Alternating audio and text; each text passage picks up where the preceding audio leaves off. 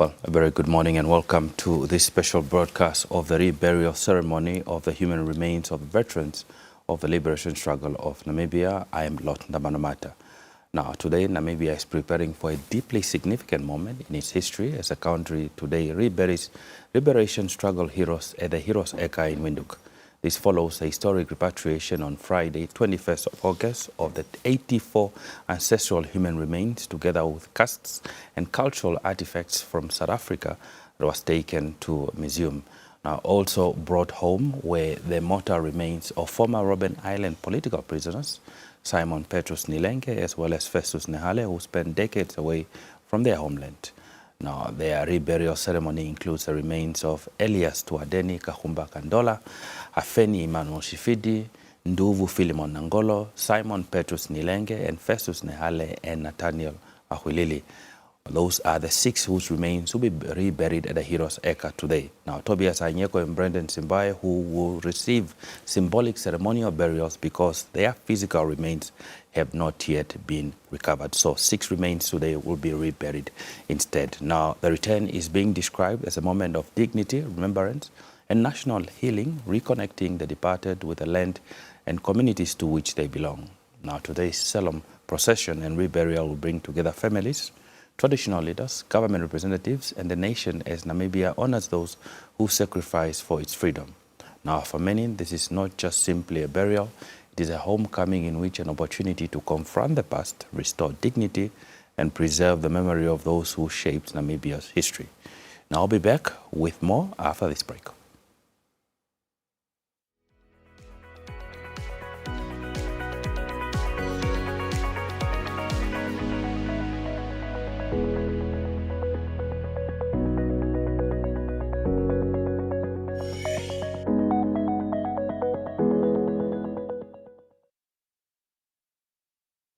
Welcome back. Now, to help us unpack what this reburial ceremony means, we'll be engaging political analyst Dr. Charles Asap, a clinical psychologist, Dr. Eunice Gonzo, as well as Colonel Petrus Shilumbu, who's a spokesperson of the Namibian Defense Force.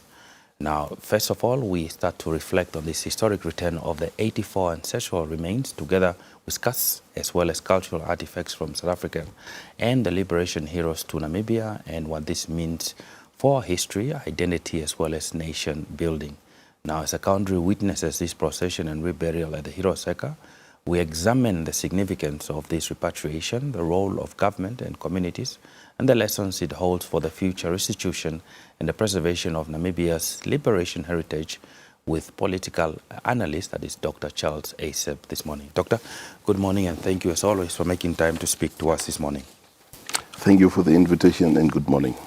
Now, Doctor, on the 21st of August 2026, we saw the remains of 84 ancestral remains arrive home. Talk to us about the significance of receiving these remains that, they were received by the head of state. These remains traveled with the minister that's responsible for the line minister, that is Dr. Sanet Kamo, the Namibian Air Force plane, all the way from Cape Town to Namibia. What is the significance of having these remains arrive here in Namibia after so many years? Yeah, no, thanks once more for the invitation. It's a critical and very significant deed of humanity because, number one, as Africans, we believe that that linkage with ancestral needs to be guarded. And the return of the ancestral remains closes that chapter. But if we go to a biblical part, Joseph of the Bible, he was the prime minister of Egypt after all the troubles that he went through. But before his death, he asked the Israelites to take his remains back to Israel because he was not an Egyptian. Although he had a high-profile position in Egypt, but still he insisted that his remains should be. So that is a tie. It's not only African, but it's also biblical. It's a very significant thing because once you And generally, as we speak, you will always say that although I'm working in Windhoek, I need to be buried from my place of origin. You know, that signifies. So these people were, or these remains were, in a foreign country, although on African soil, but still not in Namibia. Still not so Namibia. The bringing back of these returns signifies that moment. That both biblical as well as historical and ancestral link of coming back home. Also, it symbolizes, because they will be buried at Heroes Acre, it symbolizes the elevated appreciation of their sacrifices, because that's the most supreme place of burial. So if they are partaken there, it signifies that their sacrifices were not in vain. It symbolizes that as well. So it's a very critical and important step that has been taken by the government of Republic of Namibia. Now, Doctor, let's talk about the extent what this repatriation can be understood in the context of historical justice, rather than simply being a cultural and a ceremonial event. No, historically, as I said, you know, these gentlemen sacrificed for the independence that we're enjoying today. And it tells a chapter to some of us and to the youth who did not know what they went through, because now their historical aspects will be exemplified, and people will get to know that indeed people sacrificed like this. And you know, let's take the two remains. You know, being taken, or even Brenton, he was arrested in Caprivi, he was taken to Korijas, he was Varampat, and all over, and he was finally tried in Pretoria. You know, what he was subjected to, for example. That chapter is opened up, and we learn in order to prevent the future atrocities, not to repeat such atrocities as new generation. So it's a learning curve as well for us. For us. Those who did not know about these chapters, it's being exemplified. Now, Doctor, we saw that, you know, in terms of these mortal remains, we know that these ancestral remains also were kept at the Zikwa Museum, held in Cape Town over 100 years. You know, some of them were based on racial, colonial, and apartheid violence. You know, in the context of also the other 84 remains that came from Cape Town, you know, and being talked about the fact that finally the mortal remains have come home to rest. It's also the repatriation of foreign heroes and heroines. It's about the restoration and human dignity, as well as restoring justice. We have seen some Namibians, perhaps more disappointingly, you know, saying that, you know, that Namibians don't eat remains. I was quite disappointed by that. Should Namibians be disappointed, you know, when they see such comments? Yeah, no, indeed. I'm equally disappointed. Why do I say that? Because, you know, as I just alluded to, you know, where do we come from? What brought us to the freedom of us sitting here? Prior to independence, as people of black skin, we were not sitting at NBC or what was it? Yeah, SWABC. You know, and these are the liberties that were brought about. For example, just a simple example, it's numerous. Now, to say the bringing back of these individuals who sacrificed for us, two of us, to be sitting here today is nothing. It's disappointing. And that's why we need to open this chapter so that people see where we come from. Because people take things for granted. You know, if they see you sitting here as a black man, for example, I don't want to be racist, but these are the realities. As a black man sitting here, they take these things for granted that it's normal. It is just something that is happening. But people sacrifice their lives for you and I to be sitting here and talking about these issues today. So it's to open these chapters and tell the young people, especially the young people who make such remarks, that they should know that where we come from and guard against such atrocities in the future. Because we do not know what the future holds. So we have to prepare ourselves to guard against such things. Now, let's talk about especially what this remains is the return actually means of liberation heroes who died in South African prisons, say about Namibia's continuing relationship with its liberation history. Yeah. No, it is a significant act from the South African government that They availed the facilities, they availed all the possible logistical arrangements and so on for our government to go to the various museums, forensic analysis, the DNA test to be done, and all those nitty-gritties that were done. So it shows the binational arrangement that the two governments have, the diplomatic binational arrangement or agreement that the two governments have works out quite well because they provided all the possible logistical and other possibilities for us to have a seamless, identification as well as forensic, the guarding of the remains and all those things, and also the artifacts that were availed. So it's a sign of the two countries sharing their brotherhood and sisterhood to the extreme. To the extreme. How important, perhaps, is this repatriation process for Namibia's efforts in terms of preserving history of the liberation struggle, and especially for the younger generations who are majority of times making these comments, not talking about perhaps that they do not see the linkage, why they are not connected to this, and perhaps maybe in the context that, it being important for young people, do we say that perhaps that we have lost respect for our ways, do we need to again to educate young people such as myself to ensure that, we understand the importance of connecting our ancestors with our history and ensuring that our ancestors, when we get the opportunity, come and rest at home?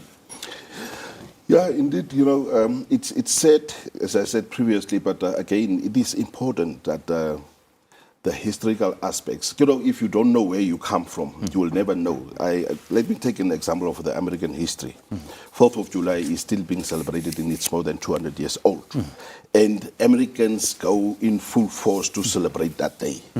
I will not go into the chapter of it, but I'm just taking one example of one of the biggest countries that celebrate for their Independence Day, for example. So saying that, I want to say that, it is important to know where you come from for you to chart the way forward where you are heading. Because if you don't know, you loosely lose your identity, for example, because your identity is determined by who you are and where you come from. So it is important that historical chapters are written about these individuals. Museums are put up to display the reality of the history of this country, because it was not easy. People sacrificed. People spent 8 years away. People spent years in exile. The people who were in exile.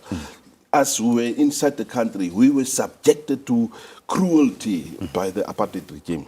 So people need to know that, so that they know where we come from, appreciate. As I said, being in the studio today, it would have been a luxury. It was even not thought of for a black man to be sitting in broadcasting, for example, and that was apartheid. It was apartheid. It's just one example, but there are numerous of them. Access to economic possibilities, land deprivation, and the list is endless. Okay. Well, Doctor, I'll have to cut you short. We'll continue this conversation a little bit later. When we get to return, we get to have a conversation with Dr. Eunice Konso. Now stay tuned, we'll be back after this break.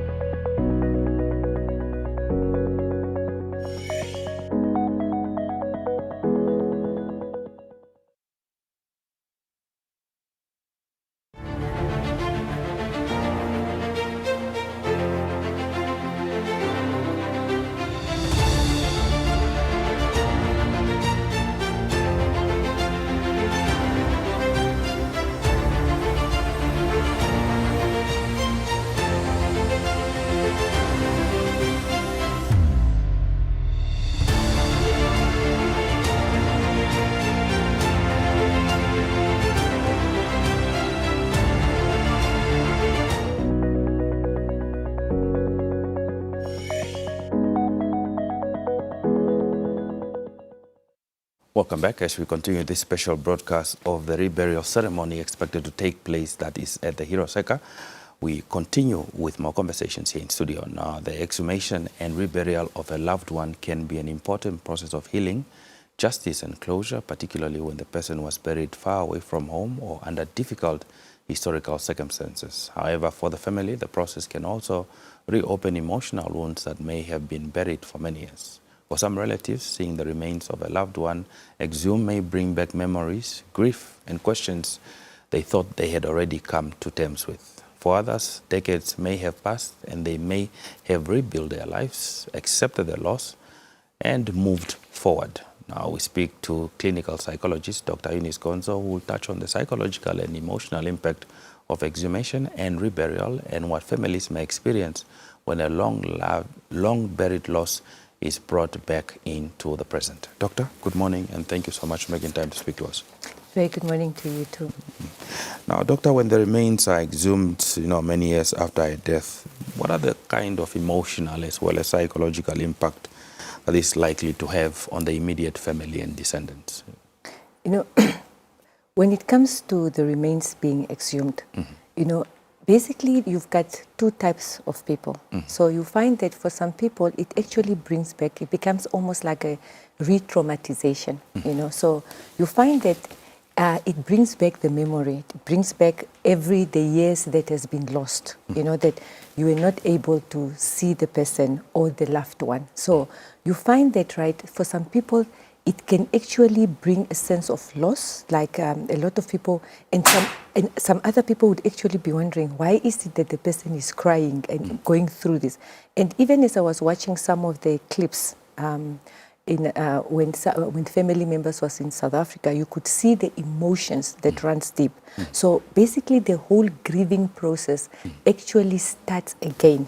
And that is why you find that some people will really struggle with this because the whole grieving process has been re-triggered, like it's an opening of wounds. Now, is it possible that perhaps maybe, the process of seeing or dealing with the remains of can they bring back grief or to a family member that have already overcome? But it is also possible maybe to say, I'm now finally at peace because my loved one has come home to be buried where I can see them? So you find that, right? When you find, especially when you are going through, when someone is deceased, you find that there's certain funeral rites that actually occurs. They occur because these are the funeral rites actually helps the person, the individual, to come to terms with the loss and also to help them bring closure. Now you find when it comes to most of, if we look at in general about the 84 remains that were exhumed, so you find most of these families were actually denied that process of the whole funeral rites, the whole process of going through the grieving process. So it was standard. In a very interesting way, it's like taking a wound, and that wound we've only put on a bandage. And it has been going for years with this bandage. And there's a certain way that the person has learned to live with this. But what we are now doing is that we are taking off that bandage and now we start cleaning that wound that has festered, that had all this infection in it. And then so that is basically what for some people that might be feeling like, because it's a wound that was never closed. But now we have reopened it, we are cleaning it. And that is why you find that also with this whole process, there's a certain cleansing that is going through, psychological cleansing in that sense that you are cleansing this wound, so for the wound to heal in the way it was supposed to have healed in the beginning. Now, at the end of the day, eventually what some people would come is now to get that closure. And that is basically what this whole process is. It's so significant that people have no idea what it actually what the Namibian government has done, that we are actually eventually bringing closure, bringing a body that was actually buried in a different country, and we are now bringing it back home. So it's a certain closure that eventually not only the family member is getting, but but also the country as a whole. Country as a whole. Now, we do know that some families might obviously experience this differently, like you indicated, that might obviously feel like as if, the chapter of their lives that was closed might be reopened again, or some might be feeling that this is a new state of mourning. We know that family members don't grieve also the same. What then do you do in this instance, perhaps when family members, some of them might be experiencing closure, some might be experiencing a new renowned, trauma or grief? How then do you help them in this regard? When in this type of process, I'm not really aware of what government has put in place, but I'm sure that government has put in place also where you've got a certain type of debriefing, because for after all these years, for you not to have been able, like to have found closure when it comes to your loved one, and then to be faced with this casket and you are in the remains of your loved one. It is basically what usually we do is also the grief counseling. So you find that it can invoke in some people, and it's not everyone, because the way we appraise situations are very different. So as human beings, we are individuals who experience circumstances and situations differently. So it is important that when someone is now going through, because you can even find a delayed a post-traumatic stress disorder that can actually come upon some of these family members or friends.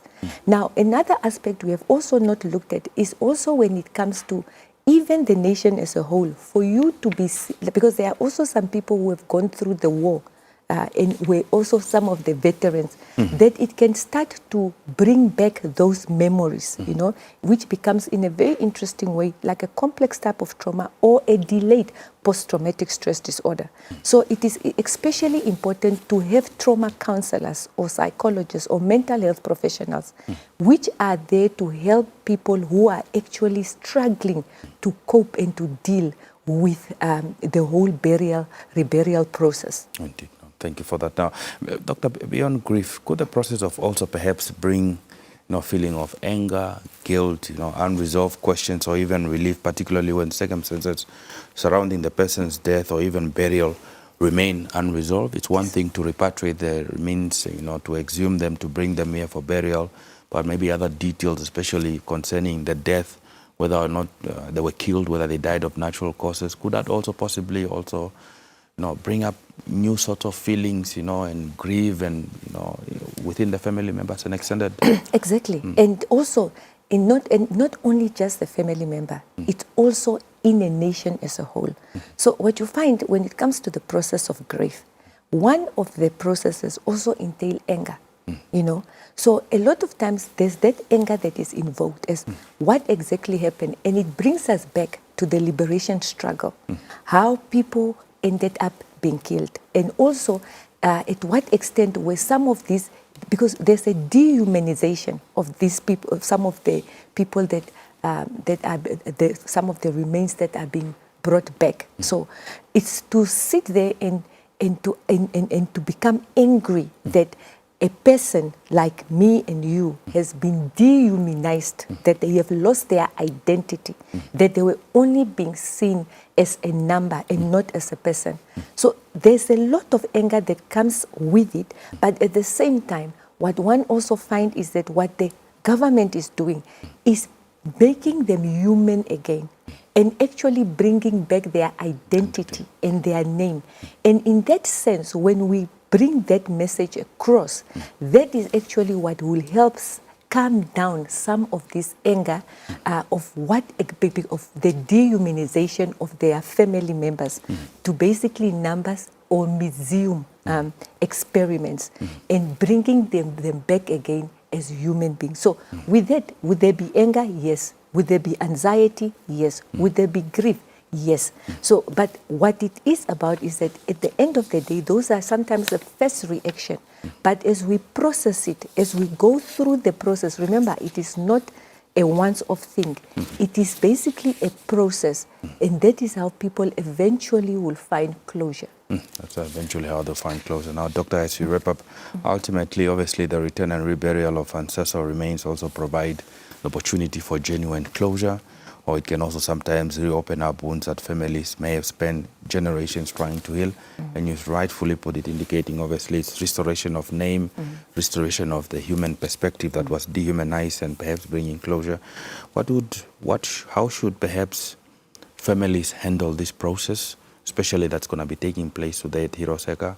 Majority of us may say, okay, our national heroes have returned home.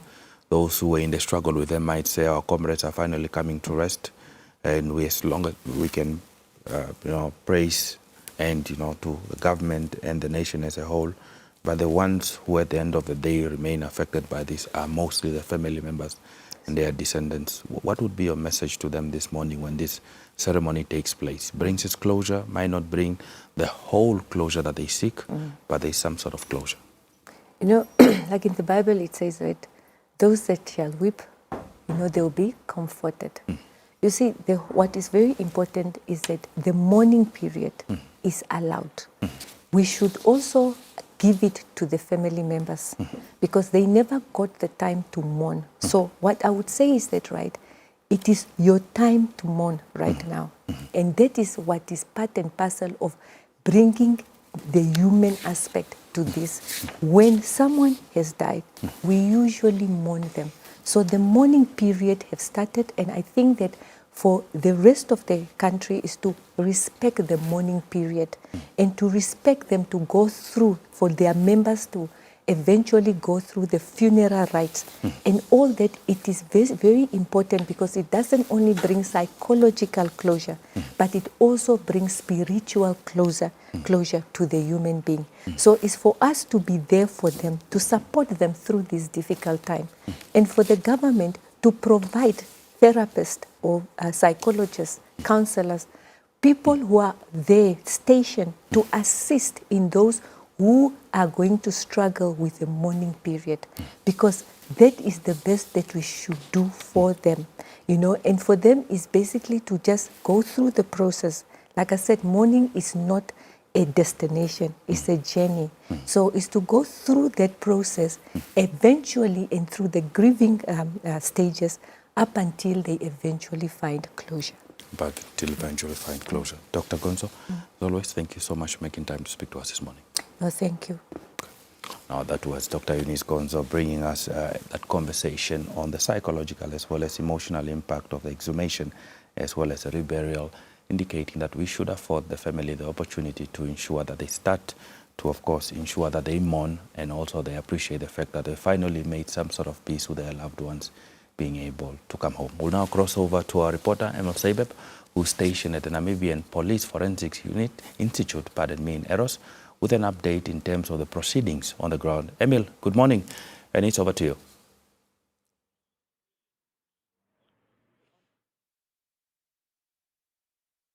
The viewers at home, we are coming to you live from the Namibian Police Forensic Unit.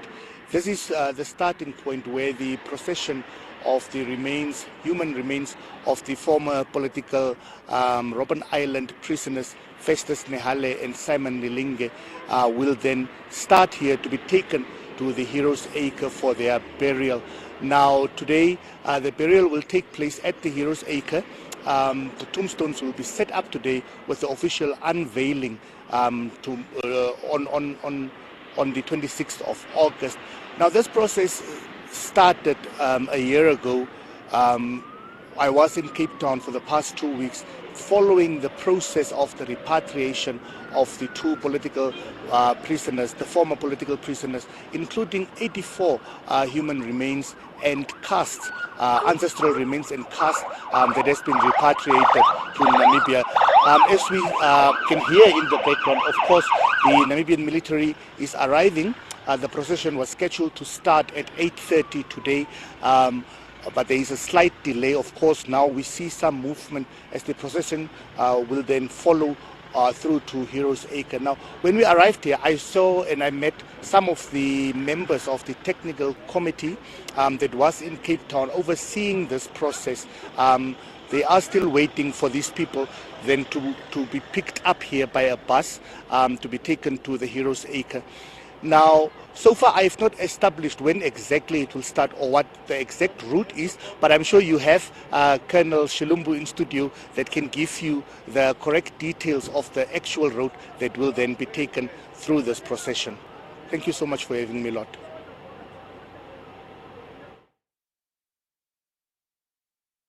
Thank you so much to ML Sebeb there for bringing us that update. ML Sebeb was coming us to a live that is from the Namibian Police Forensics Institute that is in Heroes, giving us an update in terms of that procession, in terms of the reburial ceremony that is about to start shortly. And when it do starts, we'll obviously we'll bring you that update rather, so that you follow that procession all the way that is to Heroes Acre, where the reburial ceremony will be taking place. But for now, we continue our conversation with that is Dr.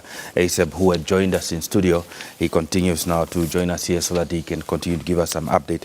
Now, Doctor, before we're talking about the emotional and psychological impact, I wanted to find out, especially from you being an academician and a political analyst, in your own view, could the return of these remains influence, the way Namibians debate colonialism, apartheid, and the treatment of indigenous communities? I say this because the remains of the 84, largely, the 84 consists of the San, the Nama, the Damara, the Ovaherere, and Ovambo people, whose bodies and remains, were taken from Namibia as a result of the genocide committed between 1904 and 1908. Yes, it plays a significant role, as you said, as an academic and as someone who analyzes politics. Let me classify, what we were subjected to as indigenous people, going from you. As indigenous people, we were subjected to the colonialization by the German occupation forces. I'm using the word forces because it was brutal takeover of the land. And subsequently, we were subjected to the apartheid system, which was also equally brutal. And now we are in a contemporary stage, which is a modern society, which is a liberal society, independent Namibia. Now, talking about the German colonial brutality, they came to take the land, period. And they came to take the land by force. They tried, apparently, to negotiate to get some land, but the ancestral warriors realized that their intent was to take over. Hence, they resisted. I'm just giving a summary. Hence, they resisted. And that resistance caused that genocidal act was committed against our ancestors. Some of them fled to South Africa, to Botswana, South Africa, and various countries. Some were taken to, especially from the Windhoek clan, were taken to, Cameroon. We are not sure what happened to them. Research needs to be done, as you said, academic. So research needs to be done. So it was a brutal act. And the worst of it, the heads, the skulls, were sought after, apparently for biological analysis. And these skulls were to be cleaned, peeled off. And it's not them doing that. It was me doing to my mother or my sister or my wife.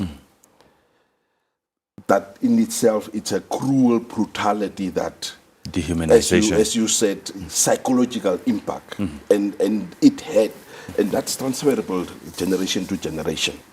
So in a nutshell, if I can say, the impact of the first colonialization by the Germans, which was brutal, and again, apartheid came, and the word itself says apartheid means separateness, if I can just loosely translate it, meaning separate development, or not development as such, but separate living standards. You were taken away from your land, and then the land was zoned into farms, and then you are deprived of owning land. You are put in what they used to call reserves. reserves generally to use for animals, reserve game parks and all those. Yes. We call it today communal areas. So these were some of the things that we were subjected to, or our ancestors as well as some of us who saw it in our lifetime. So being academic and political analyst, I will say that it is a very important chapter that we are in today. In a liberal or free Namibia, where we can appreciate, look at these chapters. As I said, Africa does not forget its history. Why should we erase our history just because colonialists were white people or what? So my take is that we should appreciate the resistance that was given by our warriors, both the resistance as well as liberation struggle, and appreciate them and build on it. And modern day, we need to fight against poverty, lack of housing, sanitation, and all those social amenities. That's the new challenge. So as young people, we should be using technology, the sciences available to us in order to be innovative to develop new things. That's the academic part that I would want to infer. Indeed. Thank you so much, Doctor, for providing that context. Yeah. Now, I think we did touch a little bit on earlier, especially in terms of the relationship between South Africa and Namibia, but what political message does it send, especially by South Africa, by, granting passage and allowing access, unveiling resources, be it economical, be it political leadership, by returning these remains, and how might this affect Namibia-South African relations? Can it affect beyond the relationship enjoyed, that's of course between the ANC government as well as the Swabo party-led government in Namibia?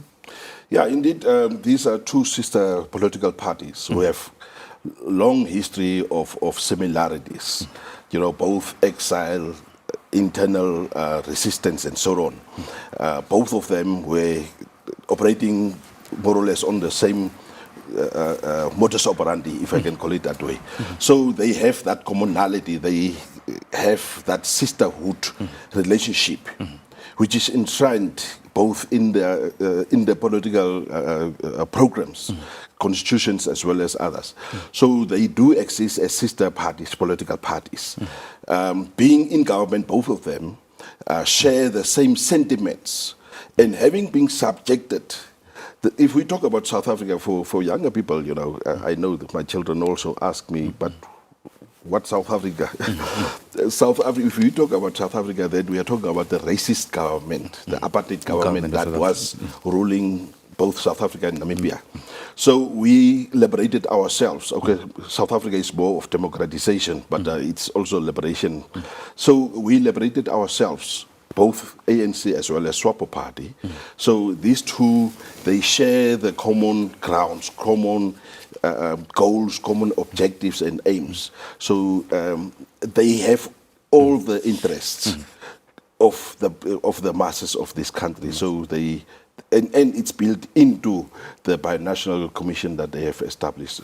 Indeed, thank you for that. Sorry to interrupt you, Doctor. We're just sharing some visuals of what is happening at the Heroes Acre in anticipation of that reburial ceremony. Again, we did indicate that this ceremony will be led by the President of the Republic of Namibia, Dr. Netumbo Ndaitwa, and as soon as the procession starts, that is from the Forensic Unit Institute here in Eros, we will also be bringing you that coverage. But for now, we're leaving with some of those visuals that you can see there in the background as of to what is happening at the Heroes Acre as we prepare for that ceremony. Now, Doctor, how should government perhaps balance, political symbolism of military honors and state ceremonies with cultural and spiritual tradition of communities to whom the remains belong? Importantly, we saw that rituals were performed especially when the remains, for instance, the remains of Simon Niilenge, who was buried at Guguletu Cemetery in Cape Town, were exhumed. How important are these practices? Not only the government process, the state processes, but also ensuring that communities, the cultural and spiritual tradition of communities whom these men and women belong to, also performed alongside the state processes. Yeah, the good thing is that the military setting is from our own people. Yes. So culturally and traditionally, they are part and parcel of the rituals that are performed.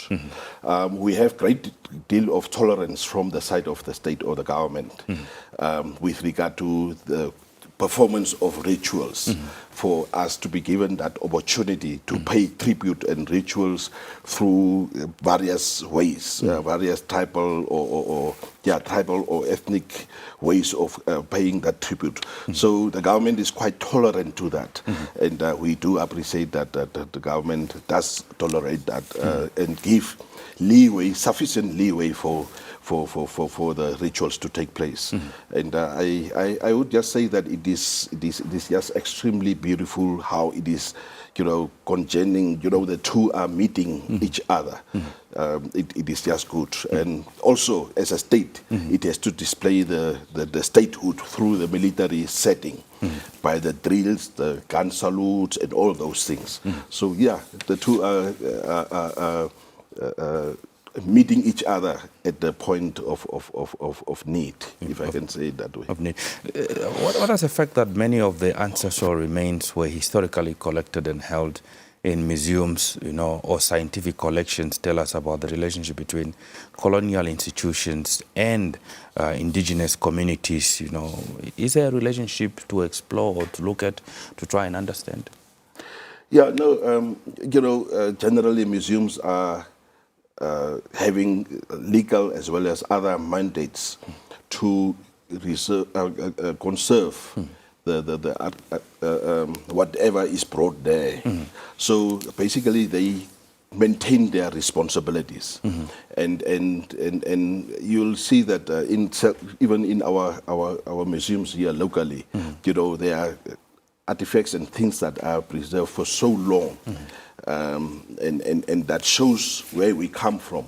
So I think the museums in South Africa, which had these artifacts, did their part of their statutory mandate, if I can call it that way, which is a legal mandate to preserve these things in a conducive way, where protection is needed against contamination, air or other, or pollution and all those things.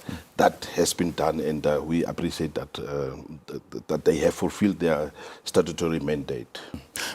Especially perhaps, what are those calls, especially for other Namibians who are talking about the other remains, of other Namibians who were, taken to various parts of the world, be it Cameroon that you refer to.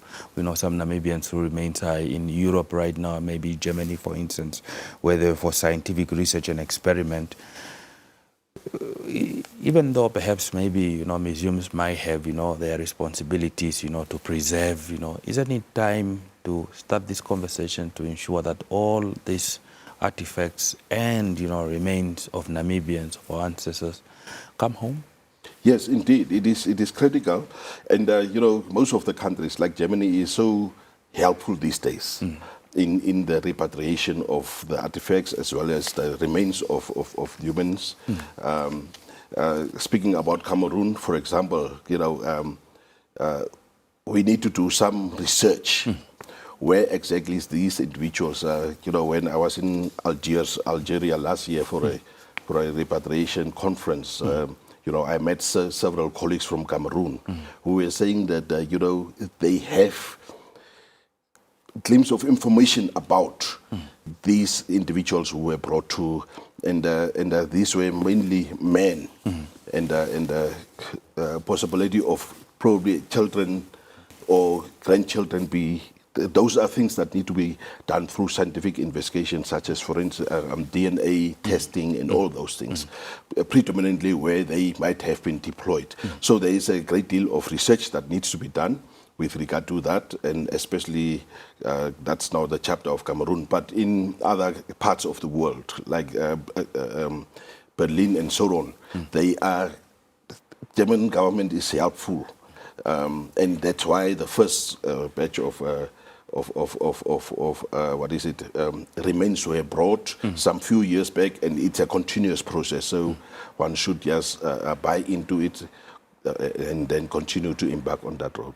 In your opinion, could this successful repatriation, that we are seeing right now, strengthen also, demands for returns of other Namibian human remains and cultural objects still held outside the country. I mean, if we could do this with South Africa, you know, we've done it so already with Germany. I mean, we saw, you know, some remains coming back.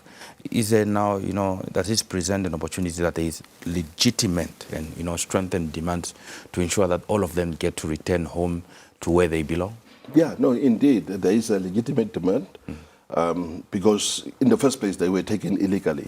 I remember the over Pandero people are busy with the process, not them individually through the government, but busy with the process of repatriating the belt of their fallen hero, or not their, but our fallen hero.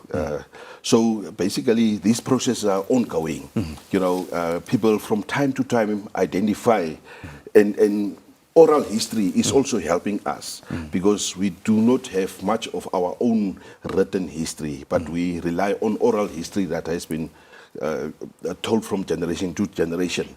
And that assisted the Over-Pandero people to trace their forefathers' belt, and as a result, they are in the process, with the assistance of the government, to repatriate the belt and other artifacts. So basically, this is an ongoing process. There is that willingness from all sides, both the German government as well as other governments in the world. Now, let's talk about the obligation that the Namibian government now has to ensure that repatriation does not necessarily just end with the arrival of the remains, which has already taken place, but to also lead to cultural and appropriate identification, remembrance, and reburial, and perhaps also comfort and perhaps support to the families that might relive through this trauma that they might have forgotten about, as Dr. Gonzo was explaining, and now perhaps maybe some of them are also getting closure. What is the government's responsibility just beyond, you know, remains being repatriated, the burial, you know, are there cultural appropriation, identification, remembrance, you know, and support beyond burial that government owes to these families? And yeah, like museums. Or shrines to be erected for like in Zambezi region for Brendan, yeah, Simbwaye. you know, you know, to put up a shrine. I mean, the way he died, it's not known when and what happened to his body, for example.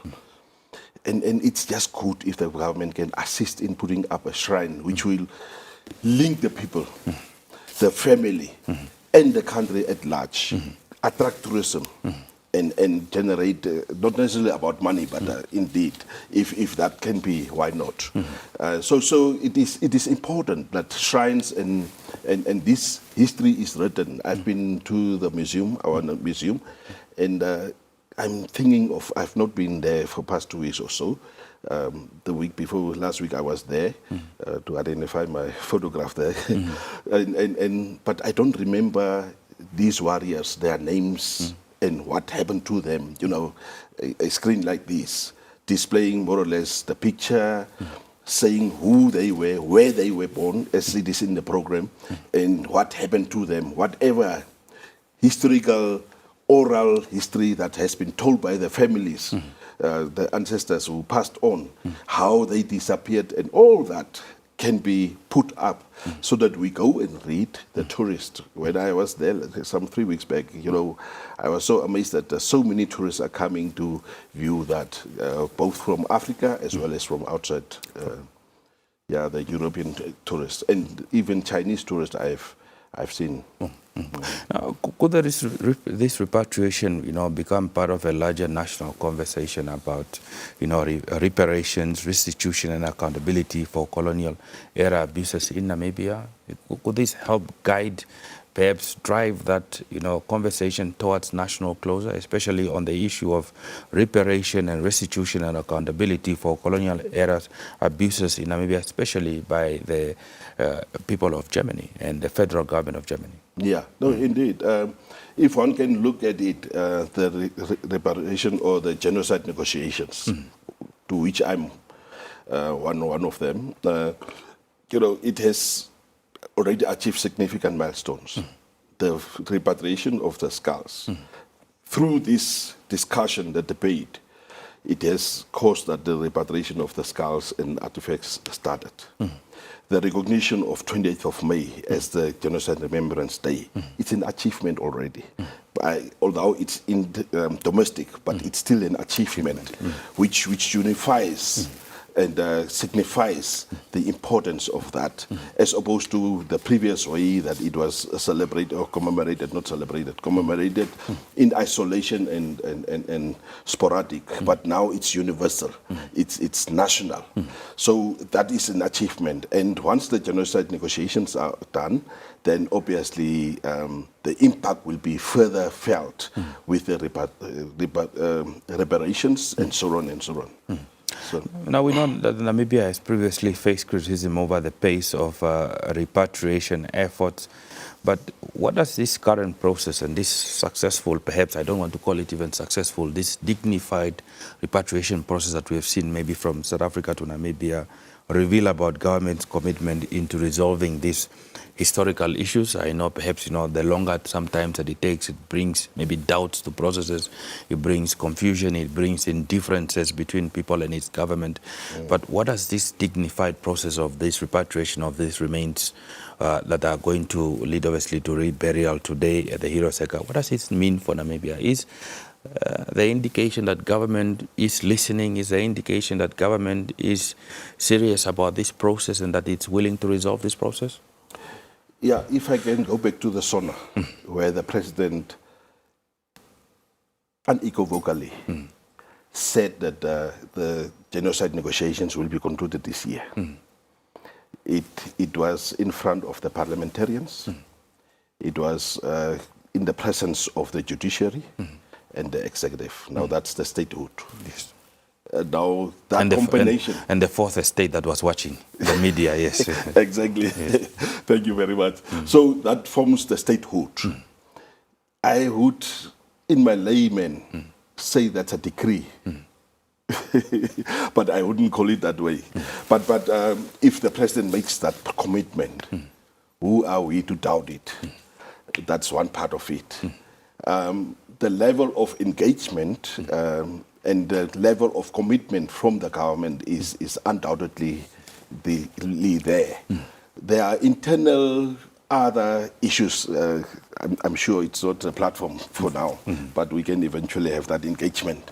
But there are other internal issues that are delaying the process. Internal, I mean, not from the side of the government necessarily, but also as we are conflicted as affected communities. And that is a foreign government also. And it has its legal systems, it has its own way of doing things. And it's a European government, it's separate from us. Our democracy, it's a federal state, for example, as we are unitary.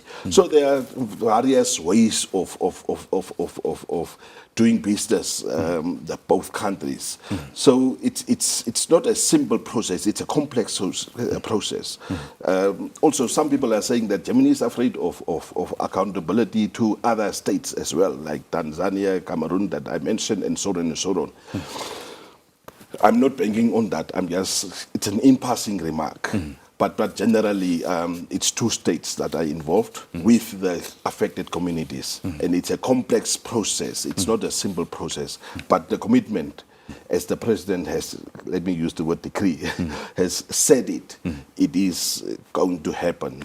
And I have full trust in her as the leader of the day, that whatever she commits to, and as an academic, I will say she spoke about subsidized or free education, and here it's flourishing, youth development. There are a number of other things, but I'm not here to talk about that. But so I'm just emphasizing the fact that when she commits to something, I see that she does it.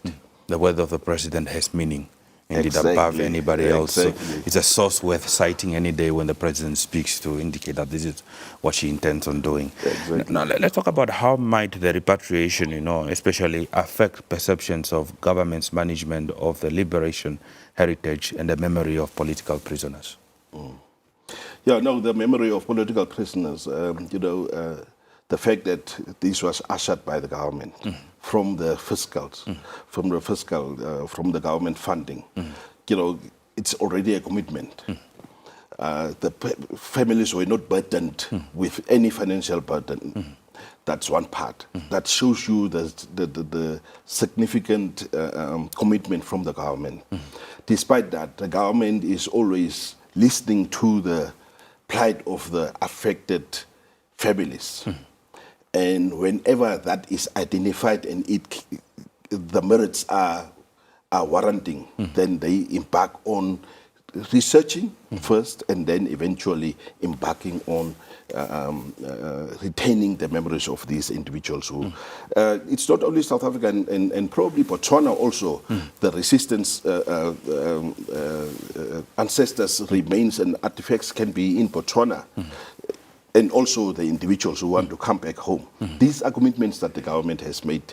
You know, the GAM community, for example, and there was some last year or so allocation of farms to those who will be repatriated. You know, the government is out there to do whatever is possible within their limited resources to accommodate and to correct the injustices of the past. Also, those who were in exile, there are graves that need to be identified and be repatriated as well, equally just like. These were not part of the atrocities, but still they need to be identified. Those who died whilst in being exiled, repatriated and being brought back. I've seen South Africa did that, was it this year or last year? So, yeah, as I said, the two sister organizations have similar chapters to share. Similar chapters to share. Talking about especially the issue of identifying graves, especially in foreign lands such as Angola and other, possibly also in Botswana remaining.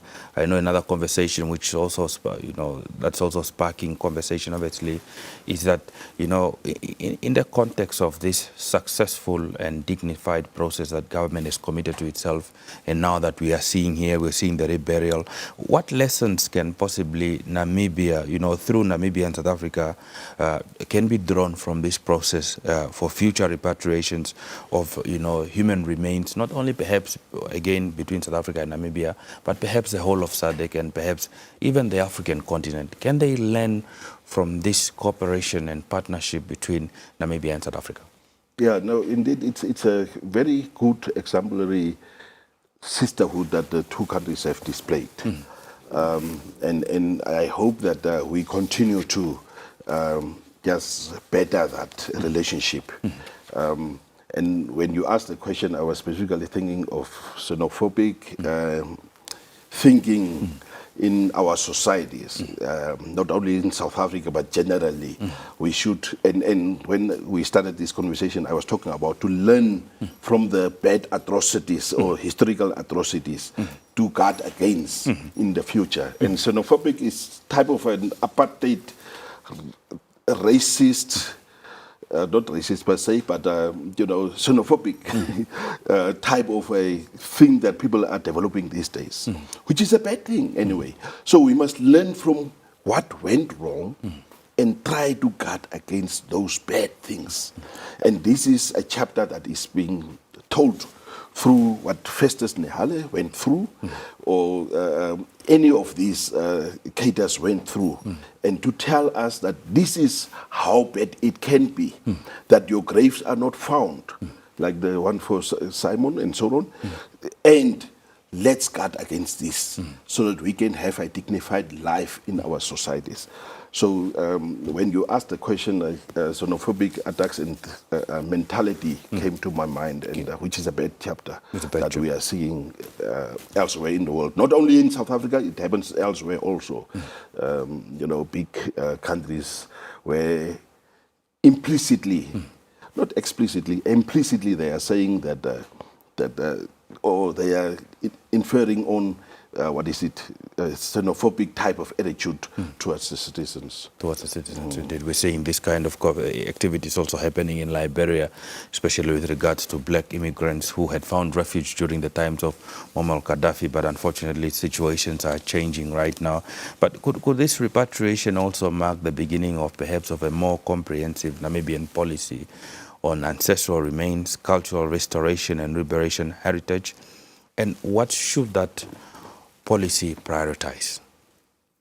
Yeah, speaking about Liberia, Some 23 years back, I was one of the peacekeeping people there. The peace that you see is from my hands. Yes. Thank you so much. Yeah. No, what lessons can be drawn? That's the question, probably. What lessons can be drawn? Lessons or policies? Yes, you spoke about policies. Sorry, quickly, just no, we're talking about in terms of this repatriation. You know, could it mark the beginning of a comprehensive Namibian policy on ancestral remains, cultural restoration, restitution, pardon me, and liberation heritage? And if we are to have such a policy, what do you think this policy should prioritize? Oh yeah, no, I've seen that the Parliamentary Standing Committee was busy with the policy of repatriation. Was it last year or so, where consultations were held with various communities to make it relevant to the people, so the people give their inputs with regard to how it should be done, why it should be done, and all those things. I cannot just recall the exact naming of the policy or the bill that they are developing, but there is something in the making to guide and to have a synchronized way of doing things, as opposed to randomly, you know. I'm not saying the government does it currently that way, but I think the government has a structured way of doing it, but to make it to speak to the people who are affected.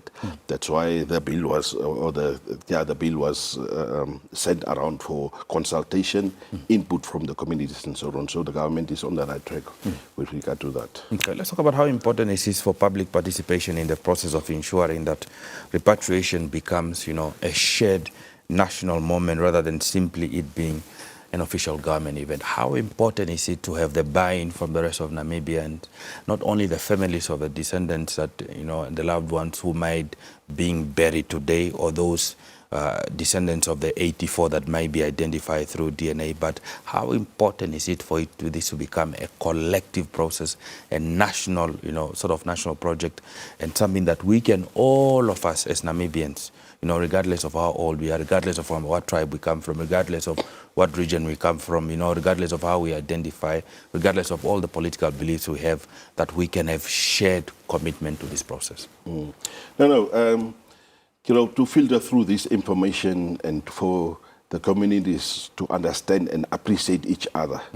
You know, when the comrades of the Robben Island colleagues like Honorable Martin Kabuasha, Honorable Willem Piva, and them were there, how they were passionate about and were appreciating, you know, what was happening. And that type of passion should be filtered through to the grassroots. And who is supposed to do this? The regional, we have, you know, grassroots people. The regional councillors are there to inform people about this. I'm not sure whether a villager sitting somewhere in Ndobe or Katope or Farkas or Besepa knows exactly what is happening. People, as a lecturer, some of the students are calling me and asking me, what is this thing? Is it skulls from Germany or what is happening? You know, so I think the information is not filtered through properly.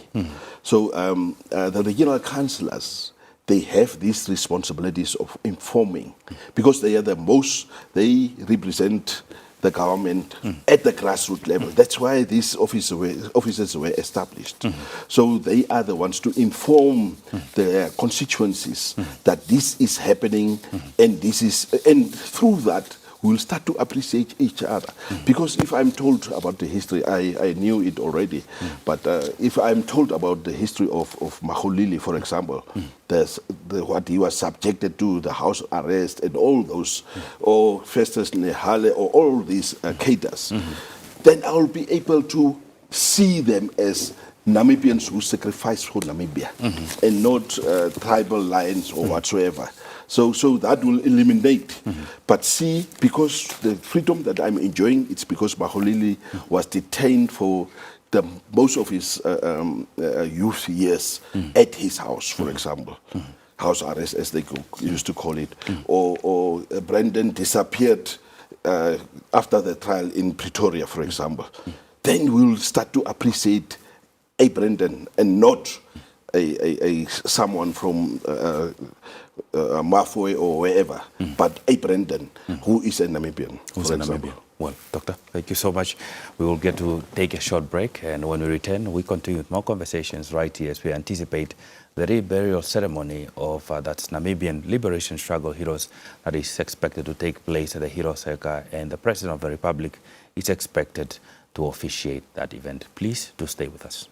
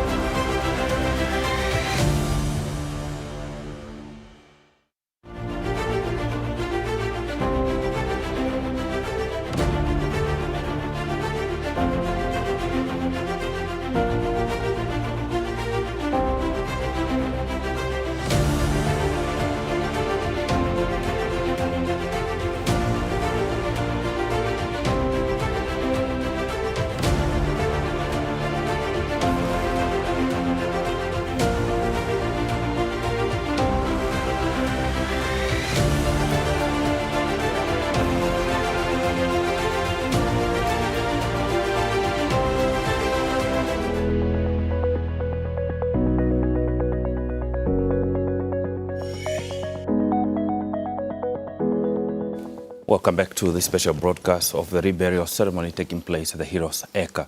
Now, we understand that the funeral procession, that is the remains of the procession, is about to start. That is from the Police Forensic Institute here in Heroes, and we will be crossing over to show you some of those visuals right now as the remains are about to leave. We understand our colleague Emil Seibeb is there and he brings us his update. Emil, good morning once again, and it's over to you. No, we understand Mel is not joining us, but we have those visuals, and to help us also understand this procession in terms of the remains coming from the Forensic Science Institute in Heroes, we joined, that is by Colonel Shilumbu, who is going to help us take us through this solemn journey of the repatriated remains from the forensics unit to the final resting place, which is at the Heroes Acre. The Colonel will explain to us the logistics, the burial process, and how the Namibian Defence Force ensure that the remains were handled with dignity as well as respect throughout the process. Colonel, good morning, and thank you so much for making time to join us. Good morning, Damonomata. Yes, thank you. Okay. Colonel, we're seeing the remains there. They have started moving. That is from the Police Forensic Institute there in Heroes. Take us through as of to what will happen once the remains are leaving the forensic unit until they will arrive. That is at the Heroes Acre. Yes, as you can see the visuals on the screens, the remains are just leaving now the Forensic Institute to Heroes Acre. So they exited from the institute into Independence Avenue, and immediately they turn to their left into Etna Street. After that, they will turn into Robert Mugabe, and then they will proceed straight throughout to Olympia, and then they will turn into A1, and then they will proceed until at B1, Rehoboth and Hours Road. Then they will turn to the left on your way to the outskirts of Windhoek at the roadblock. Just immediately after the roadblock, they will then turn to Heroes Acre. So what we have witnessed actually now is it's them leaving the institute. So it took a little bit longer because there are processes that were taking place within the institute. And I would like just to indicate to you that at the institute, the chaplain, the NDF chief chaplain by the name Colonel Simon Kalitheni Malima had to conduct a prayer with pallbearers, bearers, and family representative. And then after that, that's when they have to collect the casket from the institute and then load them in the vehicles. You see, these vehicles are special prepared just for this specific ceremony. And mind you that the Chief of the Defence Force, Air Marshal Martin Kambulu Pinias, on Friday, he was tasked by the President to take those remains from Hosea Kutako International Airport to Nampol Forensic Science Institute, where they were kept over the weekend, and where they were even prepared yesterday, so that they are ready for the reburial. And as we are speaking now, he is also part and parcel of the procession because he was entrusted to make sure that those remains leave safely from Nampol to Heroes Acre. Yes. Now, Colonel, you mentioned especially that the Chief Chaplain of the Namibian Defence Force, performing a prayer with pallbearers.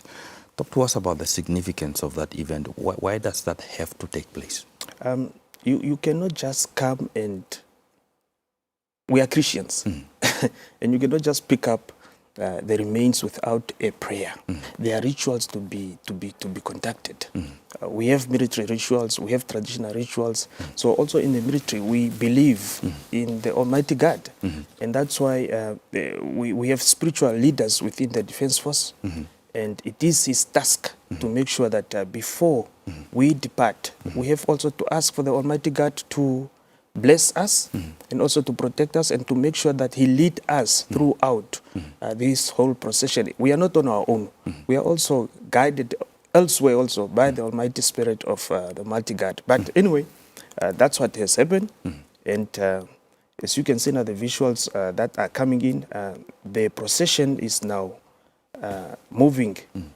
They are now currently in Robert Mugabe. Maybe just to inform you that the first vehicle, which is the front, has the remains of Emmanuel Gottlieb Ndemurungila Nathaniel Maxuilili. And then the second, he's alone in that, his remains are alone in the first vehicle. The second vehicle has the remains, or it carries the remains of Eliaser Tuhadeleni, Kaxumba, kaNdola. They are the only two in their remains are the only two that are separate vehicles. Okay. Maybe perhaps before you go on to the other vehicles, you had mentioned, and I don't want to lose a glimpse of this, especially when it comes to the CDF being present. We saw that he had asked for permission at the Hosea Kutako International Airport for from the president to accompany the remains. Why is that permission needed? Why is he present throughout this process?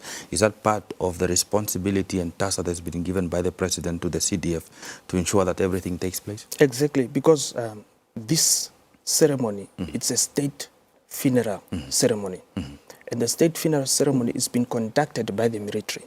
So the commander-in-chief have to task this responsibility upon the shoulders of the Chief of the Defense Force. And that's why even upon the arrival of this procession at Heroes Acre, the Chief of the Defense Force have to report to Her Excellency that we have arrived and we are ready to kick off with a procession. And then the official program will kick off. But as I've also indicated earlier, the third vehicle will carry now the remains of Petrus Shekushwama, Niilenge, and Emmanuel Hafeni Shifidi. The last vehicle, the one behind, that carries the remains or the caskets with the remains of Festus, Nehale, and Fillemon Nduuvu Nangolo, who will be now accorded a dignified reburial at Heroes Acre this morning. Yes. No, talk to us about the significance, perhaps, especially the way that it's structured. And I know with the military, nothing is by coincidence, seeing that, you know, we have that is Nathaniel Maxuilili in the first vehicle, followed by the officers in the second vehicle of Kaxumba kaNdola.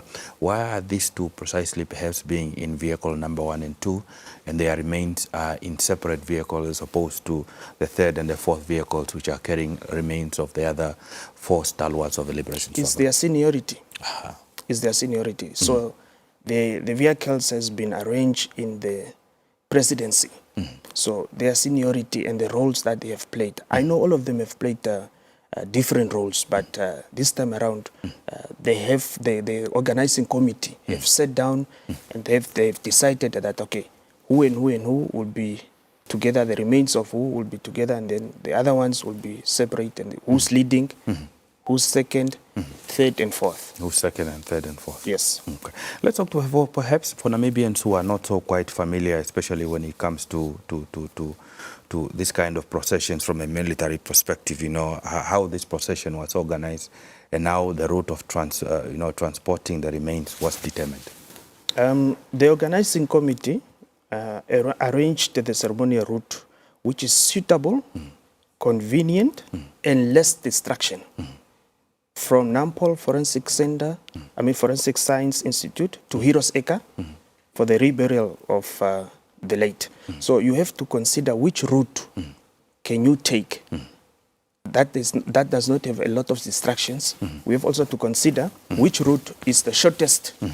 And then from there you have to plan accordingly.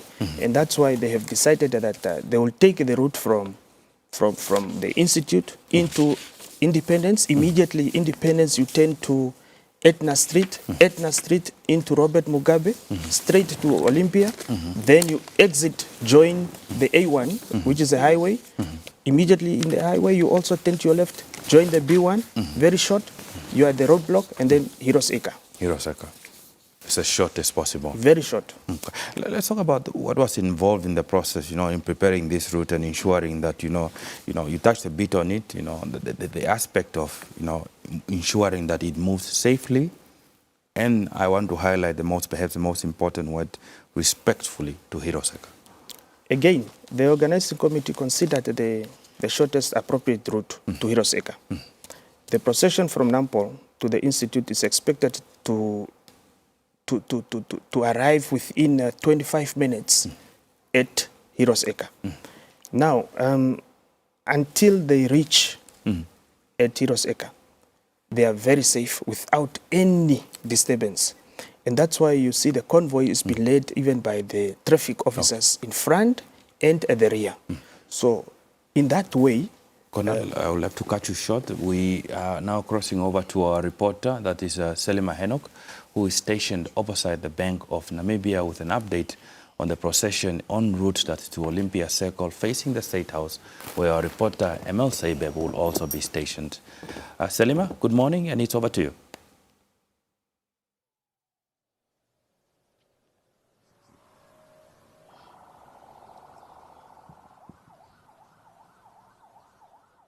We do apologize for that. We hope to get Selima Henok to get her to give us an update in terms of that procession that is about to reach. That is, of course, the Bank of Namibia and then eventually turned by the Olympia Circle that takes us almost close to State House. Now, Colonel, you were saying that in terms of this procession, you considered it to be the shortest possible. It's expected to take approximately 25 minutes, and I guess that was the most viable route out of all the routes options that you have taken. Yeah, remember the other route has been under construction, especially at Triple J. Yeah. Passing Namco and up to Trackport. It has been very, very busy, and it's always congested. So that's why we have considered that this is the suitable route, very convenient, and also to make sure that they are very safe, protected, and the speed, it's also been controlled. As you can see that they are not really speeding. It is between 20 and 40 kilometers per hour. And that's why that also gives you a way of controlling the movement of the four vehicles. Okay. Yeah. Colonel, we are going to Selima. Selima, it's over to you.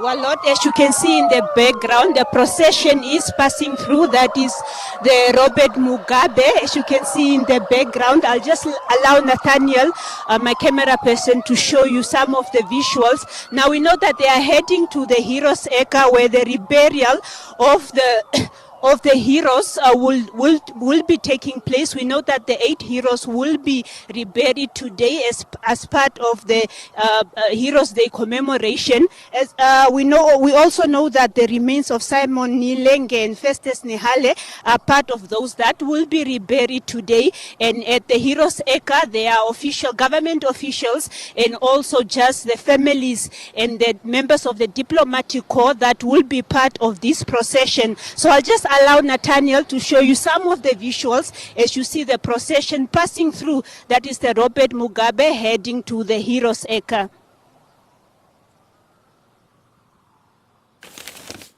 Much that is to Selima Henok for giving us an update there of that funeral procession that is, of course, headed, that is to the Heroes Acre. We also like definitely just to indicate to you that it's indeed 6 that will be reburied, at the Heroes Acre and not 8, as the other 2's remains have not yet been identified, and it will simply just be a symbolic process in terms of the other 2, but the 6 will be reburied today at the Heroes Acre. Now, Colonel, you had also spoken about the vehicles, the way that we arrange. You talked about that Nathaniel Maxuilili is in vehicle number 1, kaNdola is in vehicle number 2, while Petrus Niilenge as well as Immanuel Shifidi are in vehicle 3, and then in vehicle 4 we have Festus Nehale as well as Fillemon Nangolo.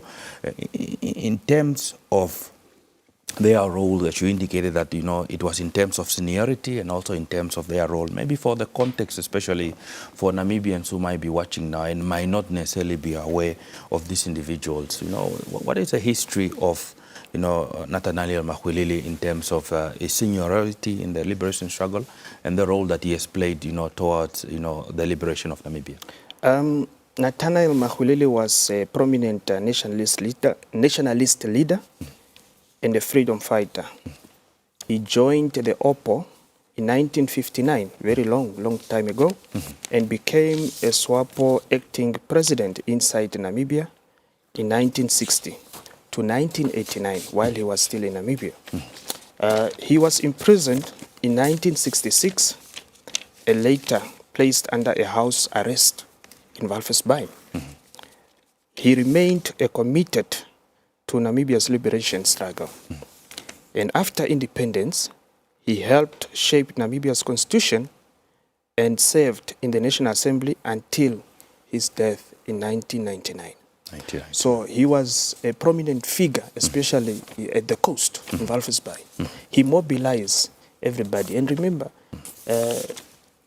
during those times, all political activities, most of them started at Walvis Bay. And that's why he has been there as one of the outstanding leaders. And that's why now the organizing committee has weighed all their profiles and decided that, okay, let Nathaniel lead his vehicle with his remains, with his casket, lead. And that's why he is now to lead the procession. Leading that his vehicle is the one in front, followed by the fellow comrades.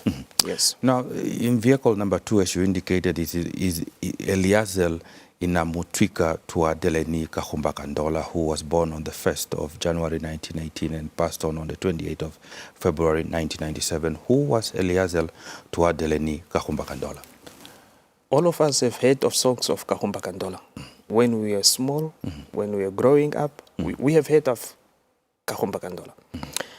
Eliaser Tuhadeleni kaNdola was one of the pioneers of the Namibian liberation struggle and a founding member also of OPPO.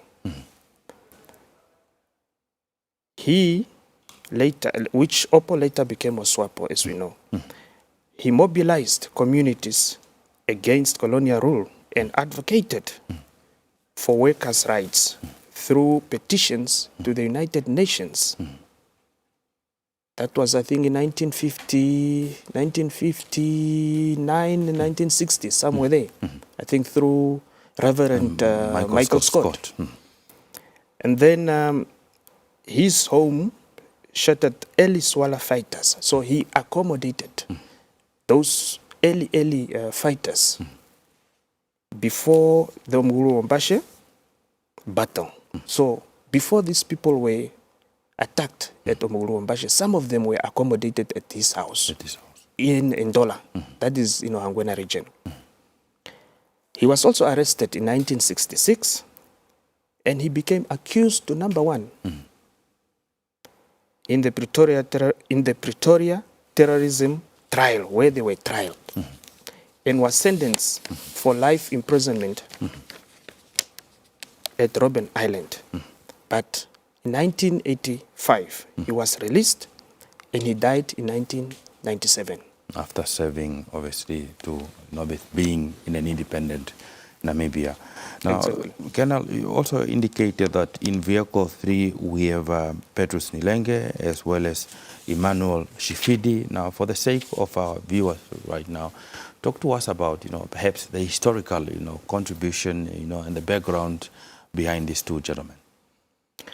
Yeah, Petrus, or Simon Petrus Shekushwama Niilenge, born on the 12th of May 1915, and he died on the 8th of March 1974. Simon Niilenge was an early Namibian freedom fighter and also a Swala combatant in the armed struggle against South African rule.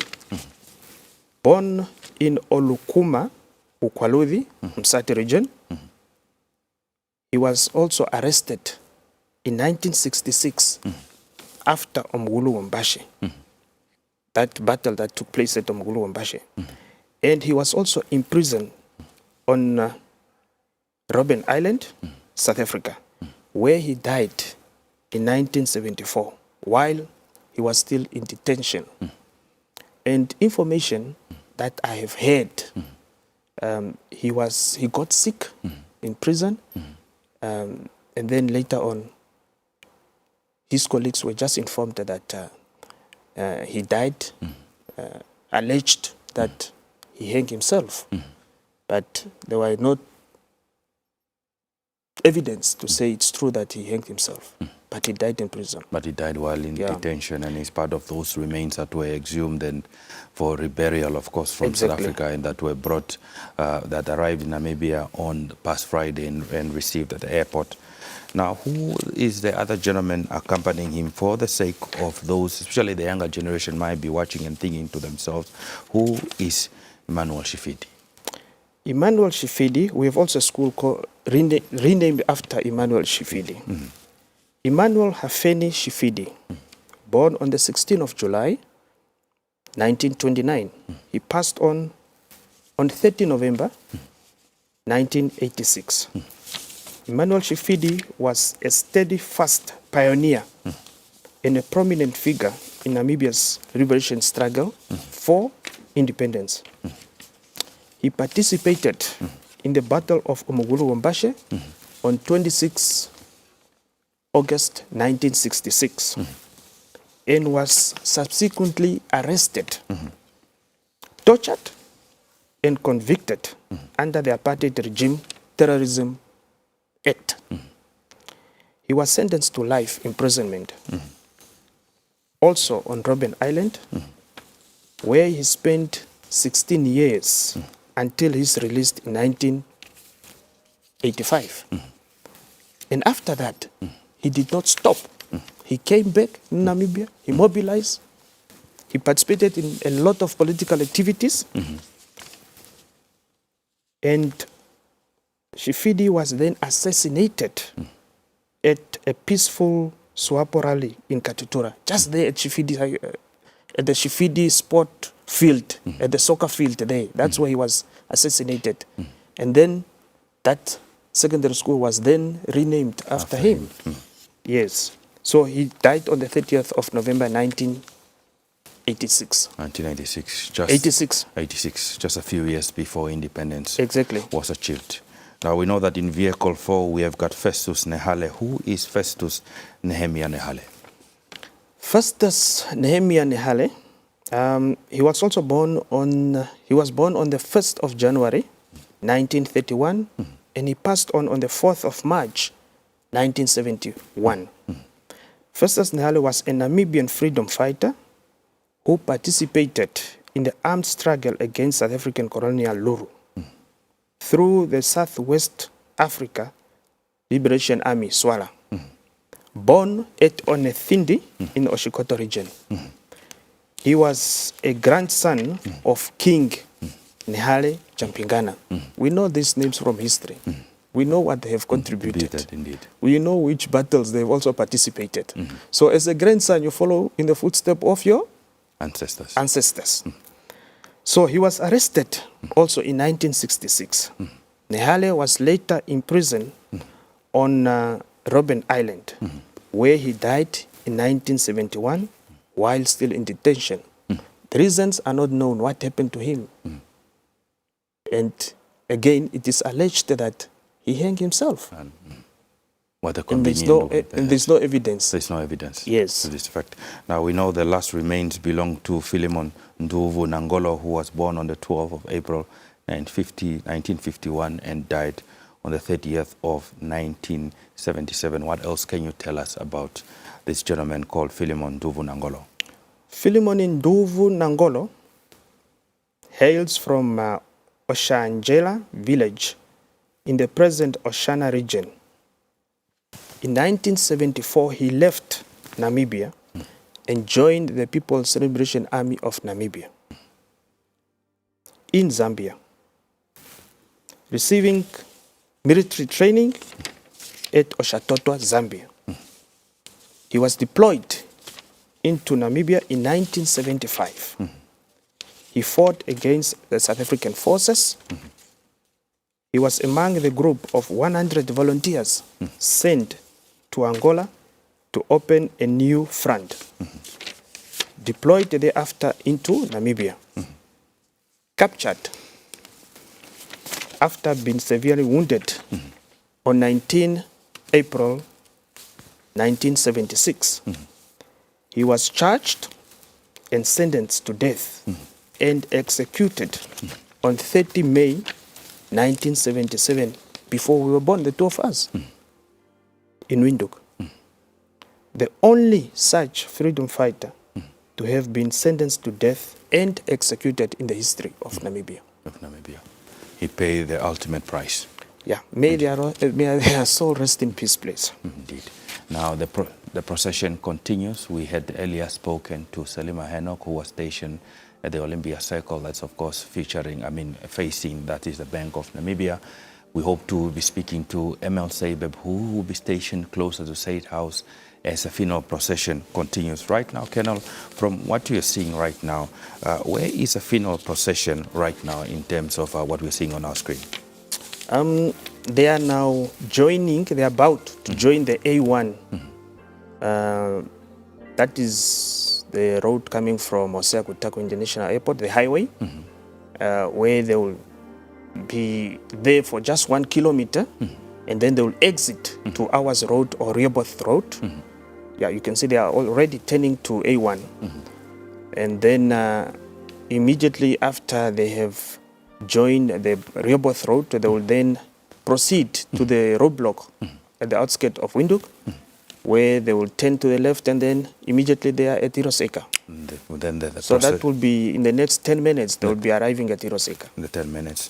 Now, we know that when we started the show, we spoke about the fact that, the remains that will be buried, obviously the reburial ceremony of Eliaser Tuhadeleni, kaNdola, Hafeni Immanuel Shifidi, Nduuvu Fillemon Nangolo, Simon Petrus Niilenge, Festus Nehale, as well as Nathaniel Maxuilili. However, we know that Tobias, Hainyeko, and Brendan Simbwaye will receive a symbolic ceremonial burial because their physical remains have not yet been recovered up to date.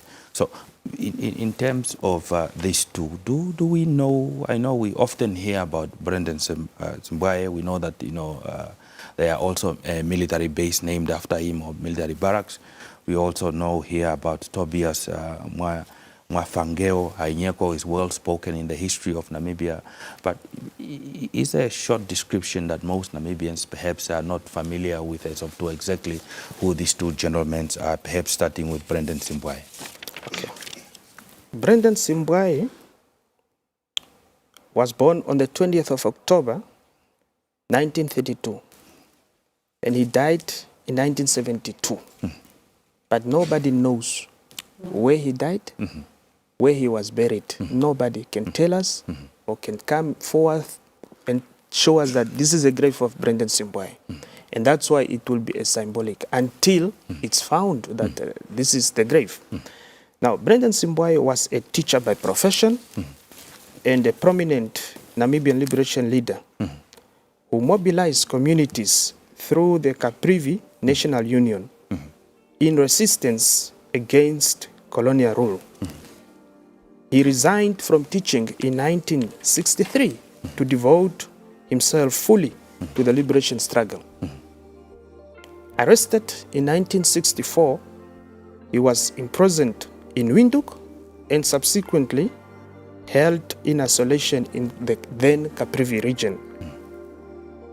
And also, he was also in isolation in Varambat and Korigas areas. In 1970, he was charged with terrorism-related offenses in a secret trial in Pretoria. So nobody knew where exactly. It was just in Pretoria.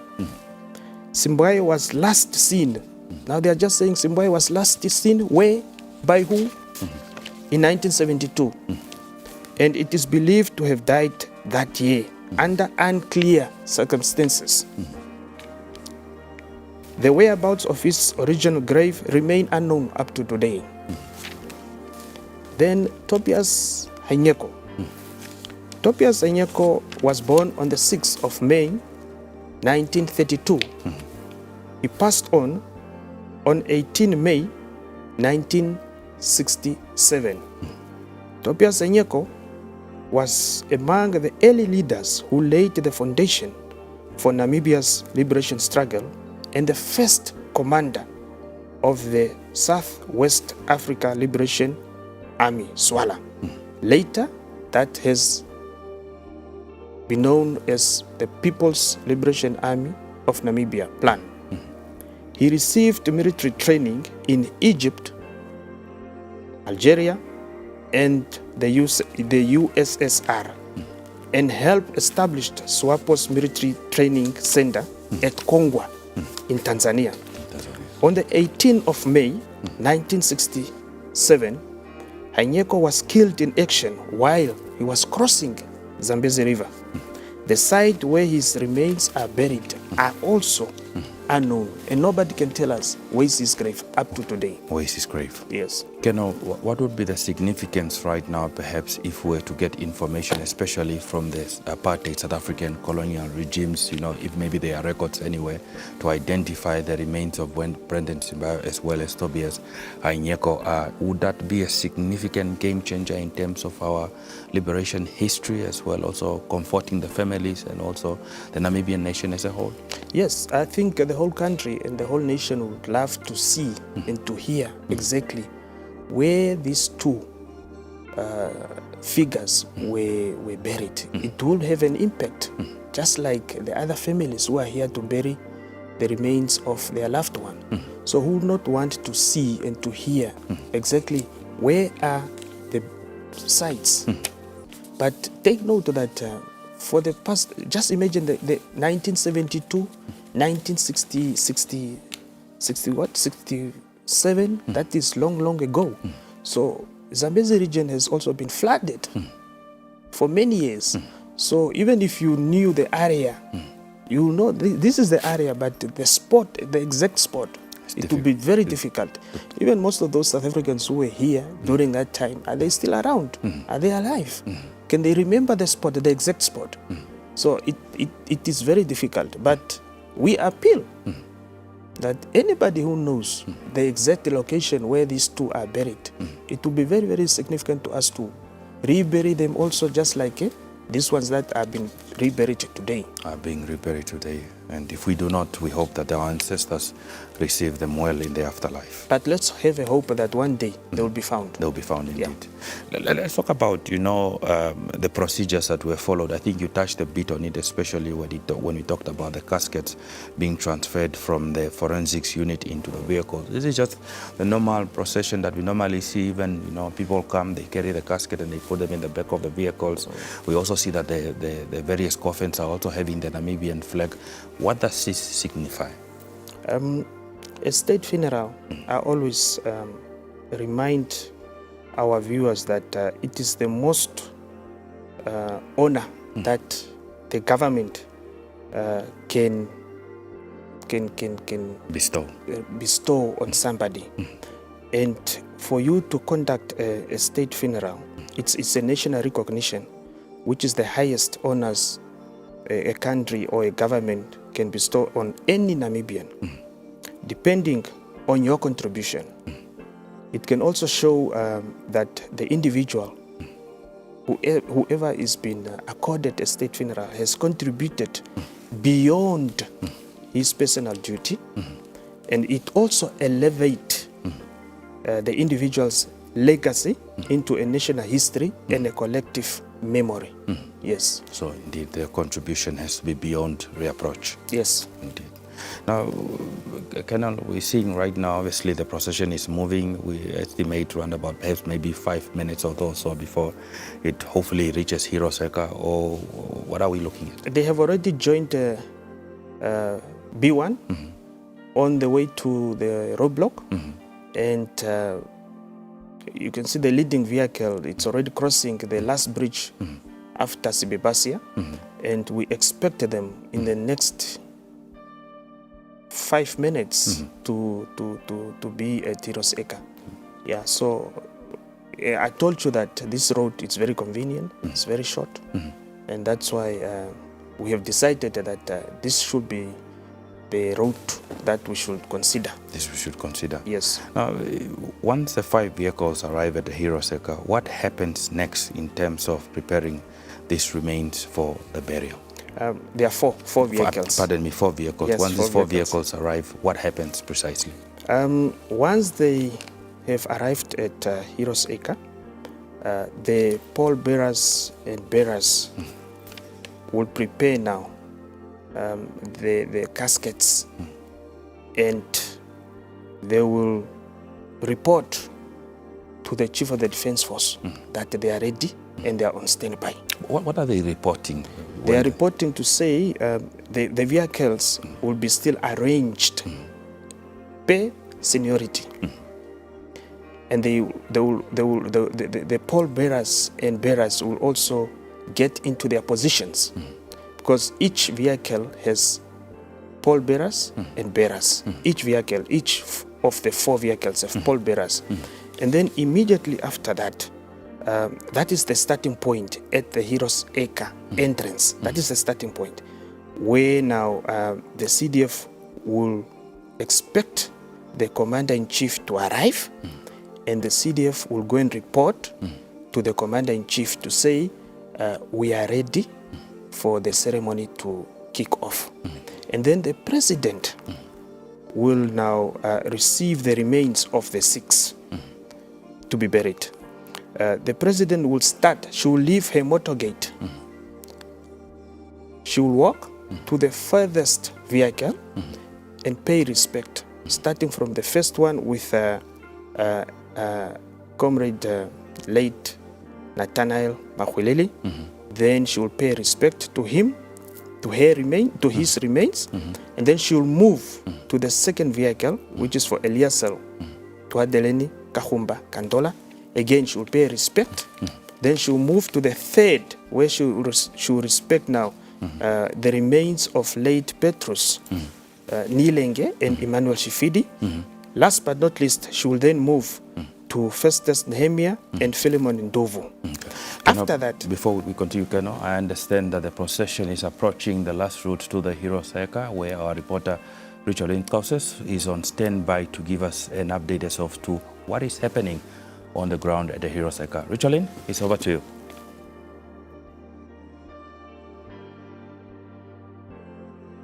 Thank you. Namibia is today honoring the veterans of the liberation struggle with a reburial here at the Heroes Acre.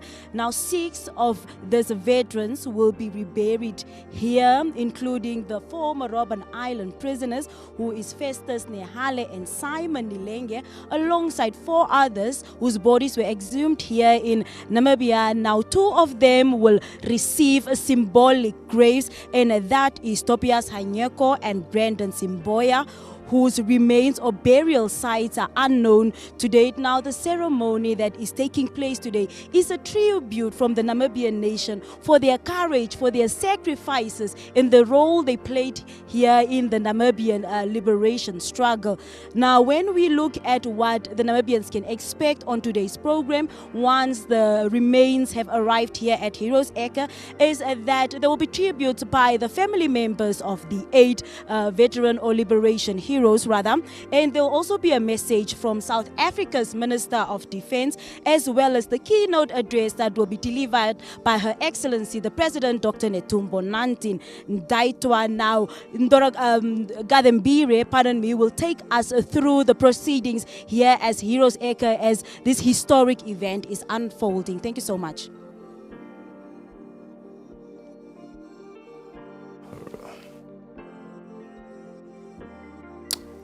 That was our reporter Richard Lincoln there giving us an update as to what we can anticipate to happen at the reburial ceremony taking place at the Heroes Acre. We know that the entourage has obviously connected with regards to the last route leading, that is to the Heroes Acre, and the Colonel has indicated that approximately within the next 5 to 10 minutes we can expect the vehicles to arrive, and then obviously those teams will then first report to the CDF before we see the arrival of other dignitaries and eventually the head of state, who will then also have an opportunity to see those remains, starting off from the first vehicle until the last ones. Colonel, we're talking now about after the president has seen the last vehicle, vehicle number 4, what happens next?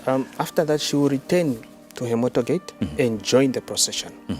Now, the procession will be led by the guard of honor, followed by the chief, the NDF chief chaplain, that is Colonel Simon Kalitheni Malima.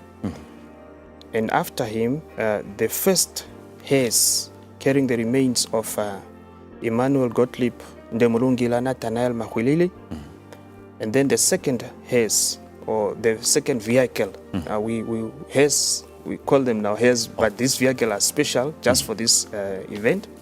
The second one is for Eliaser Tuhadeleni, Kaxumba, kaNdola.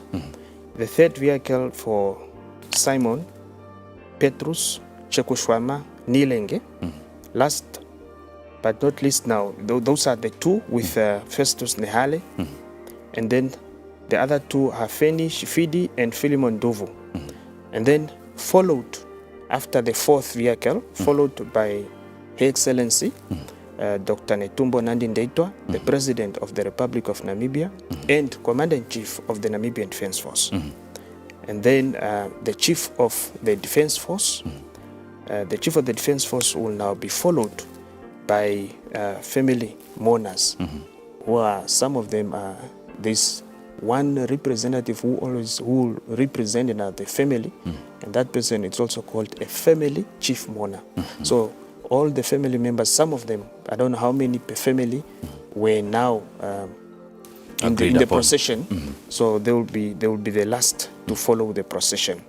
And also for those two, especially those two remains for Niilenge and Nehale that came from South Africa, there was also a decision made by the government to say that at least a good number from the family members should be considered to come and attend and pay their last respect and see where their families are being laid to rest. Now, we do understand that we are ready to cross over to the Heroes Acre, where Kathembile Themburuka and the team are ready to gouge on the reburial ceremony and the procession proceedings. I am now heading over from here in Studio 2 to Kathembile Themburuka and the team. Kathembile, good morning, and it's over to you and the team. We are mindful with the use of our cell phones. If we could have them on silent, it would be very much appreciated. And also, when we do start with the proceedings, that we minimize our movement unless it's absolutely necessary. Thank you. So we have the second.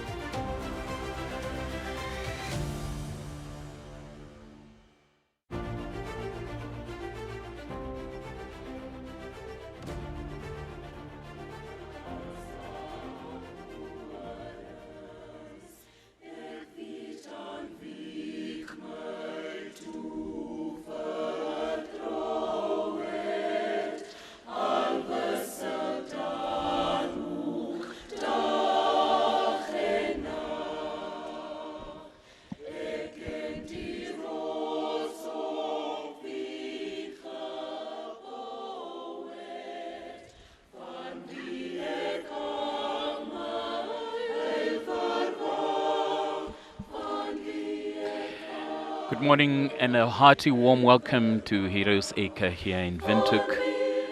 We are coming to you live as Namibia prepares to perform what is both a solemn national duty and a deeply significant moment of remembrance, the reburial of the human remains of 8 veterans of Namibia's liberation struggle.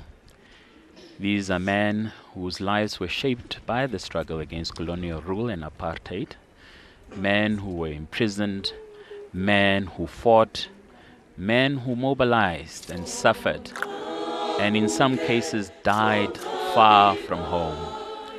Today, after decades, they are being brought home and a fitting place for their internal rest. The 8 veterans whose remains will be laid to rest here today are Brendan Simbwaye, Tobias Hainyeko, Eliaser Tuhadeleni, Nathaniel Maxuilili, Simon Pietrus Niilenge, Immanuel Shifidi, Fillemon Nangolo, and Festus Nehale. For many Namibians, these names, we have encountered them in our history books, we have seen them on monuments, we have even watched documentaries about them on national television, and we have come across their names on streets and institutions. But today we are reminded that behind every name is a human being, and indeed a gallant story. And importantly, today is also about the families of our fallen heroes, some who have waited for decades for the opportunity to bring their loved ones home. We'll be taking you through this ceremony, speak to historians, family representatives, and bring you reflections on the significance of this historic occasion. We have already seen the arrival of the public members here at the Heroes Acre, invited guests, veterans of the liberation struggle. We have seen diplomats also gathering. We have also seen the arrival of the governors of our respective regions. We have also seen the arrival of cabinet ministers. We've also witnessed a procession of the aid through the streets of the capital city. We've also seen the arrival of a guest of honor, the Minister of Defense and Military Veterans of the Republic of South Africa. We have seen the arrival of the Speaker of the National Assembly, and indeed the arrival of Her Excellency Lucia Witbooi, the Vice President of the Republic. Right now, in your pictures are the Chief Justice and also the Chairperson of the National Council, and Ims Nashinge, the leader of the official opposition party in the National Assembly. So quite a crowd here that has made their way to the Heroes Acre, and importantly, the family members of our 8 fallen heroes. Soon we'll be witnessing the arrival of Her Excellency Dr. Netumbo Nandi-Ndaitwah, the President of the Republic, and Lieutenant General Ndaitwah, the First Gentleman. That will really set things in motion here at Heroes Acre, where the caskets will be placed at the internal flame, and also where the President will lay a wreath, and then the singing of the anthems. We'll have tributes from the family members, 8 tributes in total, and then a message by Angelina Mucheka, the Minister of Defense and Military Veterans of South Africa, and then the keynote address by the President of the Republic. Then the caskets will be taken to the burial site, where they will be finally put to rest. So quite a befitting program here, a very short program where our veterans, our heroes of the struggle will be eulogized, and then the president will deliver the keynote. But it's a week of remembrance. Tomorrow, the president will also be awarding Namibians that have distinguished themselves through an award ceremony. And then Wednesday, we'll be back at the Heroes Acre for the 25th of August program that normally is held at the Heroes Acre.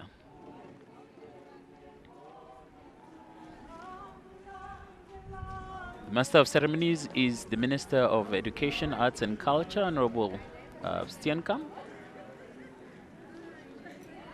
who will then be officiating this program as well.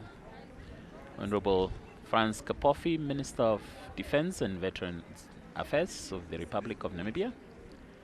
Obviously, the ministry played a huge role in ensuring the repatriation of the remains, flying them to Namibia of our two heroes who died at Robben Island. Those remains came into the country on Friday, and there was obviously a befitting ceremony to welcome them to the land of the brave.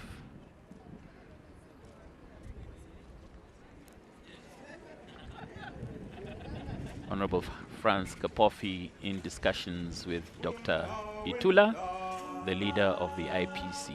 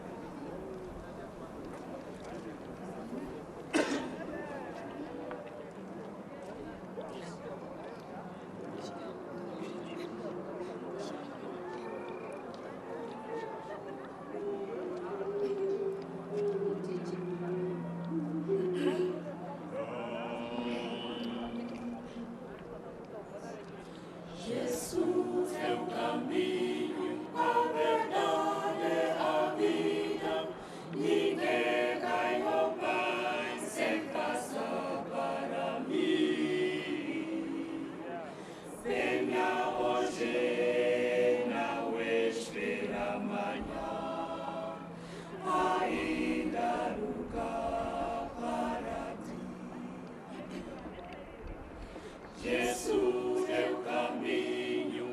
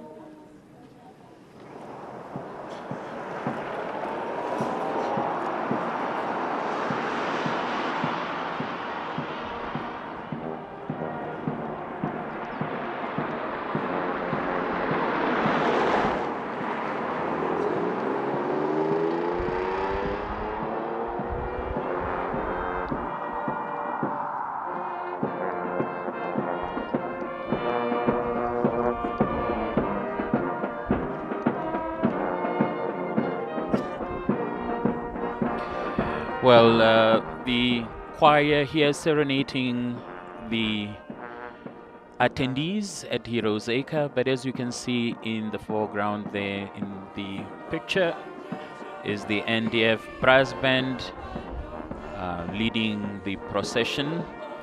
As we've been indicating, the remains of our 8 heroes were taken through the streets of Windhoek, the capital city, and have now made their way to Heroes Acre on the outskirts of Windhoek. And they will be making their way up the steep hill here at Heroes Acre, and the president also accompanying this procession. It's a week of remembrance, a week of honoring our heroes.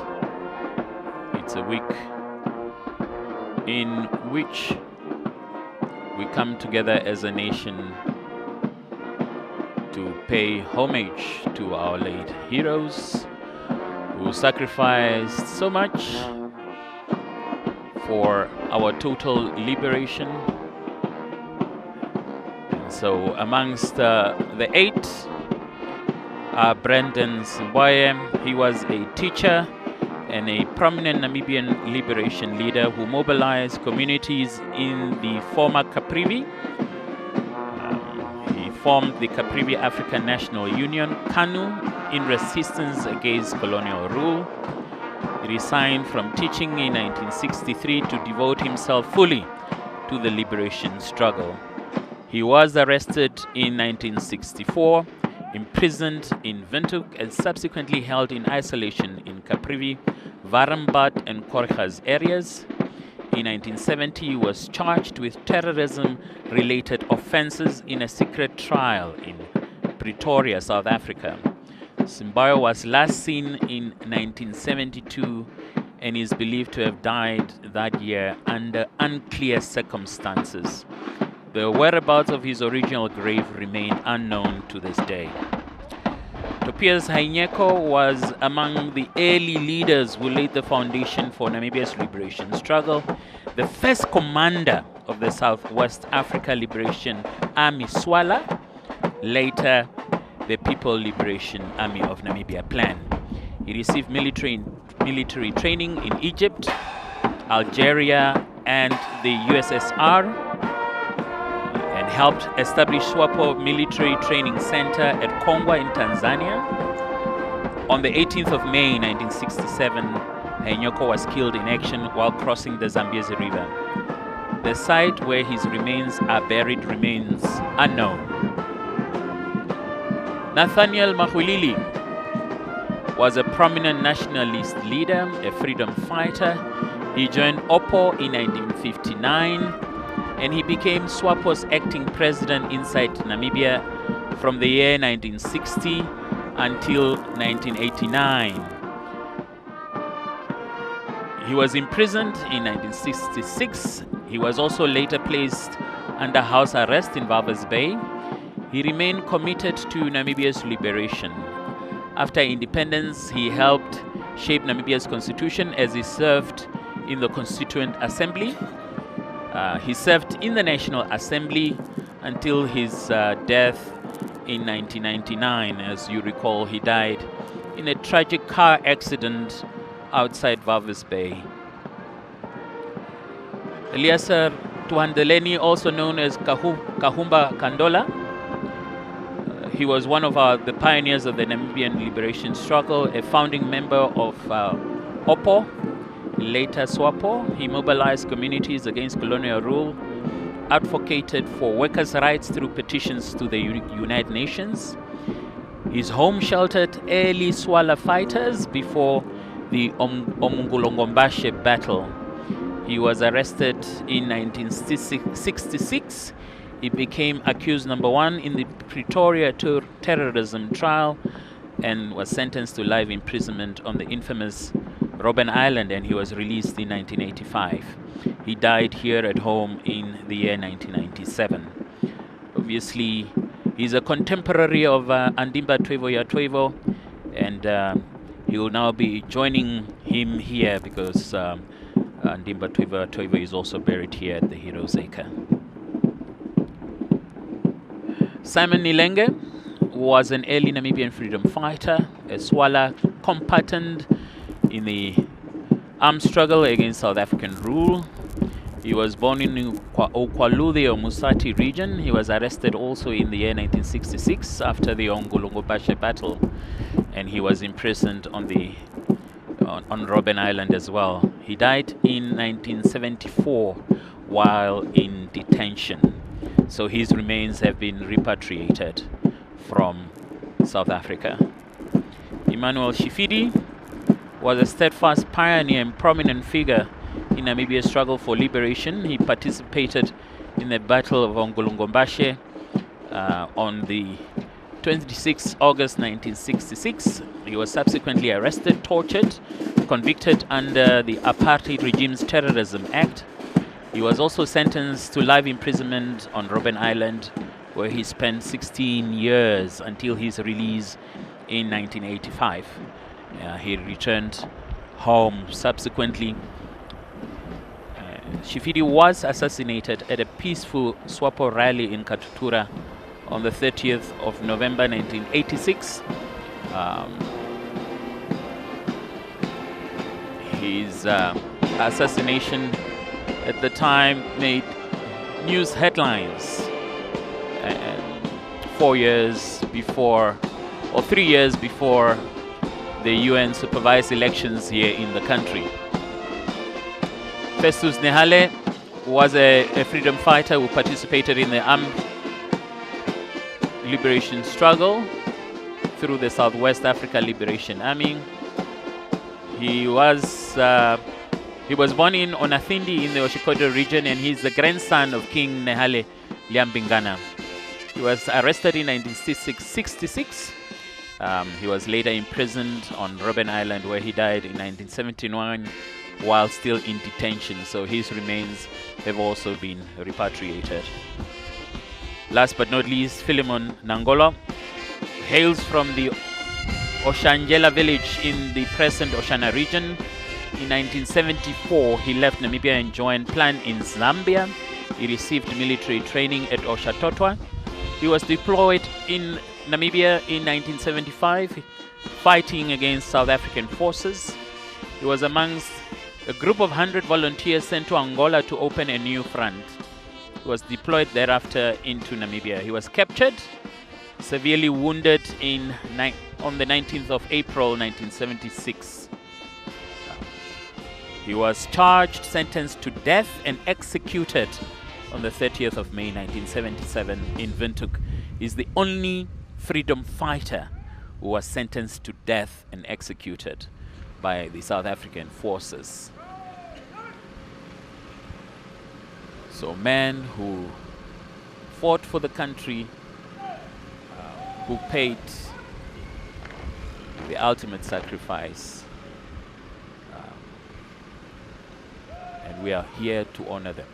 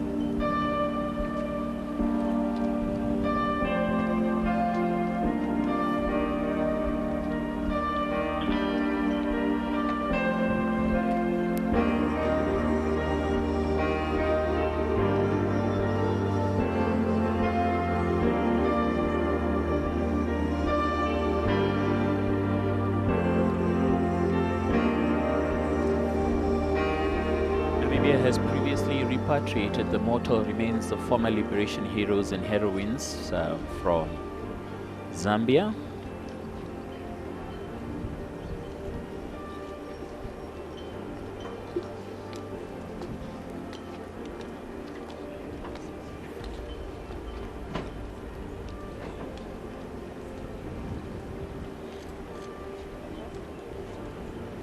And they have also been laid to rest here at the Heroes Acre.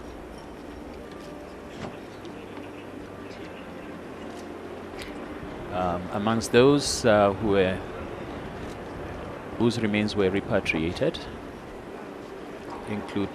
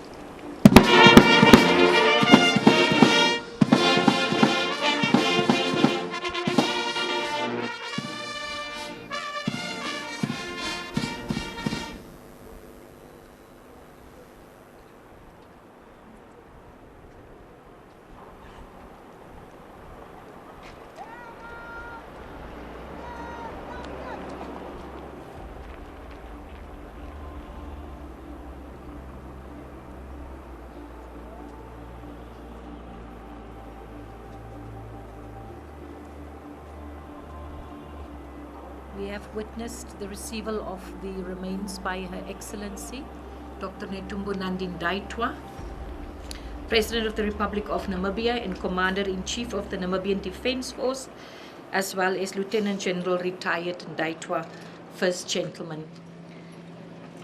We now witness the caskets being positioned at the eternal flame.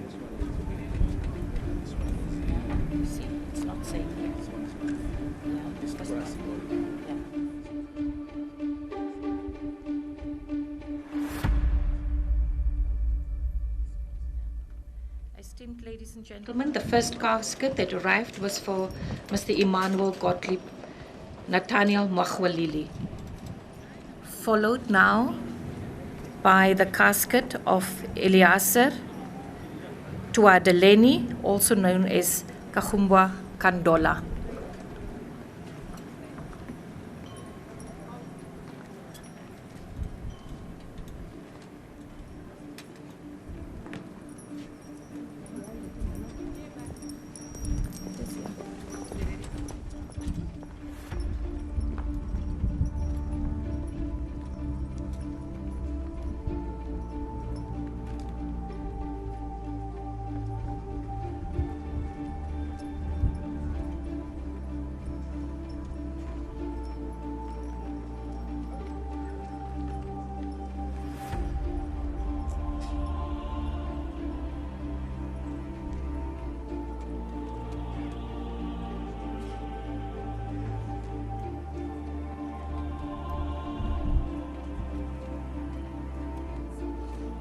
We now witness the arrival of the casket of Mr. Simon Petrus Niilenge.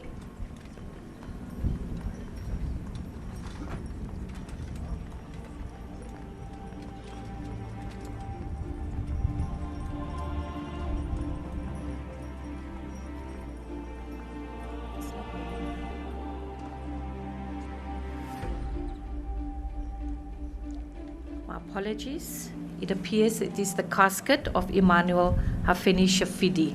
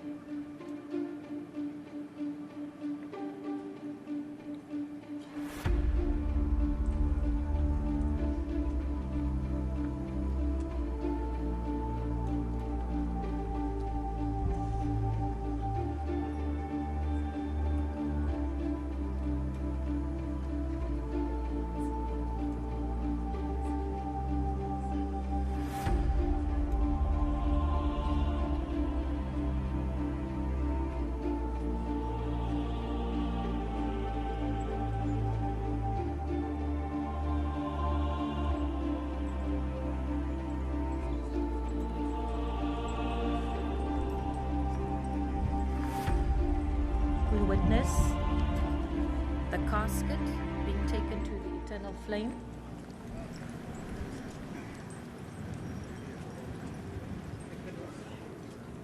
For Mr. Simon Petrus Niilenge,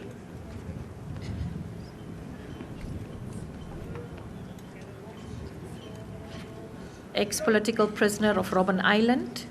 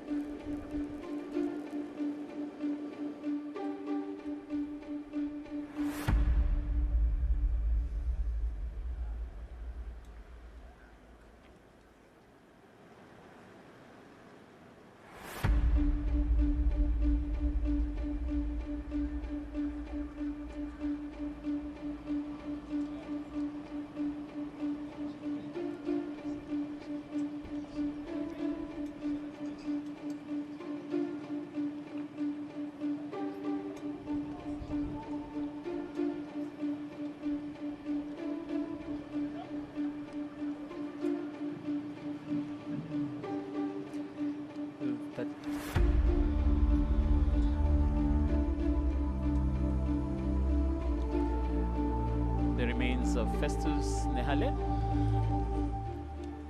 also a Robben Island ex-prisoner. He's the grandson of King Nehale Now witness Liambingana. the casket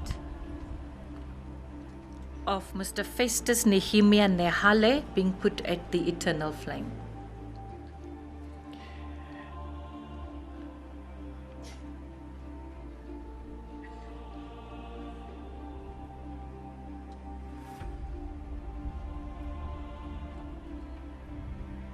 Thank you.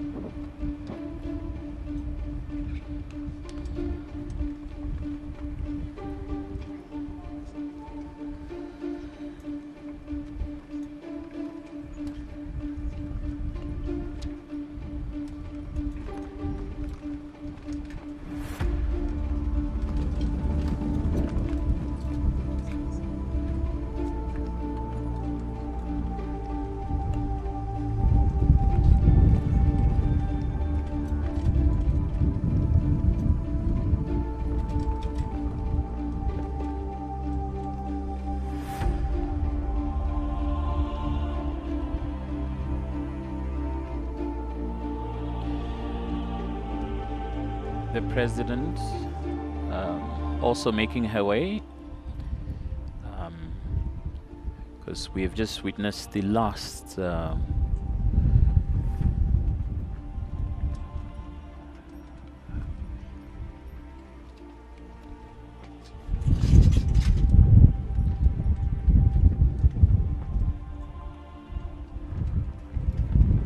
the caskets. Fillemon Nduuvu Nangolo, and in the procession, Her Excellency Dr. Netumbo Nandi-Ndaitwah, President of the Republic of Namibia and Commander-in-Chief,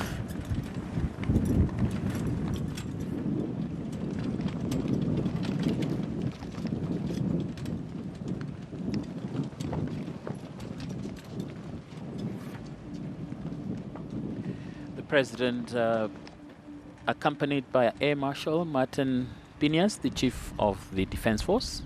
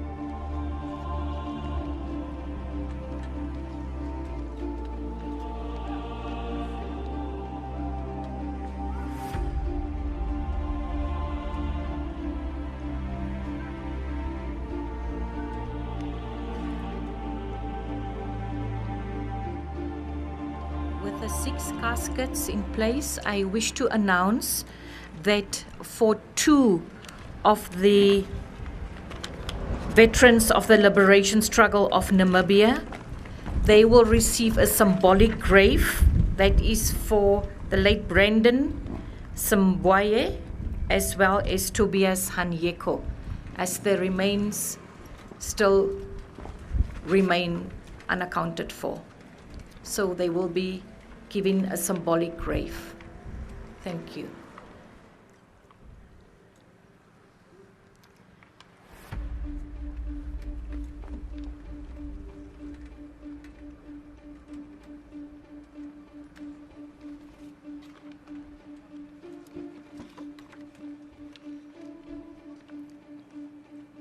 What follows next on our program is that we will witness Her Excellency the President laying a wreath at the eternal flame.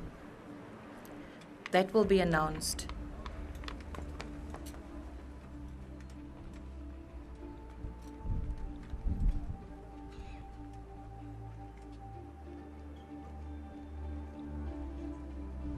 Thank you.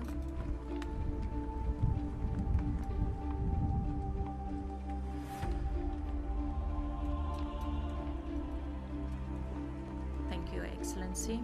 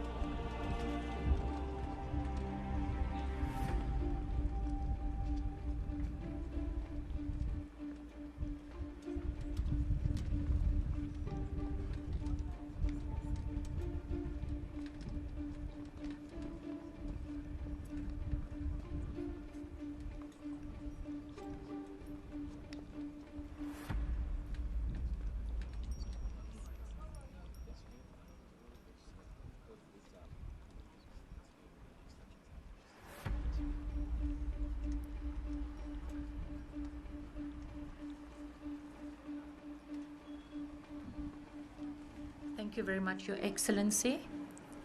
If we may kindly ask everyone to find their seats. So, with the President laying a wreath at the internal flame, this signals the commencement of the program. There will be the singing of the anthems. And let me now hand you over to the Director of Proceedings here, Honorable Sanet Steenkamp, Minister of Education, Arts and Culture, who will be directing the proceedings. As we pointed out, the program will constitute tributes from the families of the 8 heroes, and then a tribute, a address from the South African Minister of Defense, and then the President. So that will basically conclude the speaking or interventions, and then thereafter that will be followed by the taking of the caskets to the final resting place. And as pointed out, it's just 6 remains that that have been brought here as 2 of our heroes. Their remains remain unaccounted for.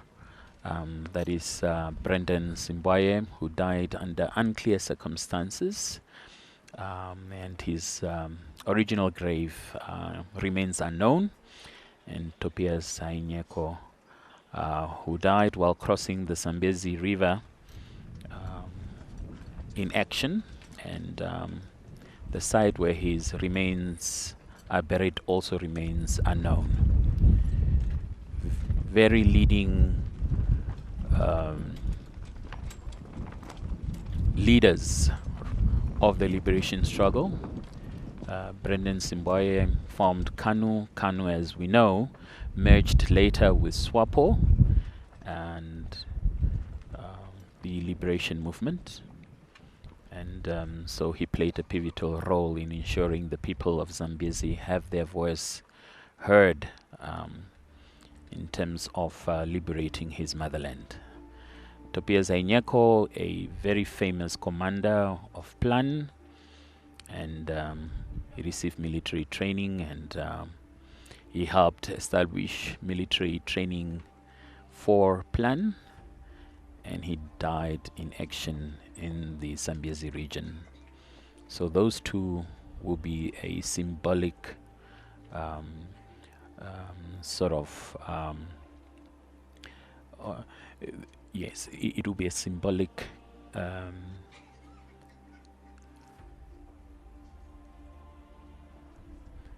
graves that will be here at the Heroes Acre, but their remains, as cited, remain unknown. So the 6 heroes will then be then buried officially at the Heroes Acre, and you can come any day to the Heroes Acre and come and pay your own personal tributes. Heroes Acre is open every single day, so one can come and pay your homage, your respects.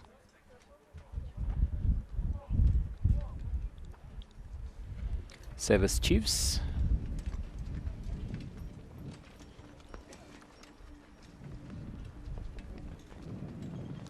the acting inspector general, in discussions with the air marshal,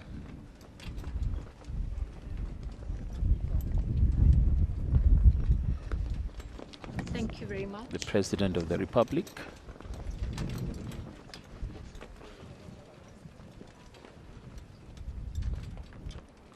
who's maintaining a very busy schedule, as we have witnessed of late. Professor Ellen Namila there, one of the researchers and academics who has done a lot of research on the lives of the liberation struggle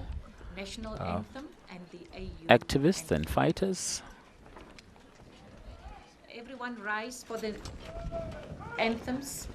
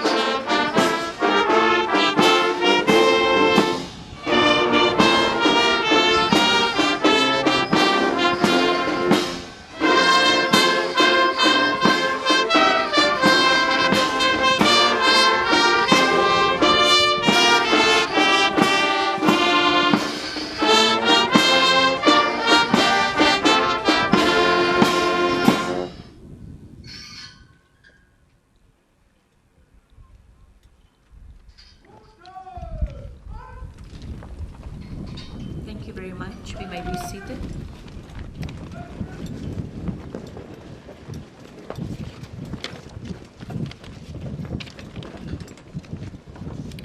Your Excellency, Dr. Netumbo Nandi-Ndaitwah, President of the Republic of Namibia and Commander-in-Chief of the Namibian Defence Force, Her Excellency Lucia Witbooi, Vice President of the Republic of Namibia, Right Honorable Dr. Elijah Ngurare, our Prime Minister, Dr. Sarah Gugungelwa Amadila, the Honorable Speaker of the National Assembly, Honorable Lucas Sinimbo Muha, Chairperson of the National Council, His Lordship Peter Shivute, Chief Justice, Honorable Angelina Motsekga, Minister of Defence and Military Veterans of the Republic of South Africa, representing the President of the Republic of South Africa, Mr. Cyril Ramaphosa, His Excellency, esteemed Cabinet Ministers, Deputy Ministers, Honorable Sophia Shaningwa, Secretary General of the SWAPO Party, Honorable Emmanuel Nashinge, MP and leader of the official opposition party of the National Assembly, and all leaders of official parties, political parties, esteemed honorable members of Parliament, all honorable governors present, all veterans of the liberation struggle of Namibia, the Gaup Emmanuel Trasep, Chairperson of the Council of Traditional Leaders, and all traditional leaders present, members of the Diplomatic Corps, all councillors, invited guests, members of the media, ladies and gentlemen. Please allow me to also acknowledge our service chiefs present. I wish to welcome you to the occasion of the reburial ceremony of the human remains of veterans of the Republic struggle of Namibia. We are gathered at the Heroes Acre with profound sense of humility but also gratitude. And we've all here made the time to lay to rest the remains of 8 veterans of the Namibian liberation struggle, whose lives were dedicated in different ways to the freedom and dignity of our nation. The 6 remains that we've witnessed in the procession have been recovered from different places, and today they are accorded the rightful place among the heroes of our nation.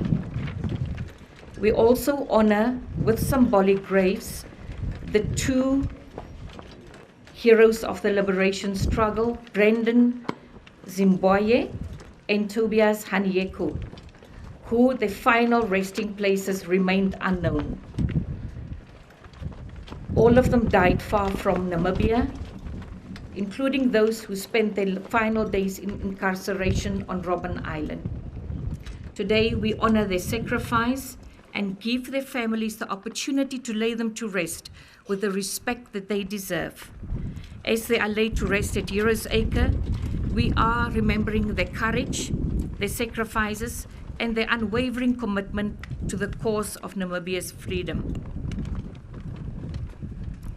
May their memory continue to guide and inspire us, and may they rest in eternal peace.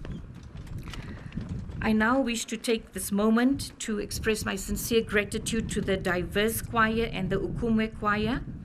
Thank you very much. We will now have the scripture reading and prayer by Colonel S.K. Malima, NDF Chief Chaplain.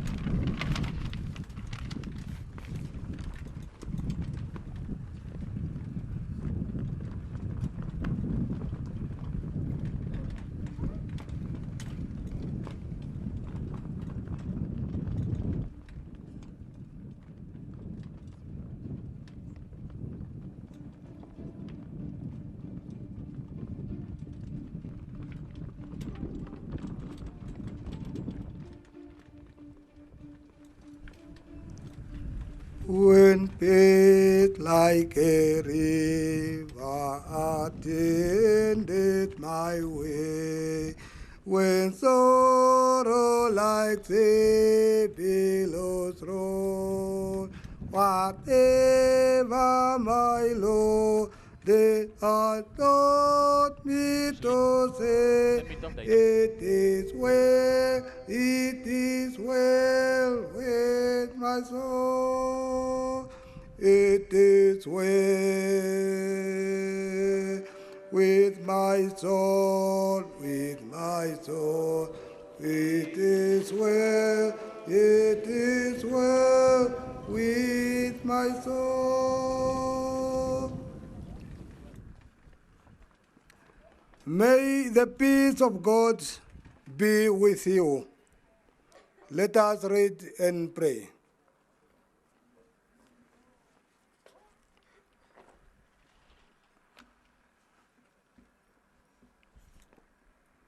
We gather in solemn remembrance as we commit this mortal and ancestral remains to their final resting place. We particularly honor the veterans of liberation struggle whose lives and experiences form part of our nation's history and the struggle for human dignity and freedom. We come here not only to mourn, but also to remember, to honor, to reconcile, and to give thanks to God for the lives entrusted to our memory. I got two scripture readings. The first one from Old Testament read as follows. Then he said to me, prophesy to these bones and say to them, dry bones, hear the word of the Lord. This is what the sovereign Lord has said to these bones. I will make breath enter you, and you will come to life. I will attach tendons to you, and make flesh come upon you, and cover you with skins. I will put breath in you, and you will come to life. Then you will know that I am the Lord. Ezekiel 37, verse 4 to 6. And in John chapter 11, verse 25 to 26, Jesus said to her, I am the resurrection and life. The one who believes in me will live, even though they die. And whoever lives by believing in me will never die. Do you believe this?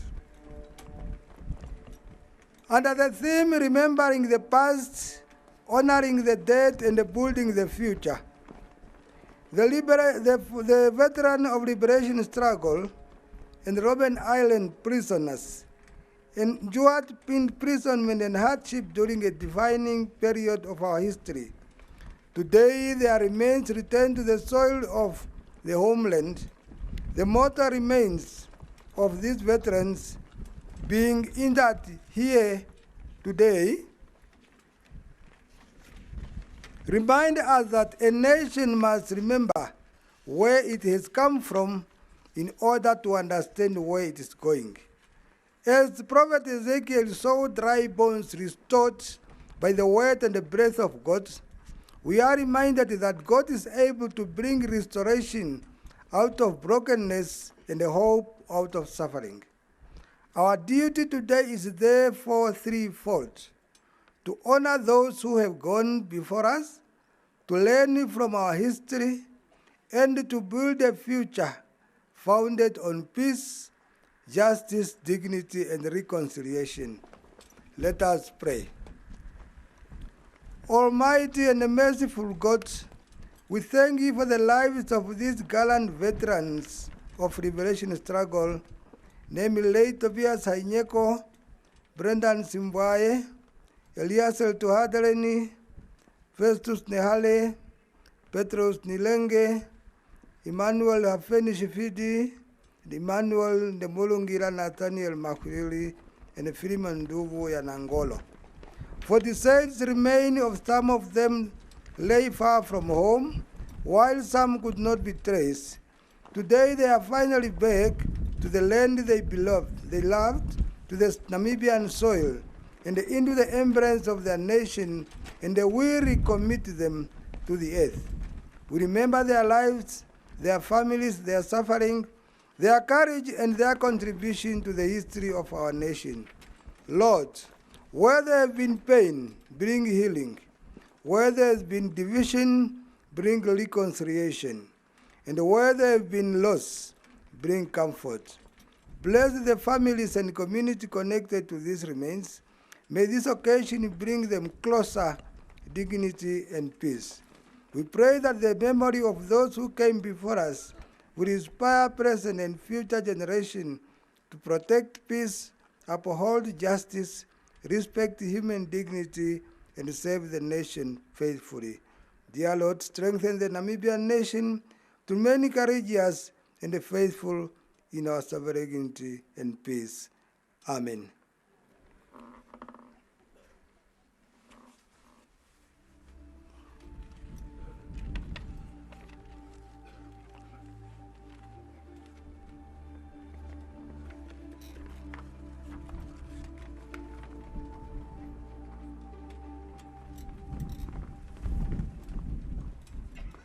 Thank you very much, Colonel S.K. Malema, NDF Chief Chaplain, for the scripture reading as well as the prayer. We will now move to the part of the program where we have the esteemed family members present, and we will have the tributes from the 8 family members. I will, for each one, give a short overview, followed then and call upon the esteemed family members to make the remarks.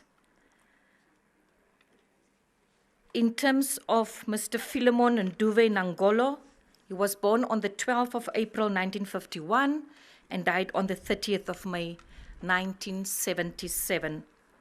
Fillemon Nduuvu Nangolo hails from the Oshanjela village in the present Oshana region, and in 1974 he left Namibia and joined PLAN in Zambia, receiving military training at Oshatotwa.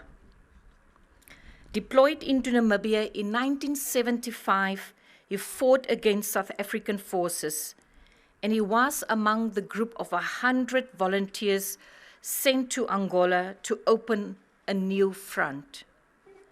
Deployed thereafter into Namibia, he was captured after being severely wounded on the 19th of April, 1976. He was charged, sentenced to death, and executed on 30 May, 1977 in Windhoek. This is the only such freedom fighter to have been sentenced to death and executed. I now wish to call, on behalf of the Nduuvu Nangolo family, the Honorable Andreas Amunjinji to provide the tribute.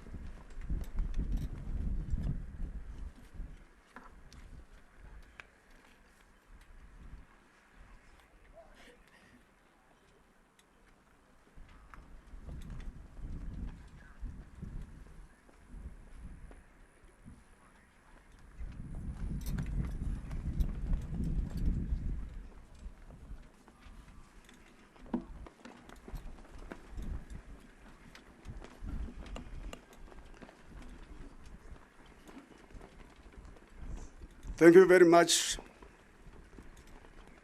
Director of Ceremony, Dr. Sanet Steenkamp, Minister of Education, Innovation, Youth, Sport, Art and Culture, Your Excellency, Dr. Netumbo Nandi-Ndaitwah, the President of the Republic of Namibia. Allow me to stand on the established protocol. On behalf of the entire family of the late Fillemon Nduuvu Nangolo, we bow our heads with a deep appreciation and gratitude to the government of the Republic of Namibia for the decision to exhume and rebury our beloved father, brother, son, and the fearless freedom fighter, the late comrade Fillemon Nduuvu Nangolo. You have shown us that no hero is forgotten. You have shown us that the blood that spilled for this country was not in vain.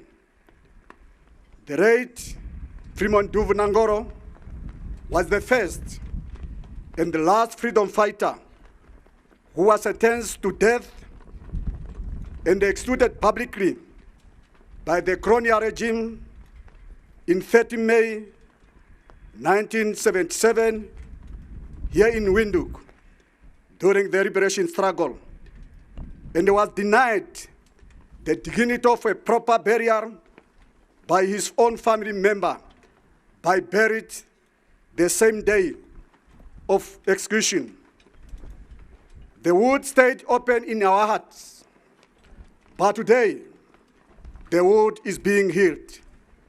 Director of Ceremony, Your Excellency, before his death, Nduuvu gave his final greeting to the countrymen and women through evangelist Festus. He said, "Goodbye. Give regards to everybody. I'm going home. My message to all people is written in Psalm 30.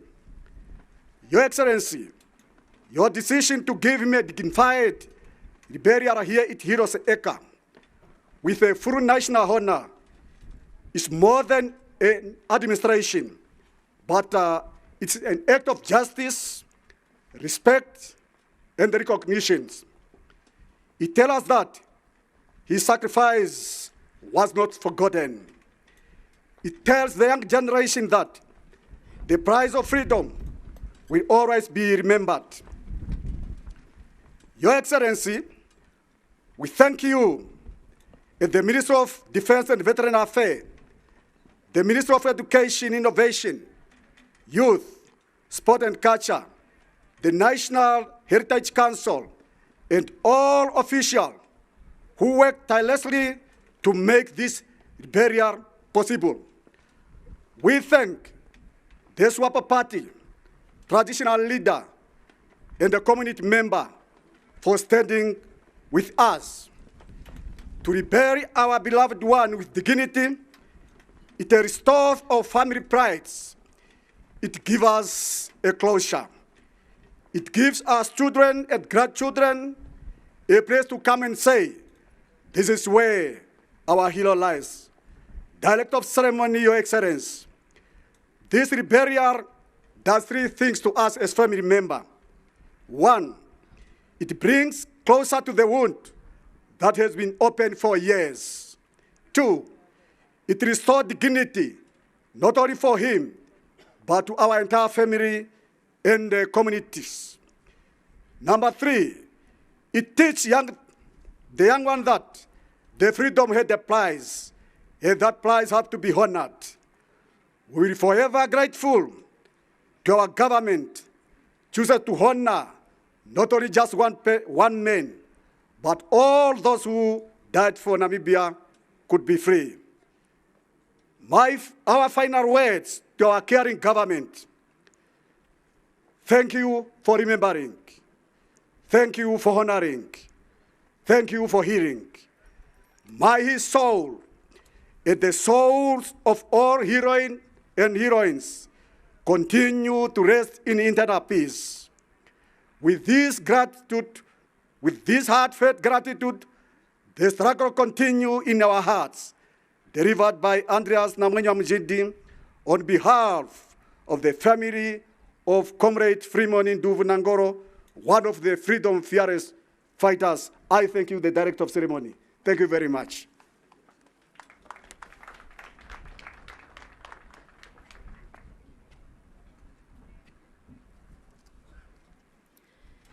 Thank you very much, Honorable Andreas Amunjinji. We now move to Comrade Nehale. Born on the 1st of January 1931 and died on the 4th of March 1971. Comrade Festus Nehale was a Namibian freedom fighter who participated in the armed struggle against South African colonial rule through the Southwest African Liberation Army, SWALA. Born at Onathindi in the Oshikoto region, he was a grandson of King Nehale Lia Mpingana. Arrested in 1966, Comrade Nehale was later imprisoned on the infamous Robben Island, where he died in 1971 while still in detention. May I now request, on behalf of the Festus Nehale family, Mr. Armas Nanjingwa to kindly come and provide the tribute. Thank you very much.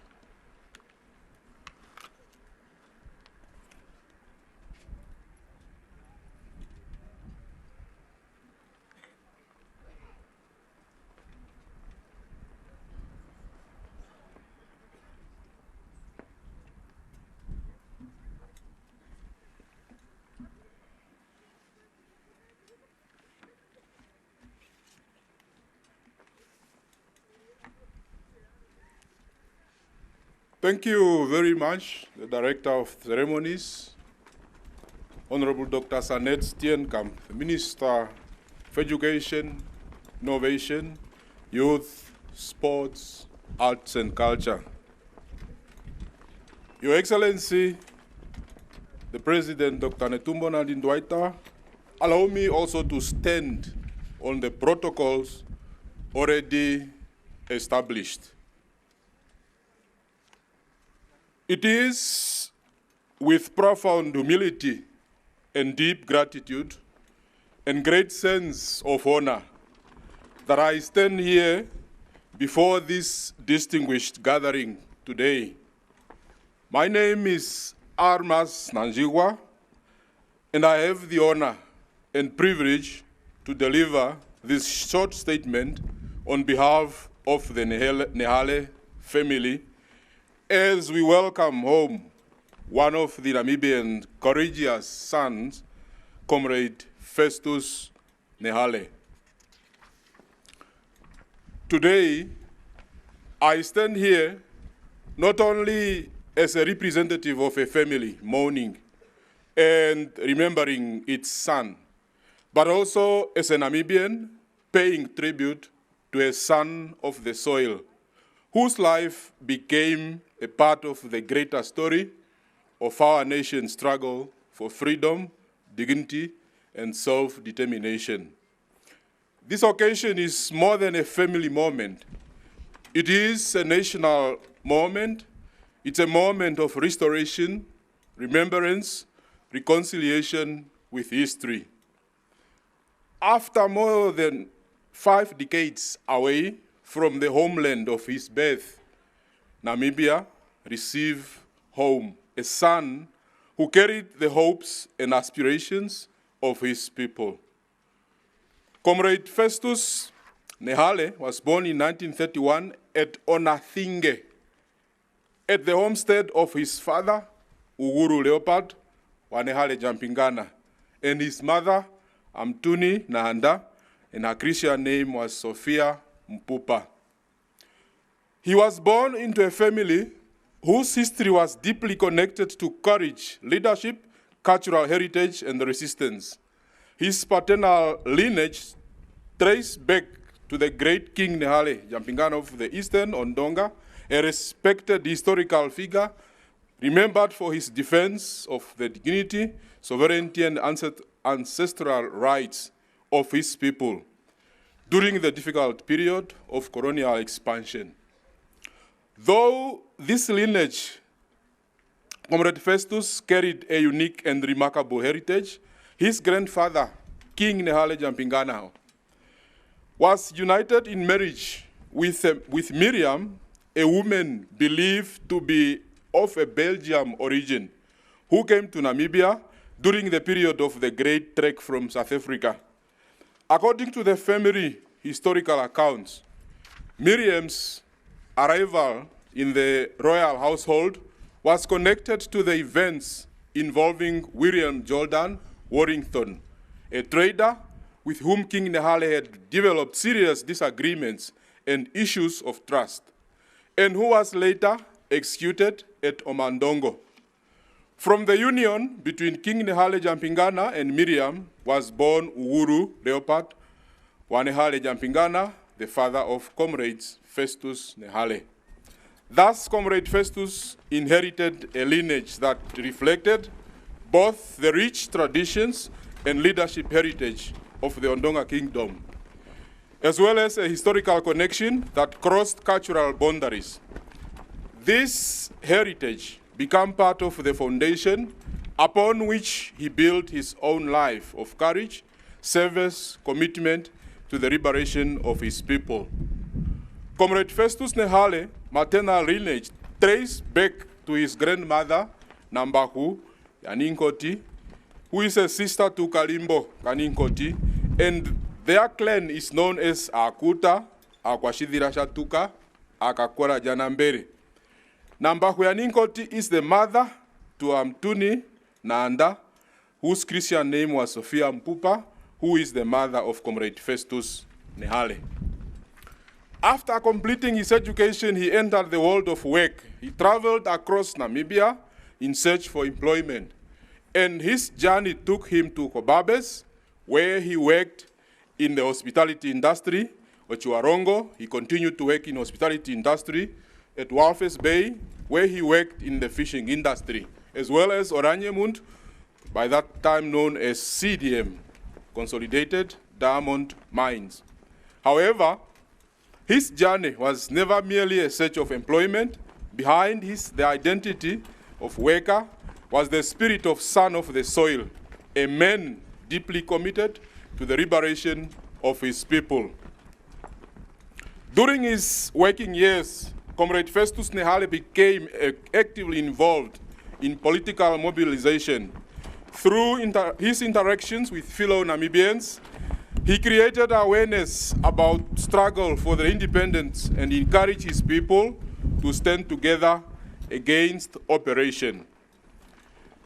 He moved from one place to another, not because of his commitment, or not because his commitment was uncertain, but it's because his mission was greater than personal comfort. He understood that the liberation of Namibia requires courage, discipline, and sacrifice. Eventually, he made the ultimate commitment, leaving ordinary employment behind and dedicating himself fully to the liberation struggle through this associated structure. The liberation struggle entered a historical new phase following the confrontation at Omguru-Ombashe on the 26th of August 1966, a defining moment that marked the beginning of armed resistance of Namibia struggle for independence. Following this intensified crackdown on liberation activities, Comrade Festus Nehale was arrested around 1966-1967 at Omguru-Ombashe while engaged with the political activities. As we have heard, on the 19th February 1968, he was sentenced and sent to Robben Island prison in South Africa, where many Namibian freedom fighters endured imprisonment because they believed that their people deserve freedom and dignity. While imprisoned at Robben Island, Comrade Festus Nehale passed on the 4th of March 1971, and his remains was laid to rest on the 8th of April 1971 at Midland Cemetery, Cape Town in South Africa. For more than 5 decades, he rested far from his homeland, far from his family, and far from the ancestors whose legacy he carried, yet Namibia never forgot him. Apart from his legacy, Comrade Festus Nehale left behind, and we are grateful to have his daughter in our midst, Meme Queen Elizabeth Ugulu. In addition, Comrade Festus Nehale was one of the 18 siblings, with only 2 of them who are still living. And those are Tatekulu Ananias Uguru Nehale and Mekulu Elizabeth Uguru Nehale Jampingana. And they are not with us here because they are aging. May the good Lord continue to guide the daughter, to guide the siblings of the late Comrade Festus Nehale. As the Nehale family, we hope and we are very much appreciative that he was given a dignified reburial. And we are hopeful that it will not only end here. We are still looking forward, at least for Comrade Nehale, to be named even after one of the streets, even in our capital city. Today, in 2026, history has completed a circle. After so many years away from the land of his birth, Comrade Festus Nehale returned home. His return represents more than a movement of human remains.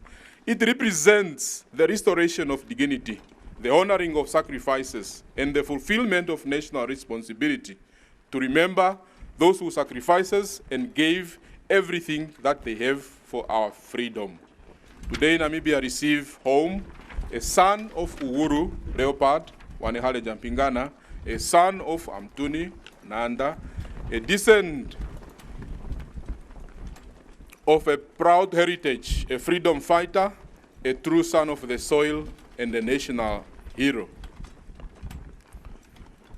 From the Nehale's family, we would like to sincerely express words of heartfelt thanks and appreciations to the government of Republic of Namibia for ensuring that the contribution, the sacrifices by Comrade Festus Nehale towards national independence did not go in vain and never forgotten.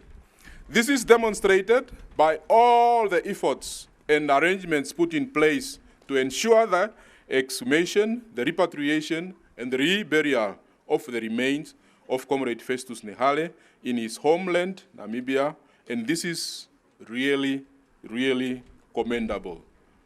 You have not only honored our beloved one, but the government have also given our family the gift of peace. May the good Lord bless the government of Republic of Namibia. Comrade Festus Nehale, you left homeland as a freedom fighter. You endured imprisonment because you believe Namibia deserves freedom. You returned home as a hero. Your name shall remain permanently written in the history of our nation. Your sacrifices shall continue to inspire generations yet unborn. May the soil of Namibia receive you gently. May your ancestors welcome you with pride.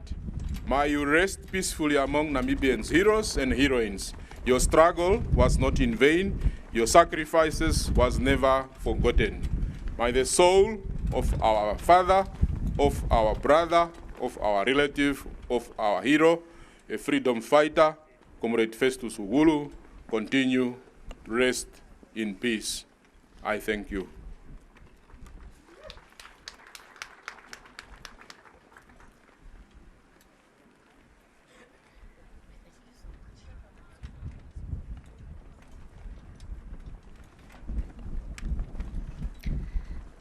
The tributes of the families are indeed bringing to life for all of us the rich history of the late heroes.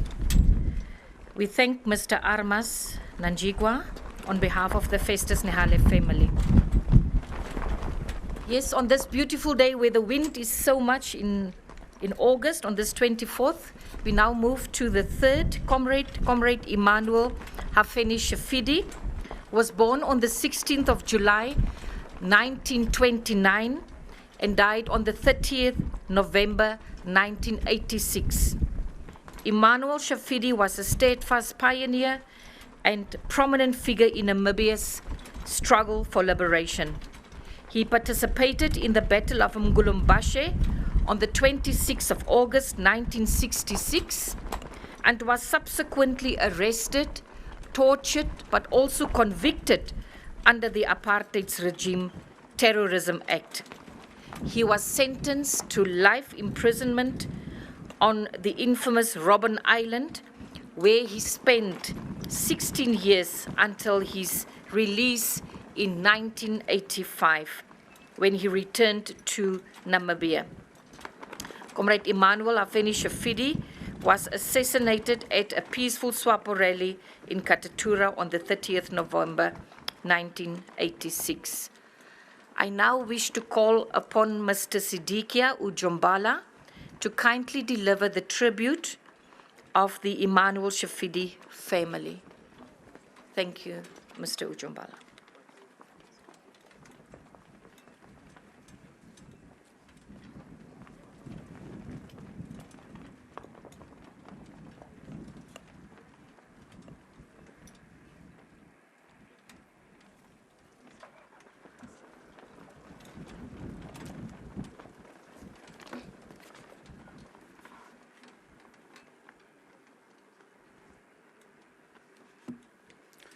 Yeah, Director of Ceremonies,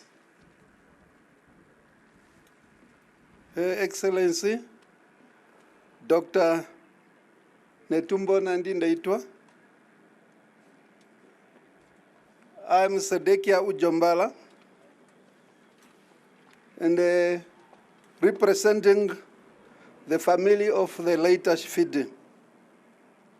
Allow me to stand on the protocol as established and deliver a statement and a vote of thanks on behalf of Immanuel Shifidi's family.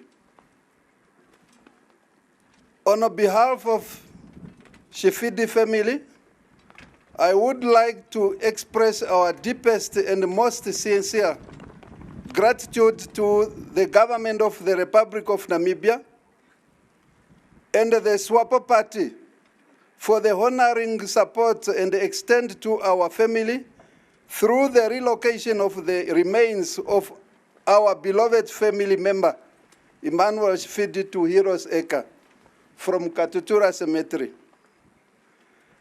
This is a moment of a great significance and a deep emotion for our family.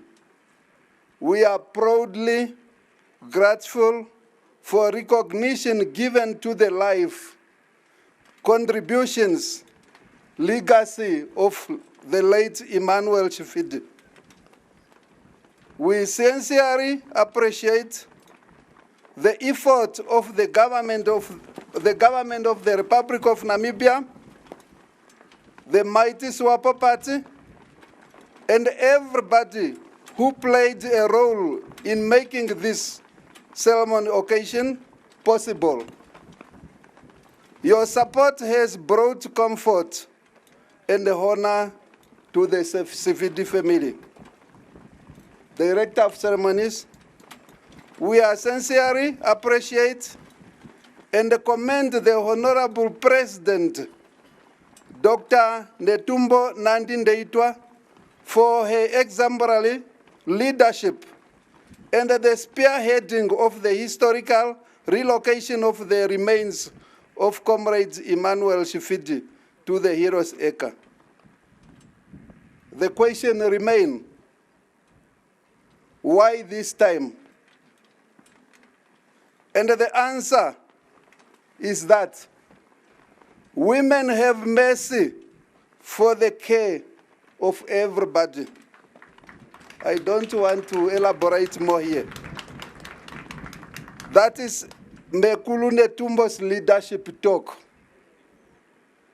This significant gesture honors the life, sacrifice, and the contribution to Comrade Shifidi to the liberation struggle and ensure that his legacy is preserved among the national heroes.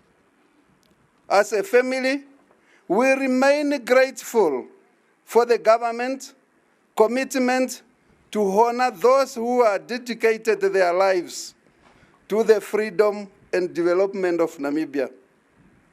Director of Ceremonies. While we are deeply appreciate the government of the Namibian nation, in conjunction with the mighty SWAPO party, in recognition and honoring of our fallen comrades, we kindly appeal that equal consideration to be given to the family he left behind. Director of Ceremonies. Immanuel Shifidi was the firstborn of a 9 siblings, and as a dedicated and a true leader, he became an aspiration to his young siblings. 5 of the siblings are still alive, and that their own involvement in the liberation struggle speaks to the sacrifice and hardship endured by the Shifidi family. Some of them are Veronica Shifidi, who followed Emmanuel by birth, was imprisoned in several occasions. Leopold Shifidi, still alive, who was imprisoned in Robben Island and was released earlier. Ferdinand Shifidi is among us today. He was suffered, tortured, and imprisoned in the other siblings who also entered their own life, hardship during the struggle. Emmanuel Shifidi left 3 children who never wavered despite the brutal killing of their father by South African colonial regime. They are Hilda Shifidi, Tobias Shifidi, and Soin Shifidi. The entire family, I want to repeat, and assure to comrades Sophia Shaningwa, that the Shifidi family, entire family, remain firm and trust despite SWAPO party, despite what happened. Trust the government for doing the right thing. Emmanuel Shifidi passing has created emotional and, in many cases, financial hardship for his children and the entire family. We therefore appeal to the government to continue, remember and support those families, ensuring that sacrifice made by the loved ones do not leave them forgotten or without assistance. Director of Ceremony, supporting the families left behind is also a meaningful way of honoring the legacy and the sacrifice of those who served in our country. Once again, on behalf of the entire family, thank you for honoring Emmanuel Shifidi's memory and preserving his legacy for the future generation.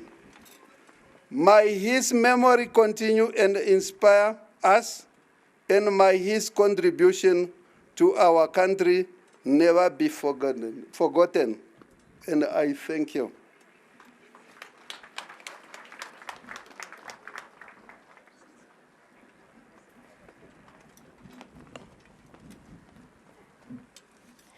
We thank Mr. Sadikia Ujumbala, who spoke on behalf of the Emmanuel Shifidi family. I will ask the choir to give us one interlude, one item, please. After which we will continue with Comrade Simon Petrus Niilenge and the tribute of the family. But first, the choir. Thank you very much.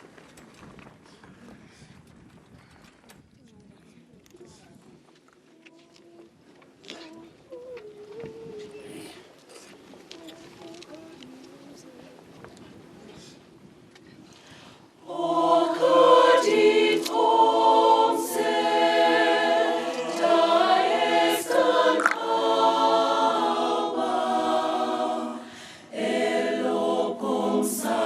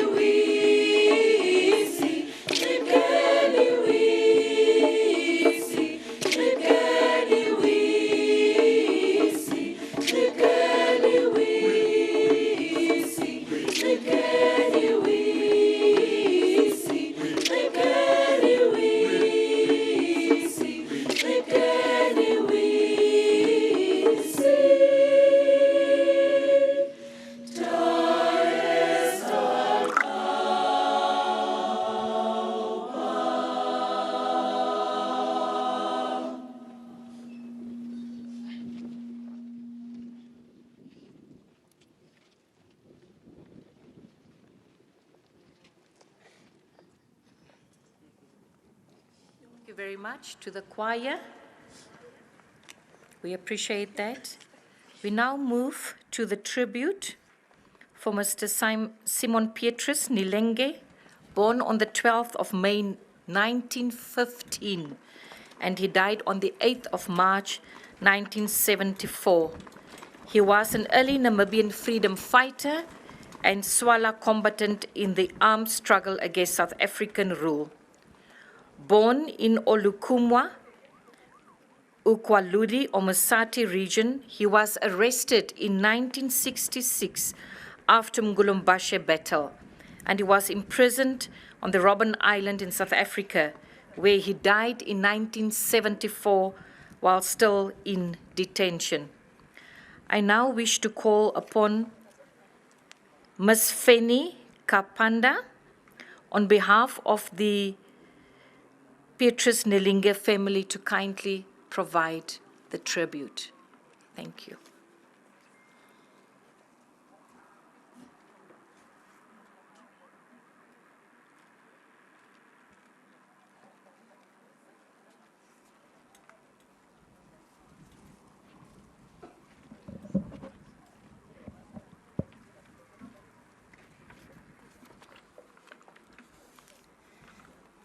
Directors of the ceremonies, Dr.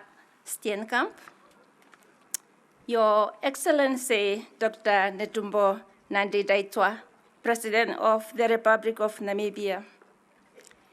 Allow me to stand on the protocol as observed. My name is Feni Kapanda, a granddaughter to a cousin and a foster parent to Tate Simon Petrus Niilenge. I'm humbled to deliver the family tribute for the late Tate Simon Petrus Niilenge. Together with the Niilenge surviving generation, we have come to finally close a painful 52-year chapter in our family history. Among us is one of the 3 surviving daughters who carries his enduring legacy. The other 2 daughters, Albertina and Francina, could not be here because of their age. Today, the nation is receiving Simon Petrus, the man the world honors, as a war prisoner.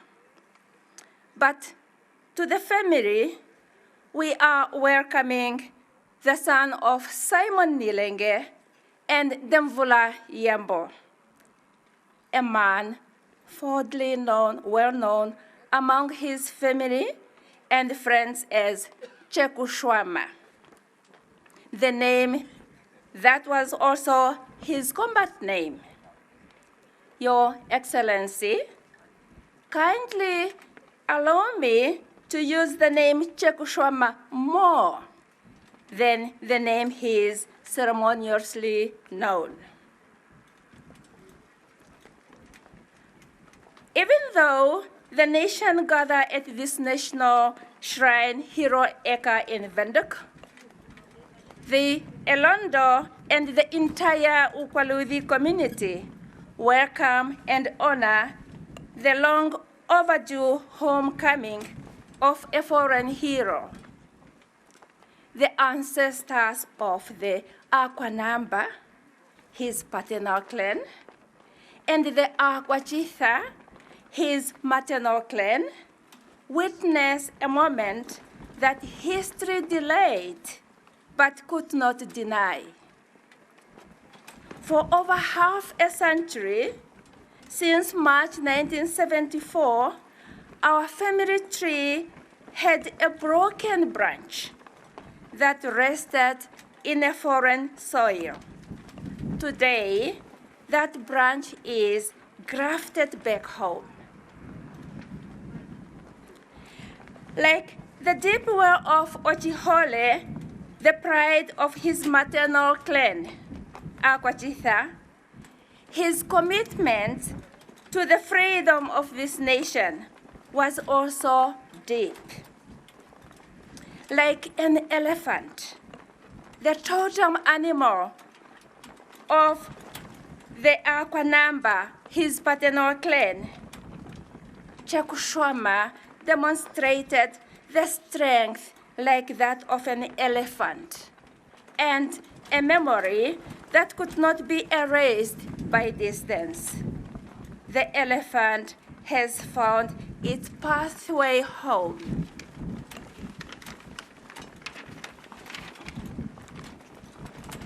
Today, we stand here alongside the families of other freedom fighters, bound together by the shared sacrifice. As Chekushwama's family, we find ourselves standing today in stillness that words cannot easily paint. We experience a profound weight of uncharacteristic feelings. The calendar tells us that it has been 52 years since Chekushwama passed on in 1974. But the family memory tells us much longer story. The last time he was seen by a few among us was since the historical year of 1966 at Omgulugombashe. Then his death 52 years ago. Therefore, do not search our faces for ordinary grief. Look at our appearance, stitched into our dress code. It is a wardrobe that to some extent disobeys the tradition of a gathering at a graveyard, yet it carries a collective theme. Some of us are dressed up in military green fatigue color, welcoming Chekushwama with his uniform color at Omgulugombashe. It is also the color of the leaves of Omsati tree, the region of his birth, harmonized with a touch of a little Oderela, his traditional pride attire. Some of us are in black and white. If we wear pure black, we would pretend we are carrying a fresh bleeding wound. If we wear pure white, we would pretend that the homecoming can erase the 5 decades of exile. No dress code is likely to be where applicable. Any dress code may be charged with a meaning we cannot fully claim. We cannot cry, for the distance of time has dried our tears. And we cannot smile, for the price he paid in exile was far too heavy. To comprehend the bravery and the stubborn spirit of our beloved Simon Petrus Chekushwama Niilenge, we must understand a story that our elders have preserved in our family history. When Chekushwama was a little boy, a sudden illness took him. His breath stopped. His body went cold. The Olukuma village wept. Burial preparations were arranged within hours. While men were busy digging his grave with sticks, the women were seated in a heavy silence, watching over his lifeless body under a tree near the grave. Then the silence was broken. The animal skin wrapped over his body started shaking. Little Chekushwama opened his eyes and reached back to life. Despite his coming back to life, setting him free was against the culture of that time. Fortunately, the women appealed to men, and Kaxumba escaped the first grave. But the traditional burial preparation manner left his shoulder, to some extent, permanently deformed. Yet destiny does not make mistakes. A few decades later, at Omgulumbashe, that very deformity became the perfect structure to rest his weapon. Oh yes, God refused to let the earth swallow him as a boy, as he was born to set the foundation of the freedom of this nation. Again, I remember my grandparents narrating stories about Kaxumba. When he and his siblings lost both of their parents at Olukuma, two of them were brought into my grandparents' home at Ndombe as young cousins to my grandfather.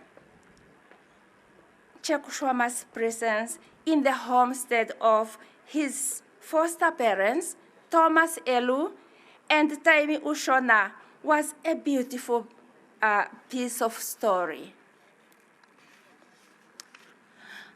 I dimly remember the year 1974.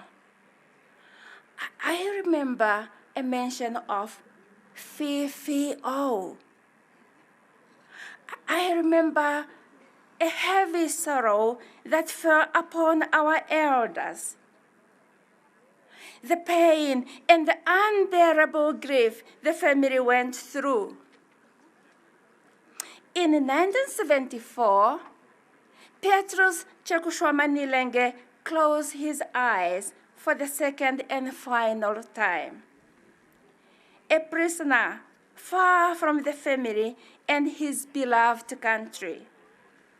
His wife, children, relatives, and the entire Ukwaludi community received the hard news in awe. In 1974, his eyes did not reopen as he did at childhood. He finished the race. His second grave swallowed him. He was swallowed by a soil that did not know him.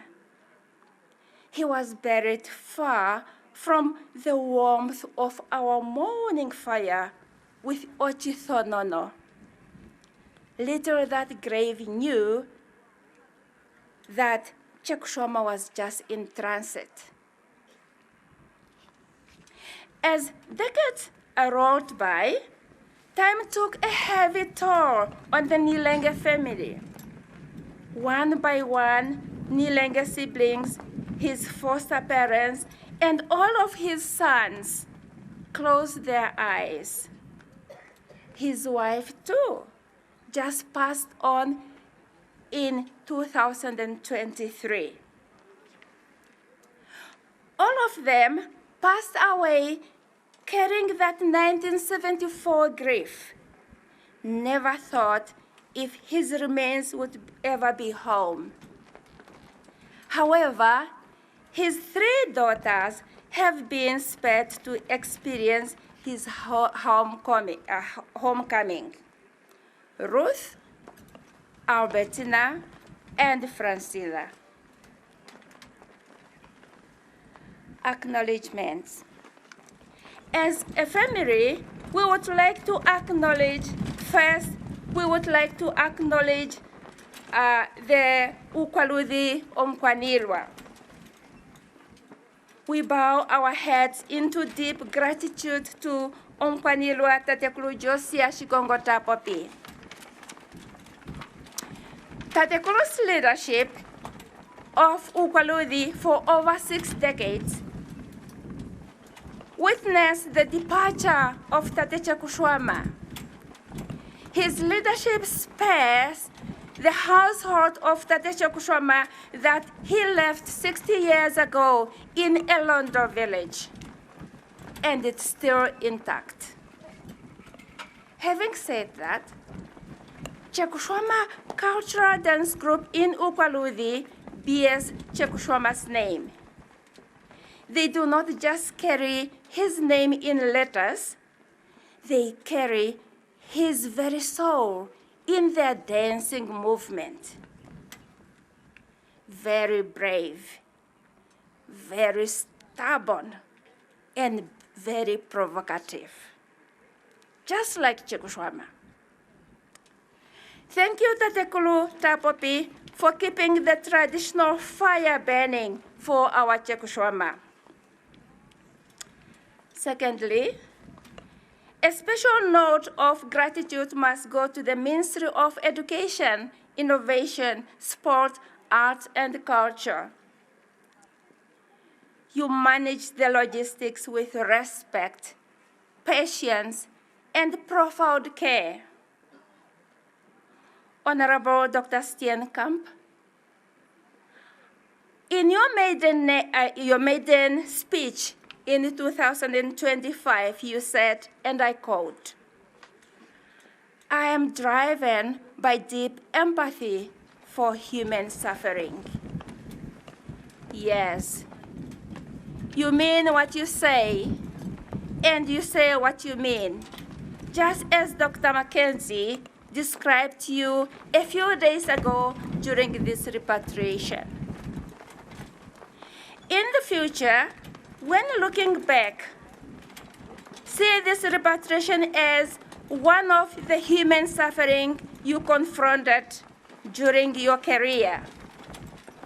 Through this repatriation, you have transformed our family private grief into a national classroom where you teach our nation that freedom is a textbook written with blood by the people like Chekushwama.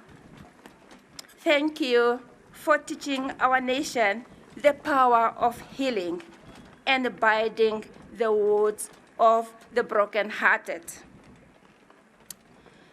To the children of Namibia, this living lesson may be your wake-up call to recognize that Tate Chekushwama's children grew up without their father's warm hug and his guidance. His children lived and still live a fractured life for your sake.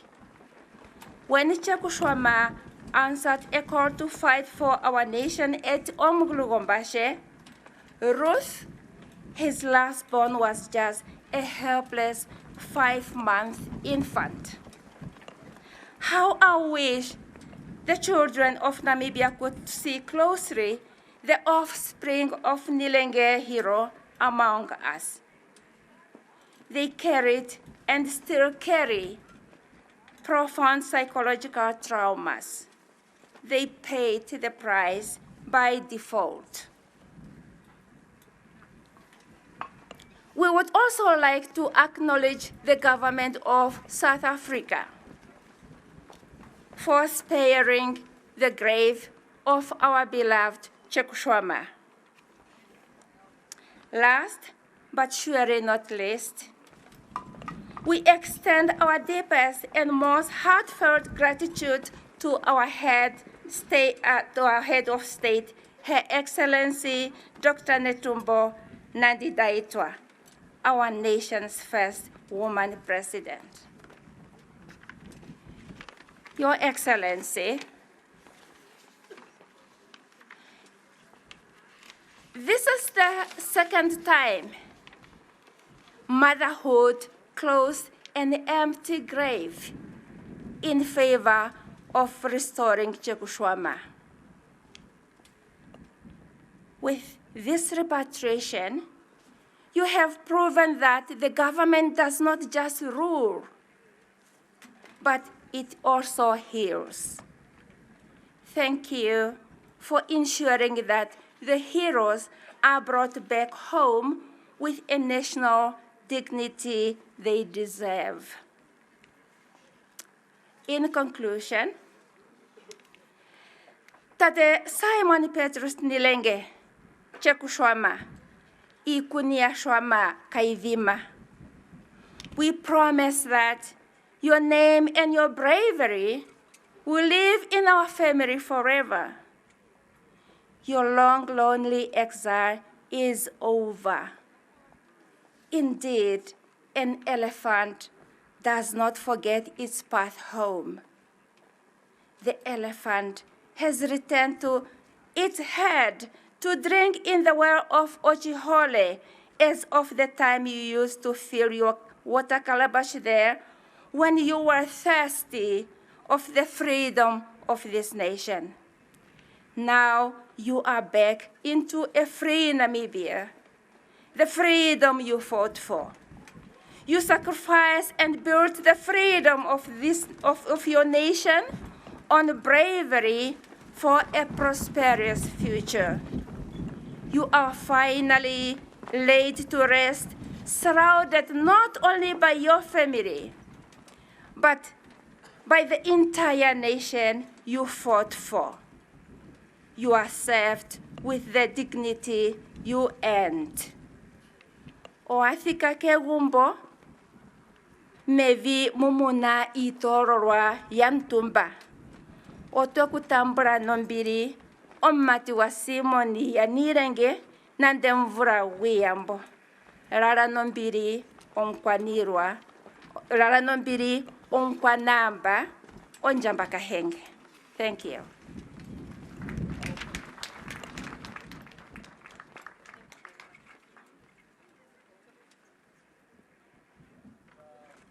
We thank you sincerely, Mefeni Kapanda, on behalf of the Petrus Niilenge family. We will notice that it is one of the late comrades that does not have a portrait, but the way she described him through the history and the storytelling of the elders made us visualize him as a person. We thank you very much for sharing all the details with us, Ms. Kapanda. We now have Comrade Eliaser Tuhadeleni, also known as Kaxumba, kaNdola, born on the 1st of January 1988, and he died on the 28th of November 1997. Eliaser Tuhadeleni was one of the pioneers of the Namibian liberation struggle and founding member of OPO, later SWAPO. He mobilized communities against colonial rule and advocated also for workers' rights through petitions to the United Nations. His home sheltered early Swala fighters before the Umgulumbashe battle. Arrested in 1966, he became accused number 1 in the Pretoria terrorism trial and was sentenced to life imprisonment on Robben Island. He was released in 1985 and he passed on in 1997. May I now ask the representative, Ms. Rosalia Tuhadeleni, to kindly provide the tribute on behalf of the Eliaser Tuhadeleni family.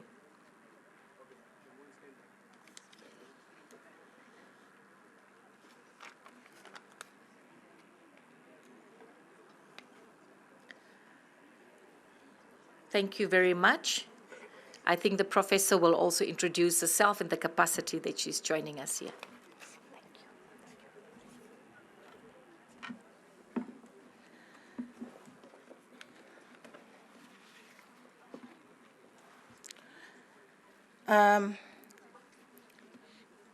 Your Excellency, Dr. Netumbo Nandi Ndaitwah, President of the Republic of Namibia, please allow me to stand on the protocols as established. My name is Professor Ellen Deshinamila from the University of Namibia. I consider myself a daughter of late Eliaser Tuhadeleni, and this has come through a journey of the love for freedom and liberation, which connected me to this family since my return from exile in 1990. On behalf of the family, I will read the tribute. Fellow Namibians, distinguished guests, and extended Tuhadeleni family and friends, it is with a sense of honor and gratitude that I stand here to read the tribute on behalf of the family. We have gathered at this sacred ground, the Namibian National Heroes Acre, to honor the life and the legacy of our father, our brother, our comrades, Tatekulu Eliaser Tuhadeleni Aka, Kaxumba kaNdola, and his fellow comrades, as we have witnessed them being brought here. The reburial of his remains at this historic site is not merely the laying to rest of his remains, but the elevation of his historic memories into the eternal stream narrative of Namibian struggle for independence, resilience, and triumph. Our father, grandfather, and uncle was born on January 1918 at Omatangela village, Ongenga constituency, northern Namibia. Eliaser Tuhadeleni is a son of Rialala Tuhadeleni, a senior headman under King Mandume and Fayo of the Okwanyama Kingdom. Tatekulu Eliaser Tuhadeleni Kaxumba kaNdola was married to Memenda Hamberela Priscilla Tuhadeleni, and together they have 9 children. I'm just reading them: Noah Tuhadeleni, Magdalena, Rosalia, Shali, Kesho, Penehafo, Ndamona, Wirika. And I will say that of the Tuhadeleni children who are still in life, the 3 of them, Magdalena, Rosalia, and Penehafo, are all here with us. They are in the audience.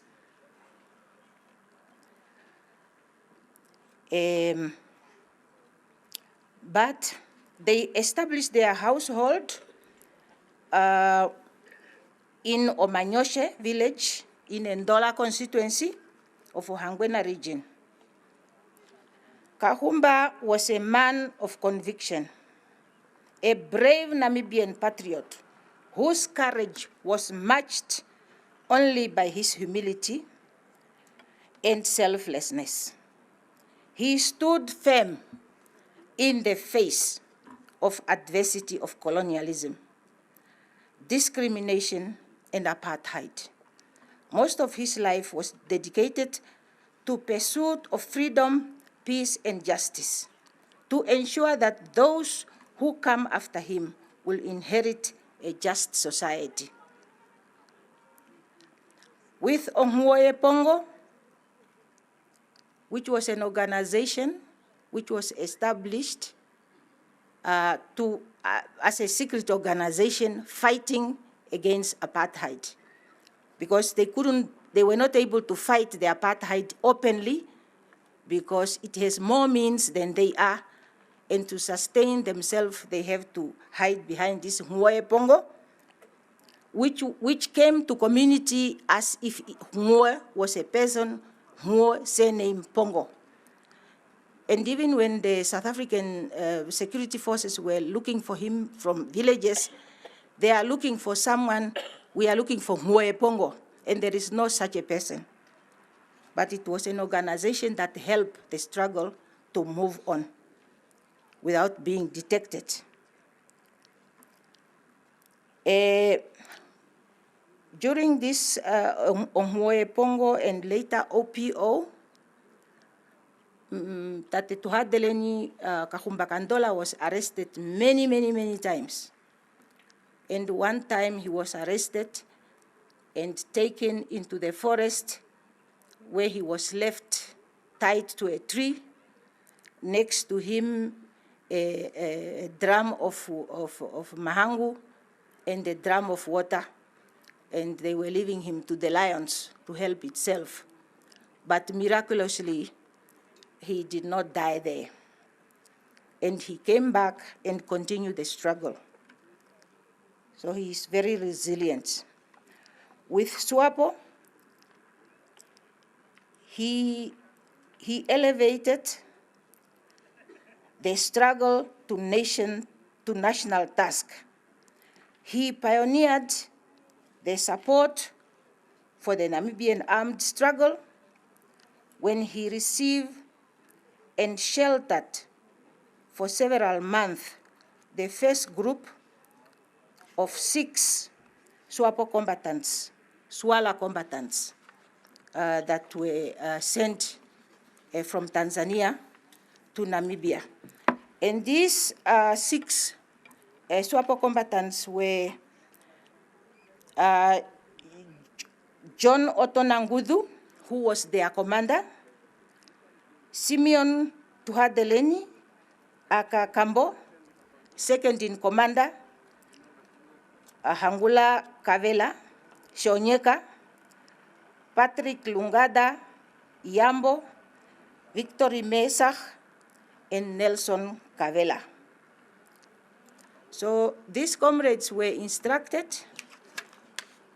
to come to Namibia to start and to prepare the nation for the armed liberation struggle. So they came to Tate Kaxumba's house, and they lived there. Tate Kaxumba also introduced and roped in other comrades, like comrade late Anjimba Toivo Yatoivo, and also Erastus Mbumba, with whom they created a network to support these comrades in terms of dress codes and other necessities for them. And even Meme Priscilla herself, she has to cater for these people. Those days when we didn't have supermarkets from which we can go and buy provisions. She has to pound mahangu, she has to cook mahangu, she has to collect firewood, and also she also suffer, the wife of Tate Kaxumba. So when in March 1966, Kaxumba's house was discovered by the South African Defense Force and the police, their house was searched and put to fire. And while Tate Kaxumba has gone to Ongulumbashe with the 6 planned combatants, Meme Tuhadeleni has to cater for the children and to allocate them to different places because their home was destroyed. And after Ongulumbashe massacre, after the Battle of Ongulumbashe, Tate Kaxumba was arrested together with his comrades. By the way, Kaxumba was also trained by the 6 combatants into combat. And also he was part of the camp of Ngulumbaze when it was attacked. He too, like the others, was subsequently arrested, and he was kept for 1 year together with others in Pretoria. They were kept there without trial. And for all that we have seen from documentary evidence, it seems that the South African government, or the South African apartheid government's intention was to hang these people live. And this is where I will say I appreciate very much, we, the family, we appreciate SWAPO Party, our liberation movement, because while these people were arrested, SWAPO was busy in exile, making connections and looking for funds that support the defense of these comrades. And through the support of our international community and solidarity groups, the money was secured, spearheaded by Mr. Carlson, the lawyer, and so they were being represented. And this money, to get the money was one thing, and to get the money into South Africa so that they can pay for the lawyers to represent these people was also very difficult, because the government made sure that these people are just hanged wholesale. So as a result, so he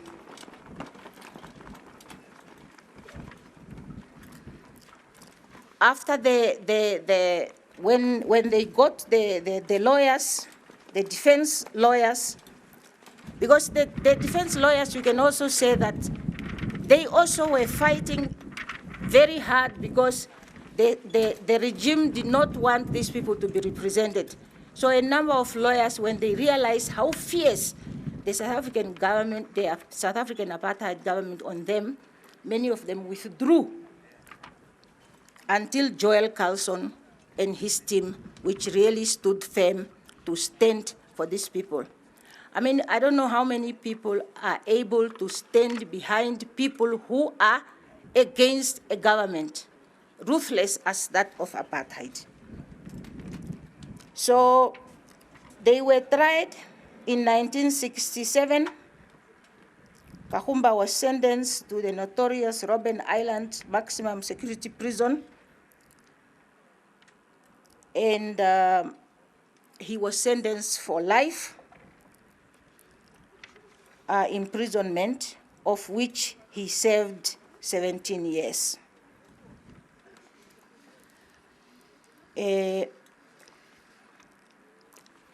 Tatekulu Kaxumba sacrifices were not made for himself, but intended to benefit those who will come after him.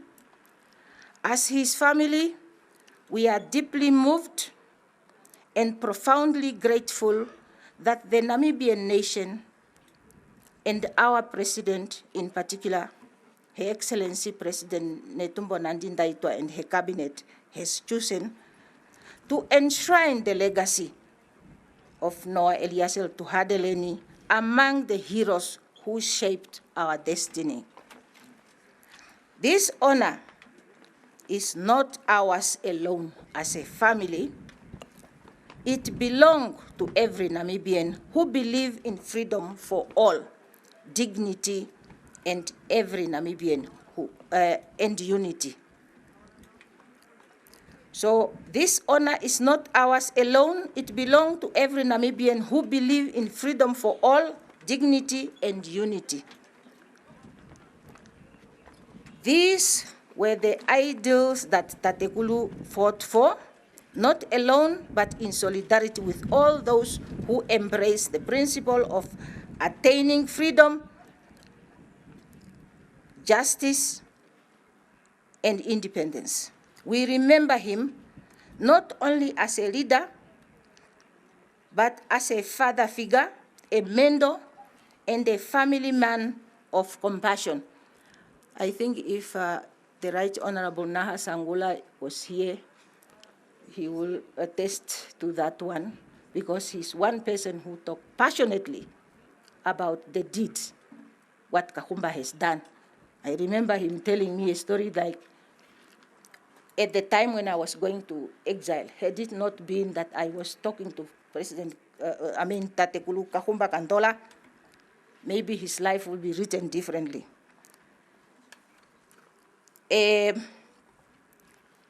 Okay. So this honor that is bestowed to us, we remember him. Let this reburial of our fathers and comrades be a reminder that the struggle for Namibian freedom and justice was never in vain. Let it inspire us to continue building a better and prosperous Namibia that reflects the values for which Kaxumba kaNdola lived and died for. A nation of peace, equality, and unlimited opportunity, and economic prosperity for all. So on behalf of the Noah Eliaser Tuhadeleni Kaxumba kaNdola family, we extend our profound gratitude to the government of the Republic of Namibia, the organizers of this ceremony, and all patriots who have walked with us on this journey. Your recognition of his legacy is a source of comfort, a pride for all of us. May the soul of Kaxumba kaNdola continue to rest in eternal peace. May his spirit continue to guide our beloved nation, the land of the brave. Long live the inspiring memory of Tuhadeleni Kaxumba kaNdola. Long live the Republic of Namibia, a country that remembers those we have lost in our journey to freedom and liberation. May the soul of Eliaser Kaxumba kaNdola rest in eternal peace, and I thank you very much.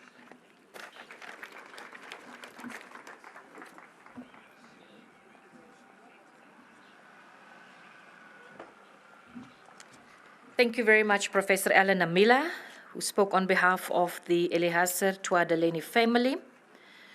I will ask now the choir to get ready after the next speaker to kindly perform one item for us. So I would like now to move to the Comrade Emmanuel Gottlieb Nathaniel Maxuilili, who was born on the 10th of October, 1927, and he died on the 23rd of June, 1999. Emmanuel Nathaniel Maxuilili was a prominent nationalist leader and freedom fighter, and he joined OPPO in 1959 and became SWAPO's acting president inside Namibia in 1960 to 1989. Imprisoned in 1966 and later placed under house arrest in Walvis Bay, he remained committed to Namibia's liberation.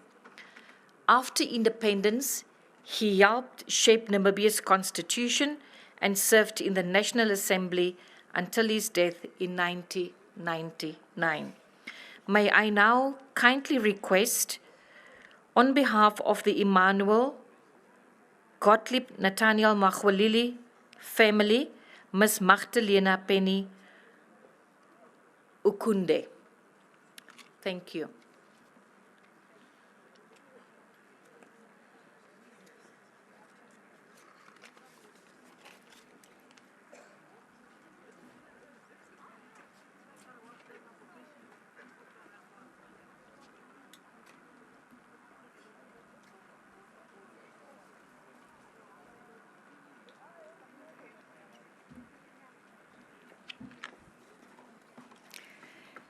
Thank you, Director of Ceremony, Dr. Sanet Steenkamp. Your Excellency, Dr. Netumbo Nandi Ndaitwah, President of the Republic of Namibia, distinguished mourners, ladies and gentlemen, I stand on the protocol already observed. My name is Penny Okunde, a daughter of late Nathaniel Maxuilili. Today, we, the Maxuilili family, stand before you with hearts that are both heavy and full. Heavy because today we part once more with our father, Emmanuel Nathaniel Maxuilili, as we lay him to rest here at Heroes Acre. Full because we place him into the keeping of the nation he loved, in the company of comrades and fellow sons and daughters of Namibia, whose sacrifices we honor together today. To us, he was simply Tate. But long before he belonged only to us, he belonged to Namibia. For nearly 3 decades, he served as acting president of SWAPO inside Namibia, carrying the internal flame of the struggle at home, while others carried it in exile. For that conviction, he was arrested, imprisoned, persecuted, and confined. He endured imprisonment alongside comrades of the struggle, and thereafter, long years under restriction and house arrest, watched in his own country. Denied freedoms that generations after him would come to take for granted. Through all of it, he never relented, not once. And yet, and this is what stays with us most, he almost never spoke about what had been done to him. He did not parade his wounds. He did not make his suffering the center of his story. He carried it quietly, the way a strong man carries a heavy thing, so that those around him need not feel its full weight. His fearlessness was never loud about itself. He was willing to die for his people, and he asked for only one thing in return, that Namibia be free. But if the struggle revealed our father's courage, it was at home that we came to know his heart. Our father was a non-tribalist to his very bones. His door stood open to Namibians of every language, every region, and every background. He simply did not recognize the divisions that others insisted upon. To him, there was one people, Namibians. And this was not merely something he believed politically. It was how he lived. He was generous to a fault. And we say this today with a smile that carries tears. He was the kind of man who, given an entire carcass of beef, would share it among the neighboring households until, at the end of it all, he had almost forgotten that his own family still needed to eat. That was Ndemlungila. He could not hold a blessing in his hands without breaking it open for others.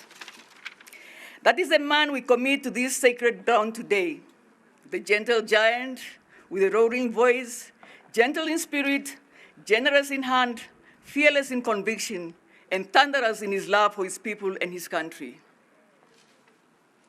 His life, therefore, asks something of those of us who remain. It asks us to be fearless when what is right demands courage.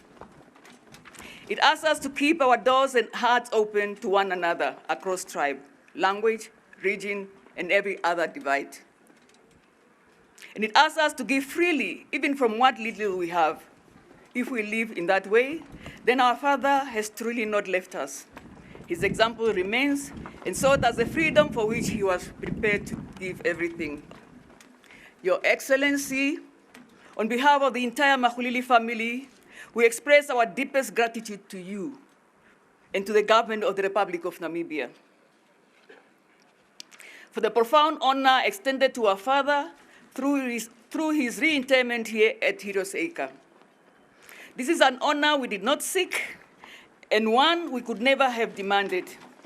We receive it with humility, gratitude, and immense pride. We recognize, too, that an occasion of this magnitude is the work of many hands. To all those who have worked across institutions and across generations to preserve the memory and restore the dignity of those who sacrificed for Namibia, our family says, thank you. That our father should rest among the sons and daughters with whom he shared the struggle for the liberation of this country is an honor beyond our family's ability to repay. And through this act, our nation affirms something deeply important, that sacrifice is remembered, that service is remembered, and that those who gave the best years of their life so that Namibia could be free are not forgotten. Our father lived to see that freedom. He lived to see the country for which he had sacrificed so much become independent. And he lived to see Walvis Bay restored to Namibia. For his children, there is profound comfort in knowing that before he closed his eyes, he saw the promise fulfilled. And so, tatendel nungira, ofimia dara menyenye, ohamba dara memburunganga, ndiro kaparwa, we release you once more into the soil of the free country you fought for. Rest among your comrades. Rest in the peace of a promise kept. You are willing to die so Namibia might live. Today, Namibia lives, the country is free, Walvis Bay is home, and you rest in the land for which you gave so much. May your soul rest in eternal peace. May your example never leave us. Rest well, Tate. I thank you.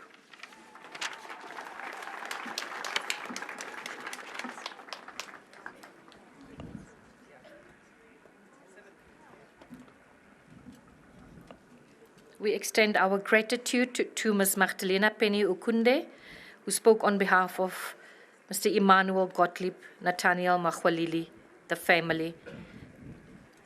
We now have a choir interlude, and then we will proceed with the two last tributes by the families.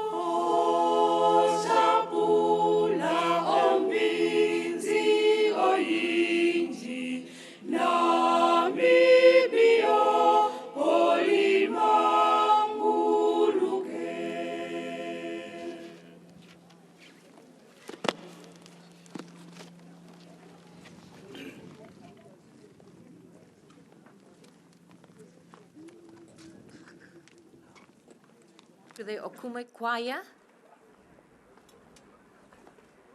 Thank you. We will now have the diverse choir for one item.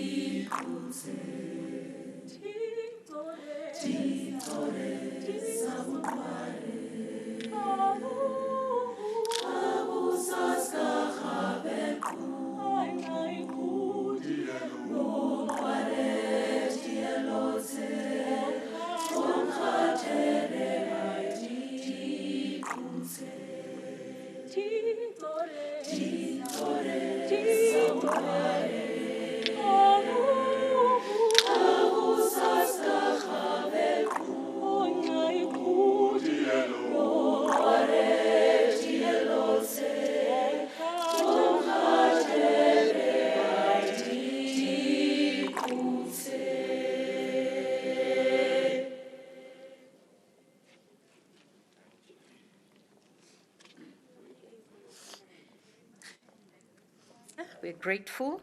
We will proceed to the last two items on terms of the family tributes. We will look at Comrade Tobias Hainyeko, born on the 6th of May, 1932, and he died on the 18th of May, 1967. Tobias Hainyeko was among the early leaders who laid the foundation for Namibia's liberation struggle and the first commander of the Southwest Africa Liberation Army, later PLAN.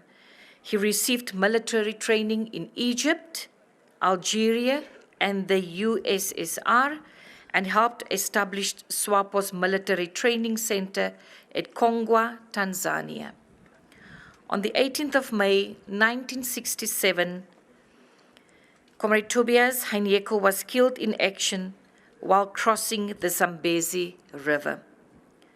The site where his remains are buried remains unknown.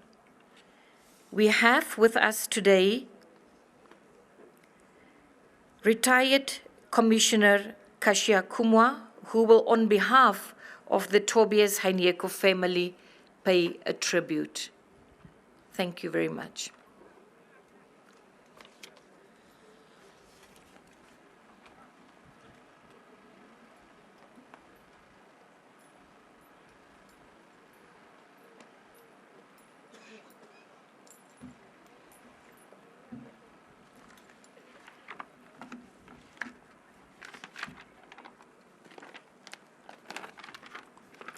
Director of Ceremonies, Honorable Minister Senat Tienkamp, Your Excellency Dr. Netumbo Nandi Ndaitwah, the President of the Republic of Namibia and Commander-in-Chief of Namibian Defense Force, allow me to stand for protocol.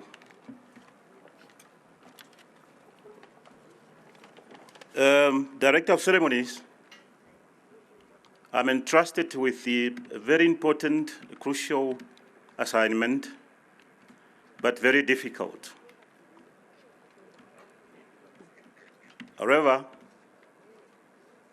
I will definitely able to do that, and I would like to request you to invite my brother, Lieutenant General retired Martin Shelley, to come or to join me here. General, sir.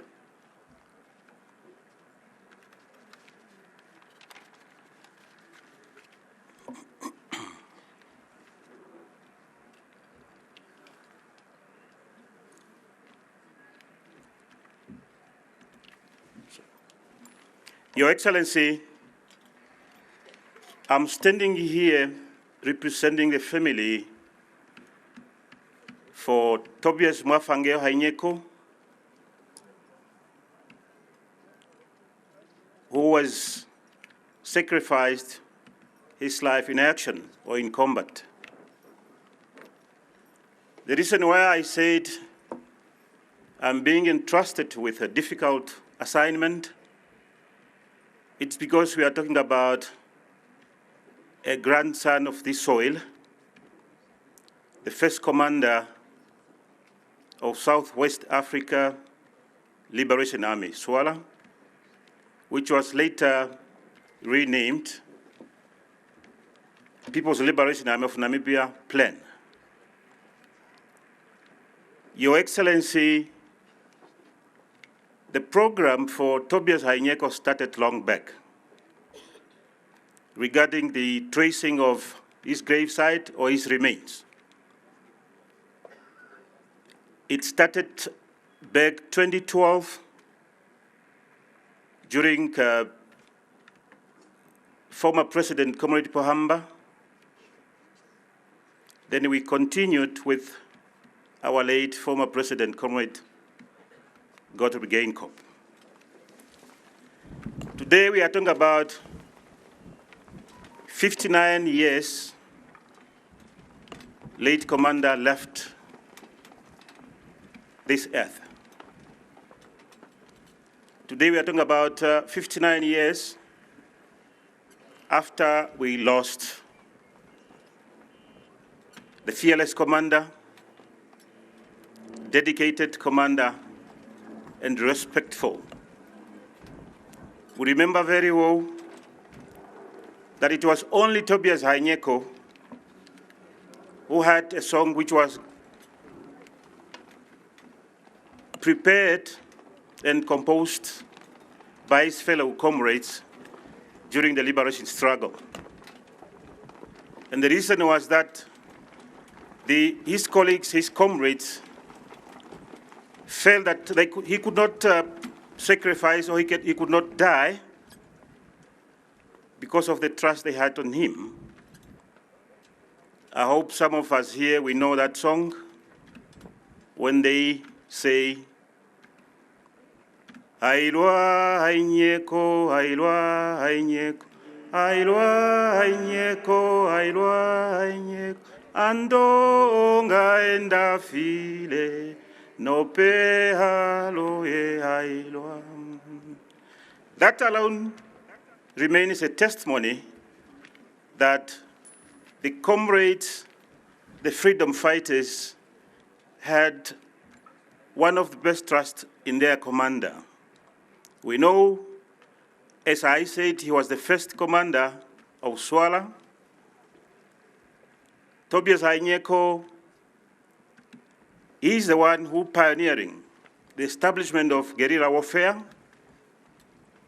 Tobias Hainyeko was the first who initiated the establishment of a training center in Kongwa, Tanzania. Now, today we are here witnessing the reburial of the freedom fighters, the veterans of our liberation or independence, with Tobias Hainyeko without his remains here. We had phase one, and that's the main reason why we would like to extend our gratitude and thanks to High Excellency Comrade President Netumbo Nandi Ndaitwah. Like I said, we started from 2012, but it took few months, if not few years, for Comrade Netumbo Ndaitwah to accord a symbolic grave to late Commander Tobias Hainyeko. What does it mean? It means it confirms and testifies the type of leadership we have in this country. And to us as a family, we feel that apparently it's one of the best to have a female president.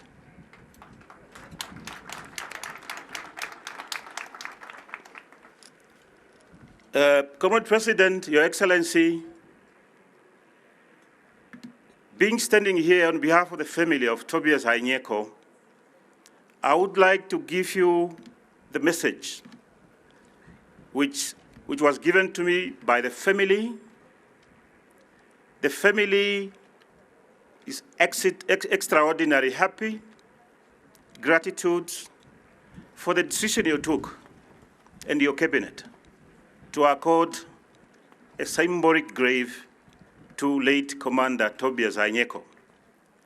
Now they send me to convey this message, the second one, to say, go and inform Her Excellency that before phase 2 is being taken, and I was lucky when, while I was sitting there, the Director of Ceremony announced the arrival of Honorable Minister from South Africa, who represents the President of South Africa, so that our President could at least engage the South African government and see whether the remains for late Commander Tobias Hainyeko can be found.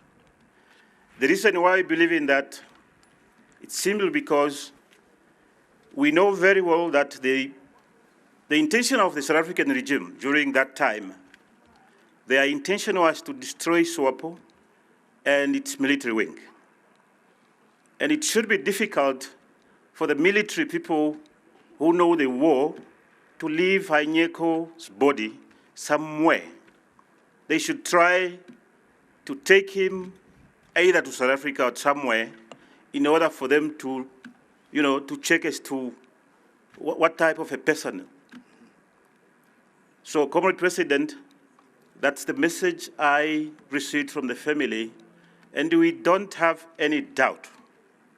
We are 100% sure that our President has the ability to engage her counterpart in South Africa or to follow the already existing protocol and so forth. Comrade President, Tobias Hainyeko family still feeling that after phase 1, the government will still have the ability to continue. We therefore would like to thank you extraordinarily for what you did. We thank the Minister of Defense under the leadership of Honorable Minister Kapofi. We know a number of trips were taken to Katima in order to see whether we can find the remains for late Commander Tobias Hainyeko. We still believe in the government, we trust that, and we are also ready to join the government as it happened during phase 1. Your Excellency, much will be said when and once we get the remains for late Commander Tobias Hainyeko. Therefore, I would like finally to say the soul of our late Commander Tobias Hainyeko, together with other national heroes, the revolutionaries who are lying here, to rest in eternal peace, and I thank you.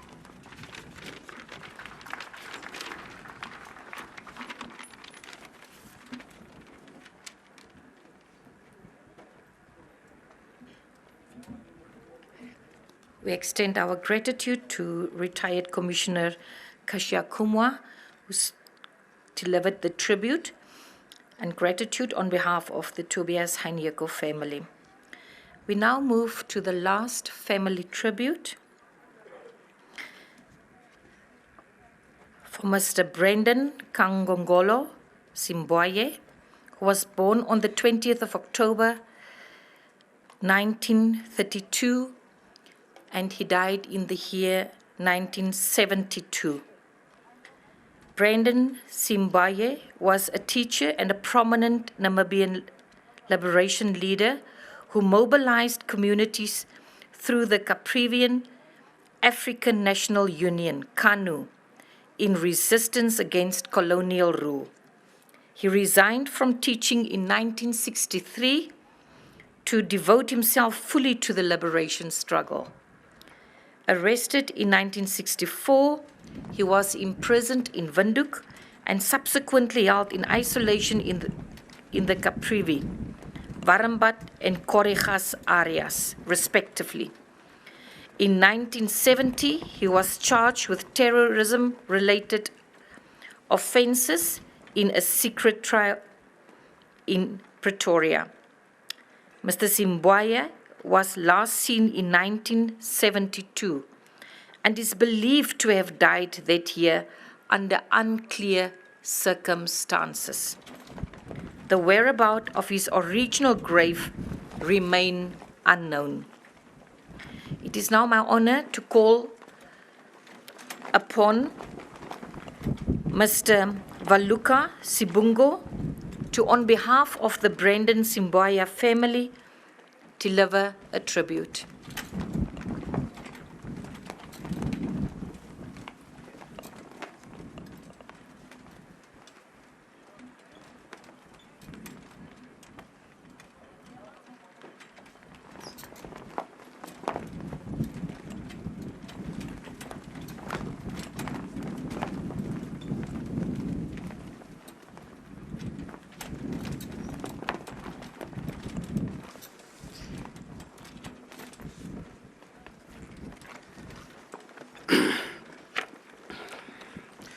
Director of Ceremony,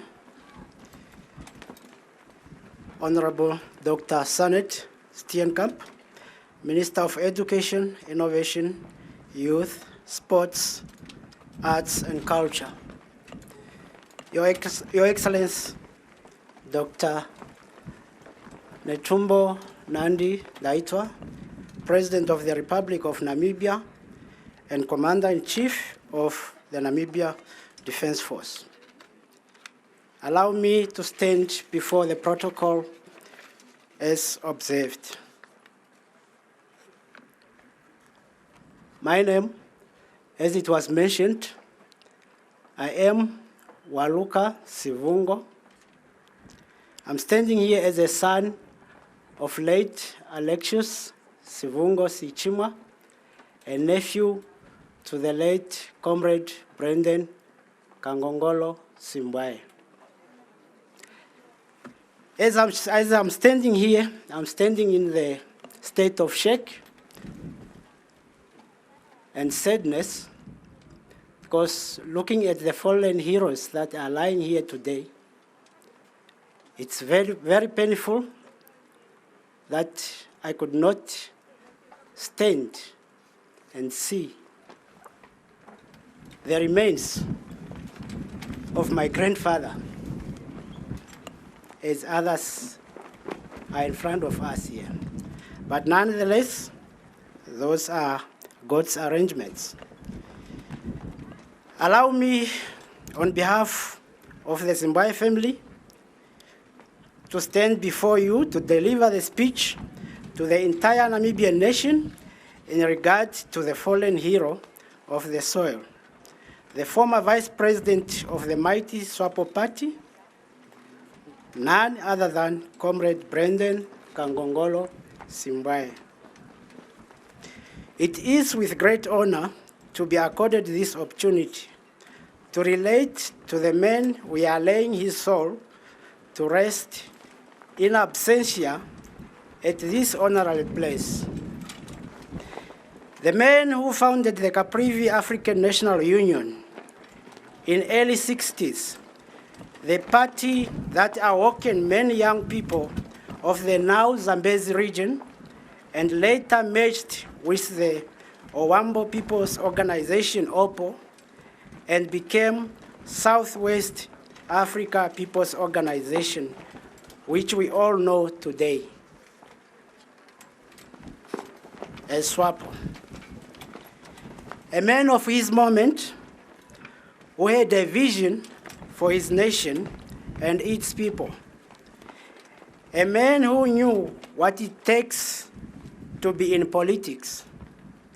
A resurrector who surrendered his life for the sake of the Namibian child, that even when he is no more, his life should cherish and serve as a tool for every Namibian child.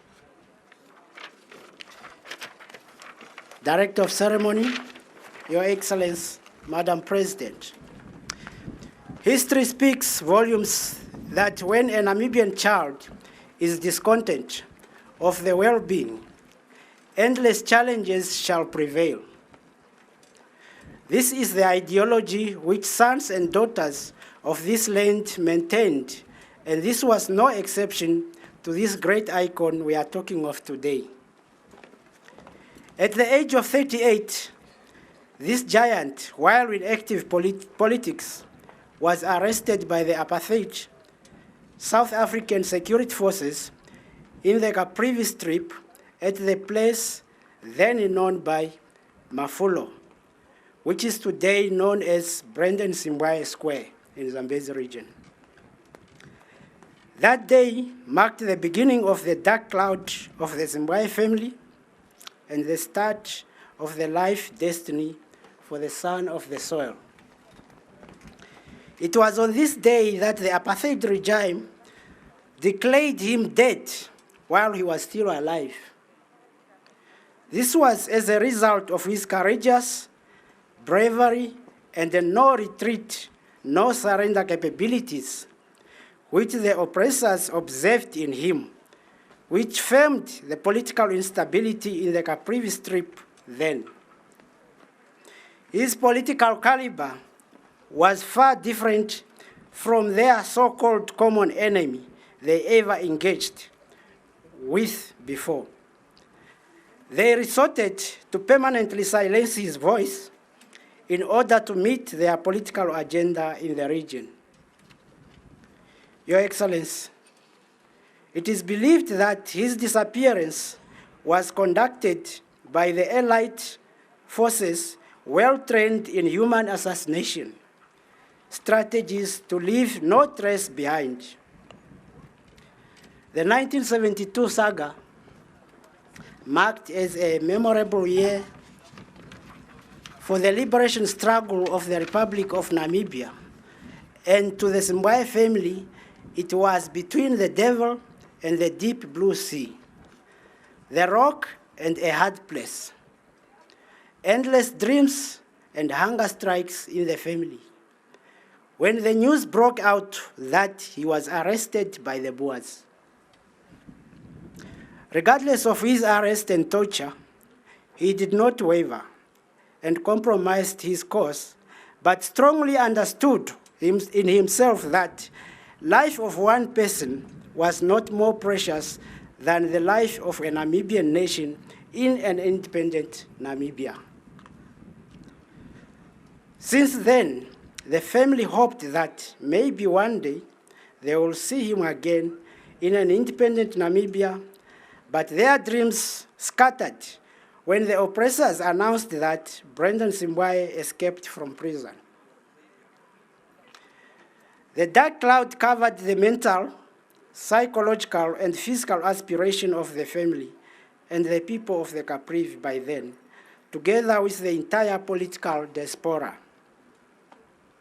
In 1990, on Namibia's Independence Day, the family hoped for the new life and reunion with this fearless son of the soil, as it was the case to other families whose sons and daughters were in exile.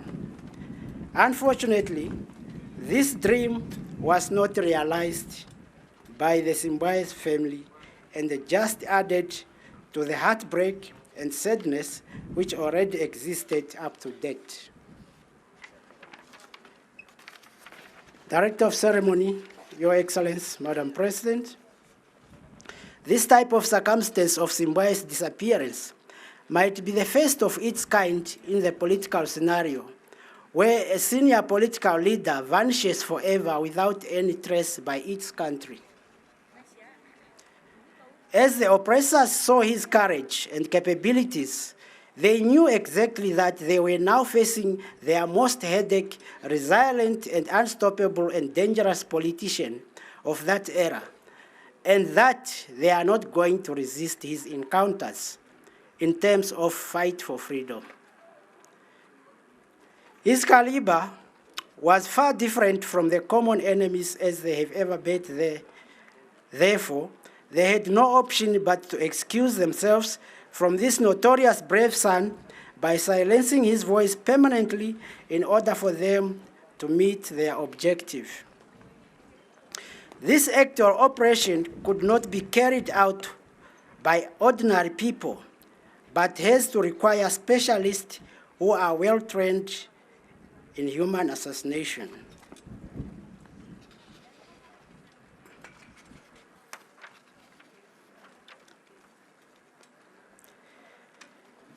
The family also believe that this type of situation might, pardon me, it seems the pages,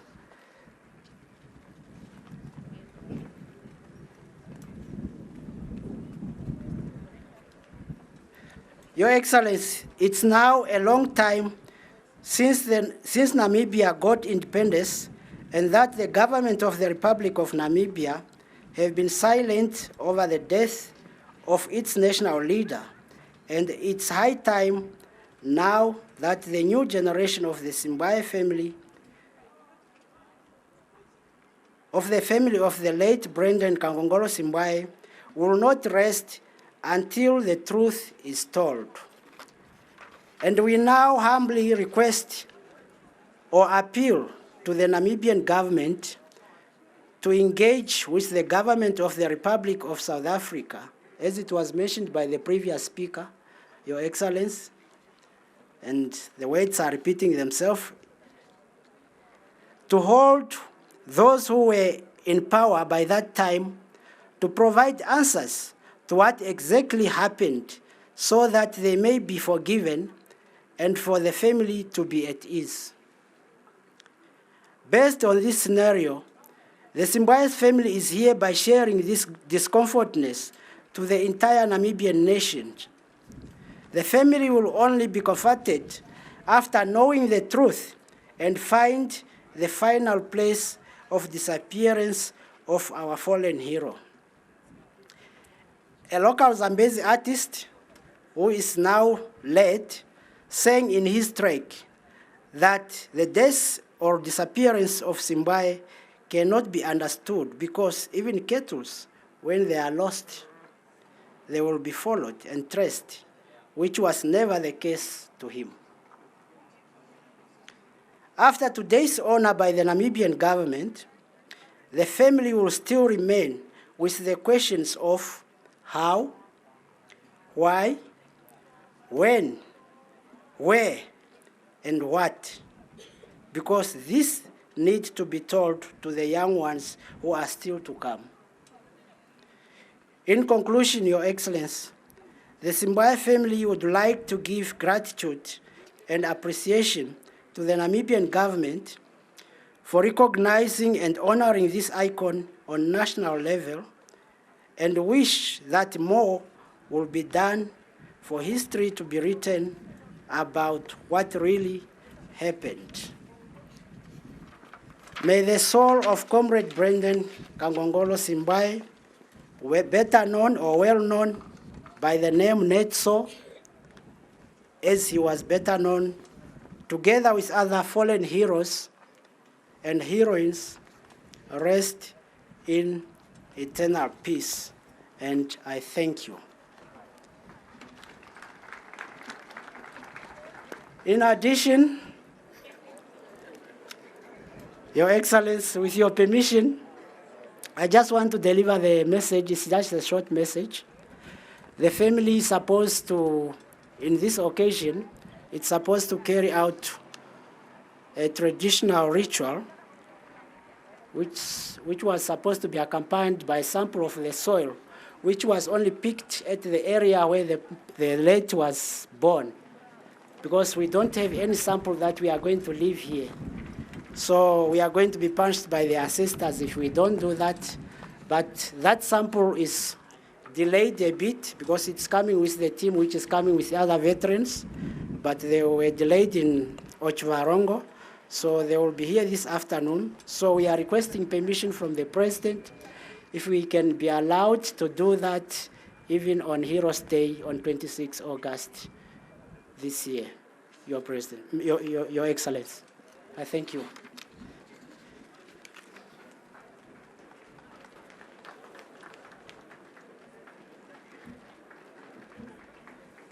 Thank you very much.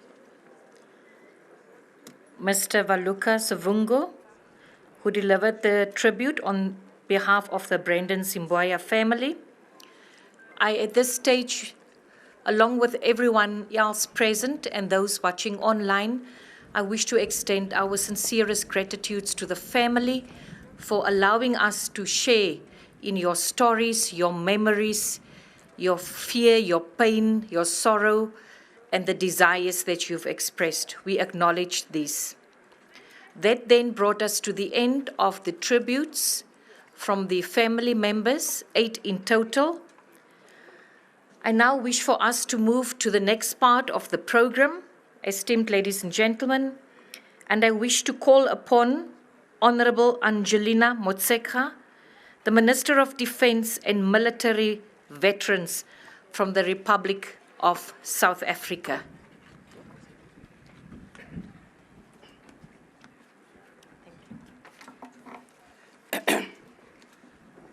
Program Director,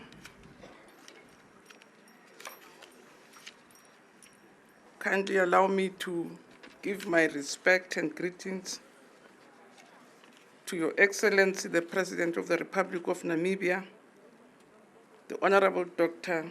Netumbo Nandi Ndaitwa,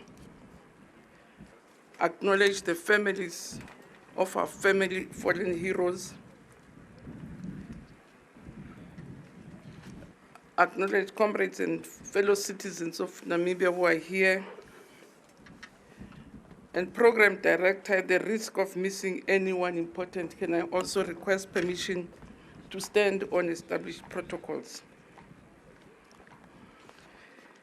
The message I'm going to give, Honorable President, it's a message of support from the government of South Africa on the occasion of the reburial ceremony of Namibian liberation struggle heroes, some of whom died in prisons on Robben Island in South Africa. Program Director, today we gather on sacred grounds at Heroes Acre to welcome home the sons and daughters of Namibia who gave their lives for freedom. Indeed, their journey has been long, marked by suffering, sacrifice, and resilience. They have endured imprisonment on Robben Island, far from their homeland, and were laid to rest in Cape Town. Yet even in death, their spirits called out to return to the soil of Namibia, the land for which they fought and suffered. So this solemn reburial is not only an act of remembrance, but it is an act of justice. It is a statement to enduring bond between Namibia and South Africa, two nations whose histories are intertwined by struggle, solidarity, and sacrifice. Honorable President, through the collective efforts of our governments, we have ensured that these heroes are finally brought home to rest among their people and the embrace of their motherland. Indeed, as South Africa, we bow our heads in reverence to their courage, because they were more than prisoners of conscience, they were architects of freedom. They believed in a Namibia where dignity, equality, and self-determination will prevail. Their sacrifices remind us that liberty was never free. It was purchased by pain, endurance, discipline, and the ultimate price, which is their lives. So as we lay them to rest today, as we remember that their struggles was not in vain, today Namibia stands as a sovereign nation, and South Africa too has emerged from the shadows of oppression. That's why when the members were referring to South Africa, I wish to say, please, it's not us. There's another South Africa.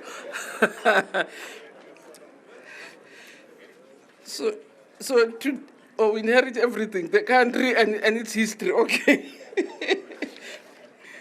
So Program Director, today we honor the memory by safeguarding the democracy they dreamt of, by nurturing peace, by ensuring that future generations inherit a continent free from all the suffering, from tyranny and the pain. To the families of our heroes, we wish to acknowledge your grief, your patience, and your strength.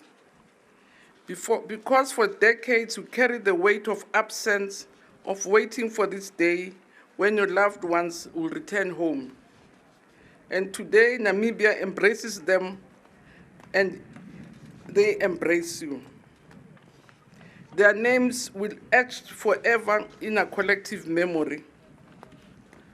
And to the youth of Namibia and South Africa, may this ceremony remind us that freedom is fragile and must be defended at all costs, with respect, with discipline, with vigilance, integrity, and unity.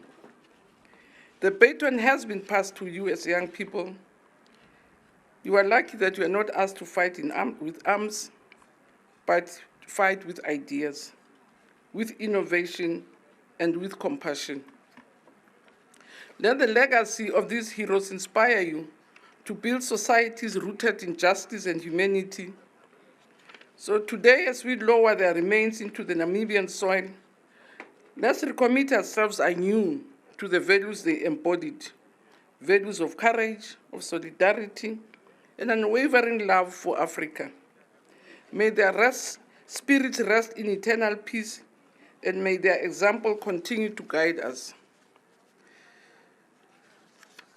Program Director, perhaps speaking through you to the Honorable President, I wish to confirm, Honorable President, that I will indeed communicate the message that has been raised by the families regarding the missing people.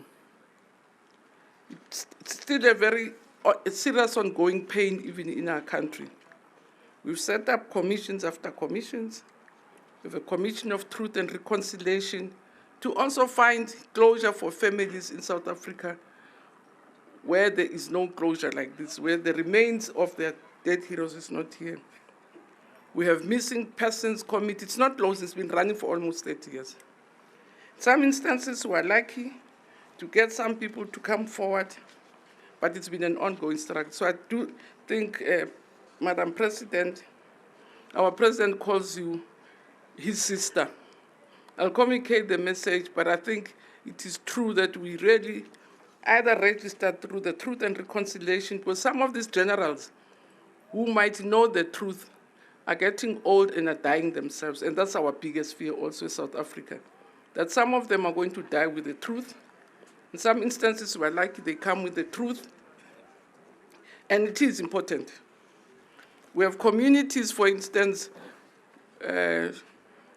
of one nation whose king was beheaded, and the nation wants at least to know where the head of the king is, because a king was beheaded for the king resisting apartheid rule. He was beheaded, just to cut an example, and his head has not been found. And the committee still make those demands. And I know how painful it is that even some families don't find closure. I have colleagues, our Minister of Housing, his elder sister went missing, and you get rumors to say he missed elsewhere, and it's quite clear that what would have happened to her, it was captured, but up to today, her mother is very scared that she's going to die without knowing where her child ended. And through those structures, I think we can continue to work together through missing persons, through the Truth and Reconciliation, and see if we can find closures for families. We'll communicate the message, but Program Director, I want to say long live the memory of our liberation struggle heroes, and long live the solidarity between Namibia and South Africa. And indeed, we say may their souls rest in peace. I thank you, Program Director.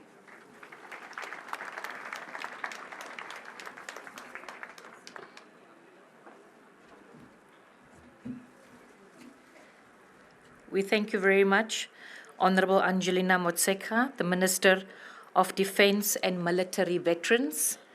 We acknowledge that Namibia and South Africa had a shared history under the oppression and apartheid regime. And yes, the closure may require that the technical committees of all those structures that you mentioned will continue to work hard.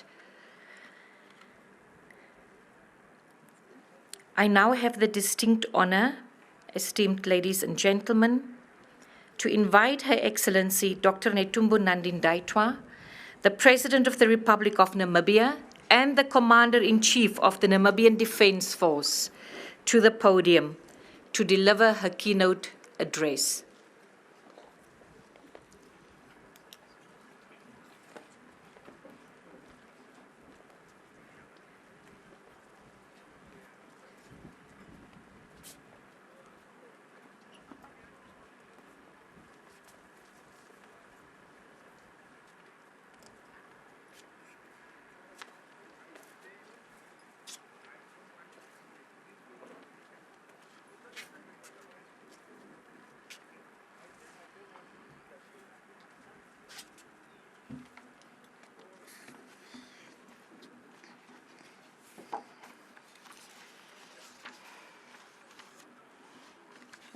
Please take your seats.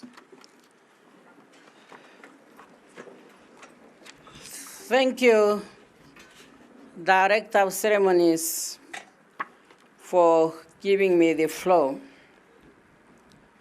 Your Excellency, Lucia Wetboy, Vice President of the Republic of Namibia, Right Honorable Dr. Elijah Ngurare, Prime Minister, Honorable Dr. Sarah Kuongerwa Madira, Speaker of the National Assembly, Honorable Lucas Nimbo Muha, Chairperson of the National Council, Your Lordship Peter Shivute, Chief Justice, Honorable Angelina Mutegu, Minister of Defense and Military Veterans of the Republic of South Africa, representing President Ramaphosa here, Honorable Ministers and Deputy Ministers, Honorable Sophia Naango Shaningwa, Secretary General of SWAPO Party, Honorable Emmanuel Nashinge, Leader of the official opposition in Parliament, and all leaders of the political parties present here, members of Parliament, Honorable Sam Shafishuna Nuyoma, Governor of the Commerce Region, and all governors present, Your Worship Zacharias Onona, Mayor of the City of Windhoek, and all the mayors present here, families and descendants of our liberation struggle heroes, esteemed religious, traditional, and local authority leaders. I have also to recognize our service chiefs, distinguished invited guests, members of the media, fellow Namibians. On Friday, 21st August 2026, as a nation, we welcomed home 84 ancestral human remains that have been kept in Iziko Museum, South Africa. Those remains represent individuals whose identities were taken away and whose history were disrupted during the colonial era. As they remain part of our history, moving forward, we have to decide on the best way to handle them. Subsequently, I want to inform the nation that they will be kept at the National Museum until we found consensus on the way forward. On the same day, 21st August 2026, we also received the mortal remains of two heroes who passed their own well-serving prison sentence at Robben Island, South Africa. And they are among the 6 people we have brought here today to join others here at the Heroes Acre. These are the heroes of our struggle. So therefore, today we are gathered here at the Heroes Acre in memory of profound national significance, a scared act of remembrance, of return and restoration. We have come together as a nation to receive honor and lay to rest the sons of Namibia, whose lives become part of the price of our freedom. Among them, we have Comrade Bernard Kwangongoro Simbwaye and Tobias Hainyeko, whose graves are not known. Hence, we will have symbolic graves for them here at the Heroes Acre. As your President and Commander-in-Chief of the Namibian Defense Force, I have heard the statements of the families of the Simbwaye and Hainyeko. And this is a message to the nation, not just to the government. Director of Ceremonies, before we proceed, I ask you to rise and join me in observing a minute of silence in memory of those liberation struggle matter and all our foreign heroes and heroines who sacrificed their lives for the freedom, dignity, and sovereignty of our nation. A minute of silence.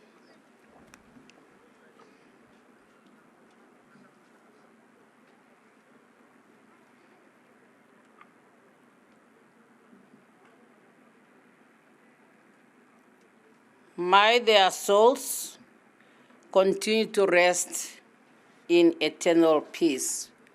Please take your seats. Director of Ceremonies, as I proceed, first on behalf of the government and the people of Namibia, I would like to thank the Namibian delegation which went to South Africa under the leadership of Dr. Steenkamp, our Minister of Education, Innovation, Youth, Sports, Art and Culture, for having successfully executed the assignment to bring the remains of our loved ones here home from South Africa. This mission consisted of government officials, traditional leaders, and the relatives of the 2 comrades whose remains were brought home. In the same vein, with pride, I also want to thank the crew, members of the Namibian Air Force, who made sure that our people have arrived home safely. CDF, through you, thank you very much to the Namibian Defense Force for continuing to serve or to do civil work. Director of Ceremonies, our gratitude goes to President Cyril Ramaphosa, represented here today by the Minister of Defense and Military Veterans. Also, of course, the people of South Africa for their cooperation and support given to our delegation, leading to the success of the whole operation. I have to inform you, the nation, that this process has started 2014, but today, 2026, we have completed it successfully.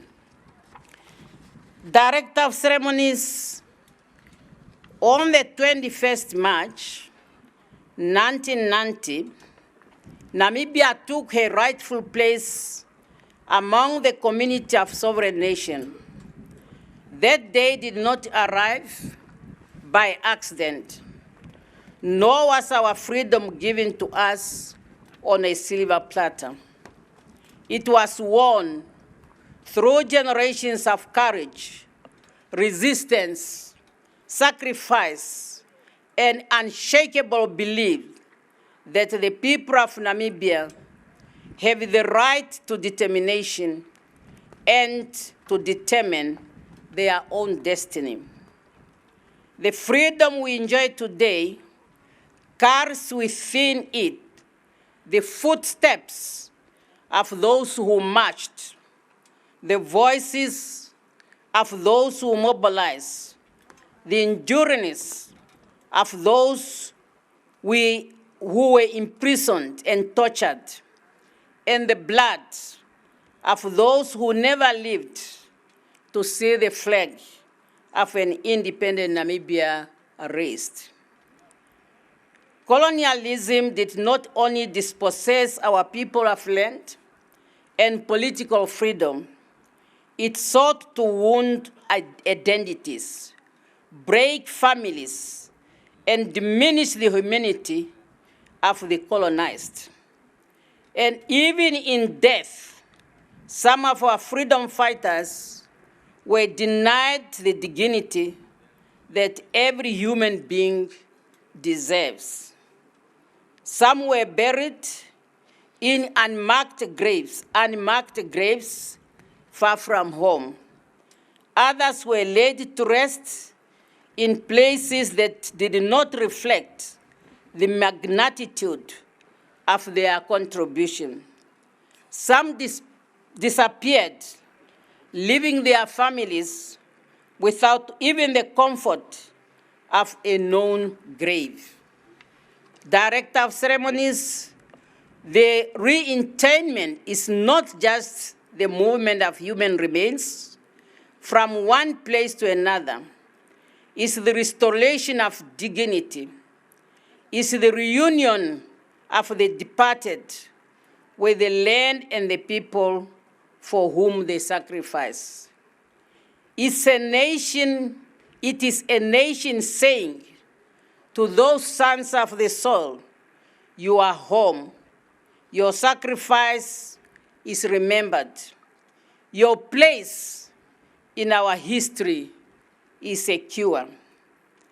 Director of ceremonies, across the world, societies that have endured war, colonialism, displacement, and injustice have undertaken similar acts of repatriation and reburial where it's possible.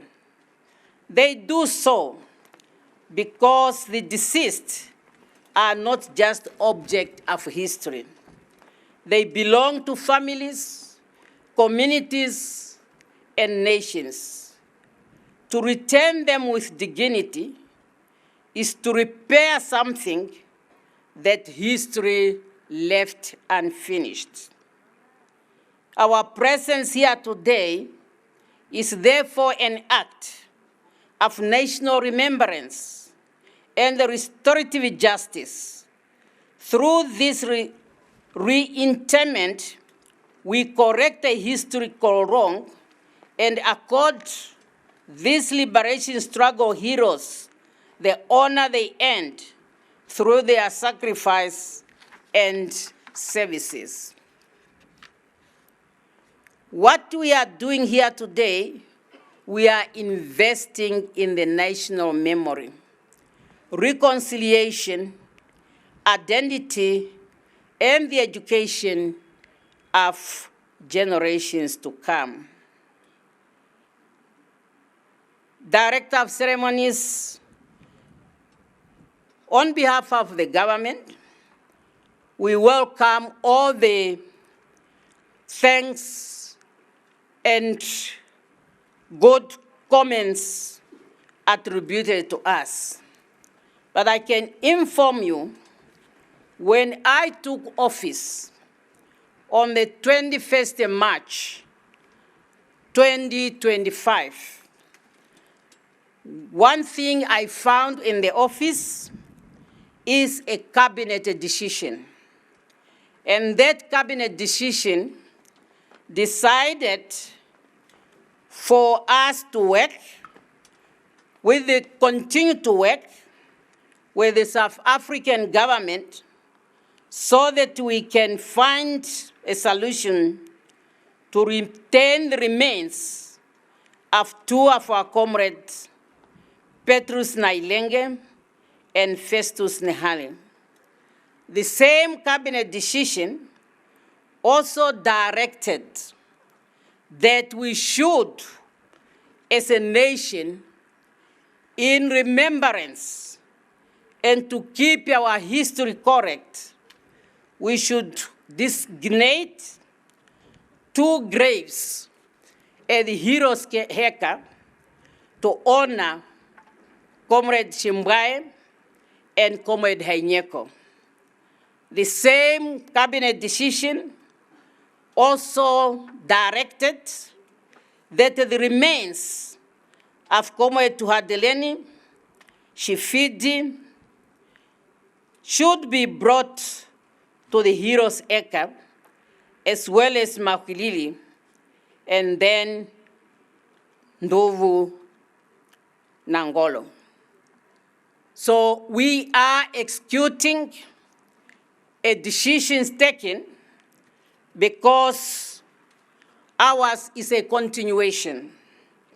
And we believe in implementation when you find decisions, particularly when they are talking to an issue that is of national importance. Therefore, Director of Ceremonies, here today at the Heroes Acre, we are here in unit. And we are doing something which is not strange, but what is done when we have to remember our heroes and heroines.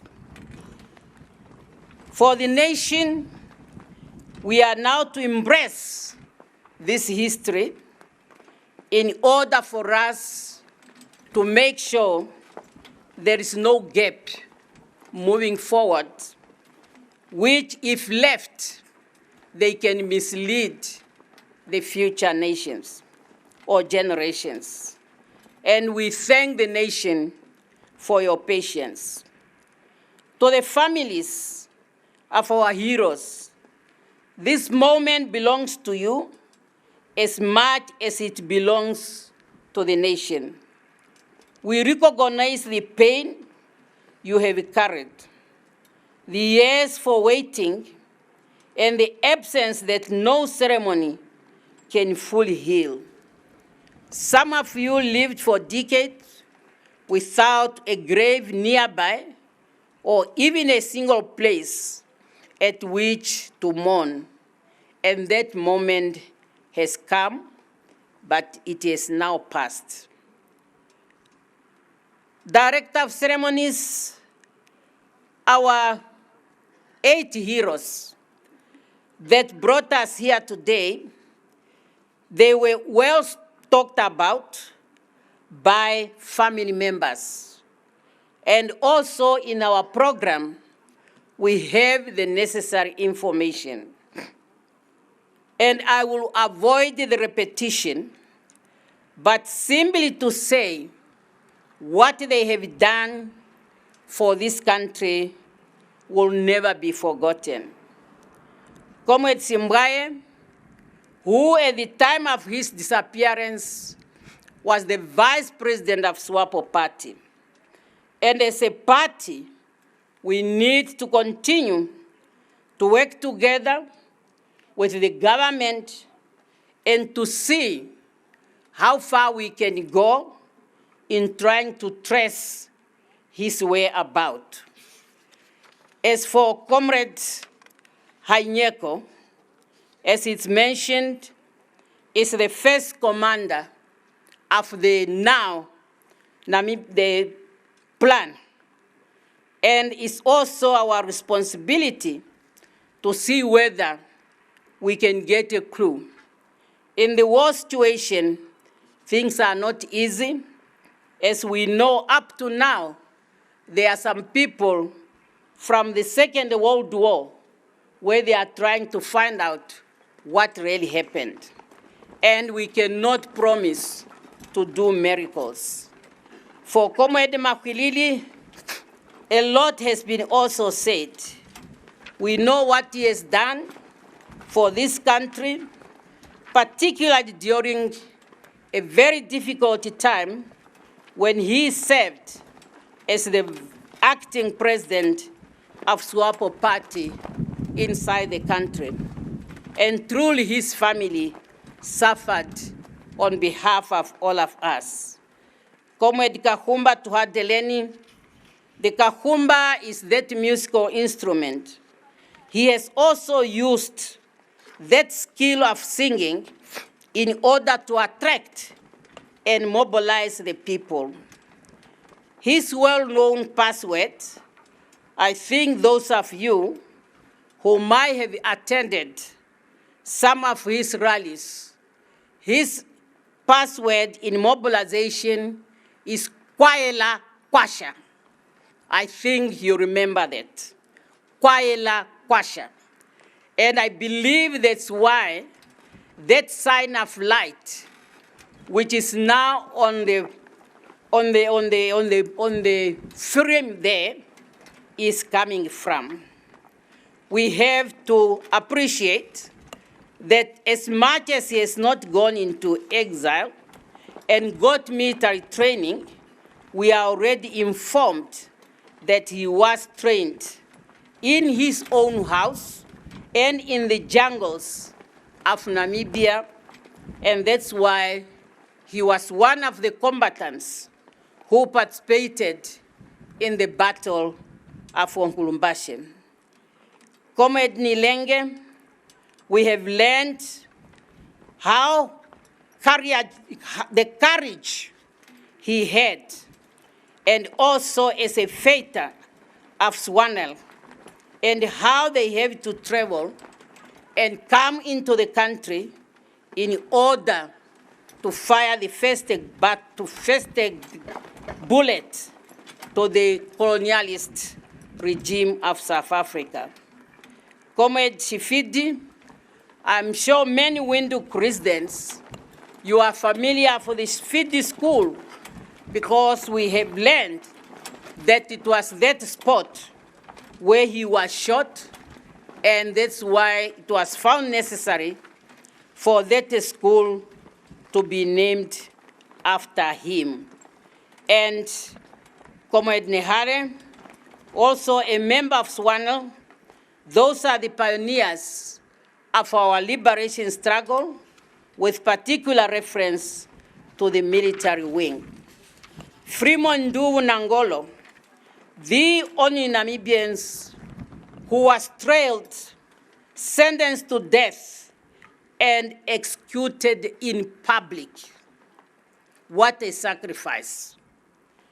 What a sacrifice by the family, together with the nation, they have to carry that. Therefore, fellow Namibians, there is nothing much we can pay. There will be no anything that can match the work of these heroes. And we are bringing them here as a recognition of their contribution to Namibia's liberation struggle, and to recognize the courage, sacrifice, and their resilience, and their dedication to our struggle.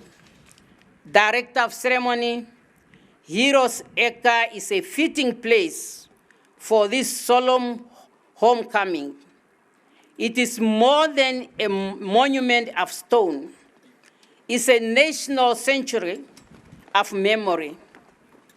Here, generations of Namibians will be able to come, reflect, and understand that the peace and liberty they enjoyed were attained at a greater human cost.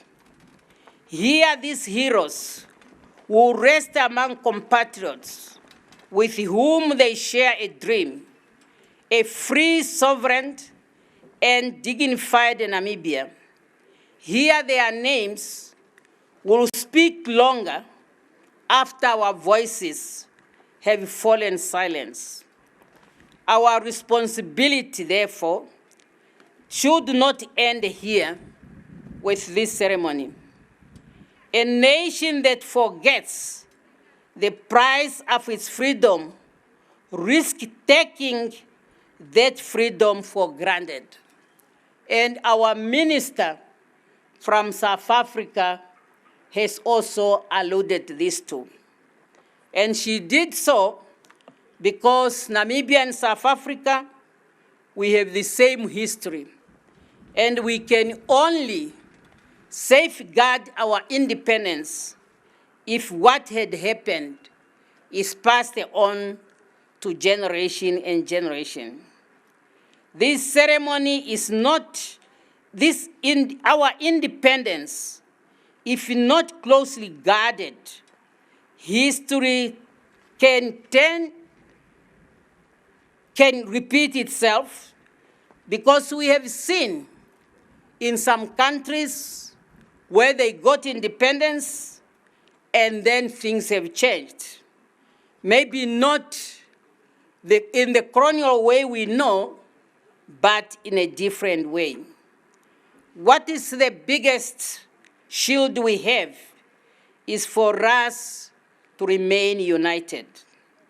Because a force that's divided will never be successful. And remember, the forces that previously divided us, they are watching and they are finding a space for them to strike.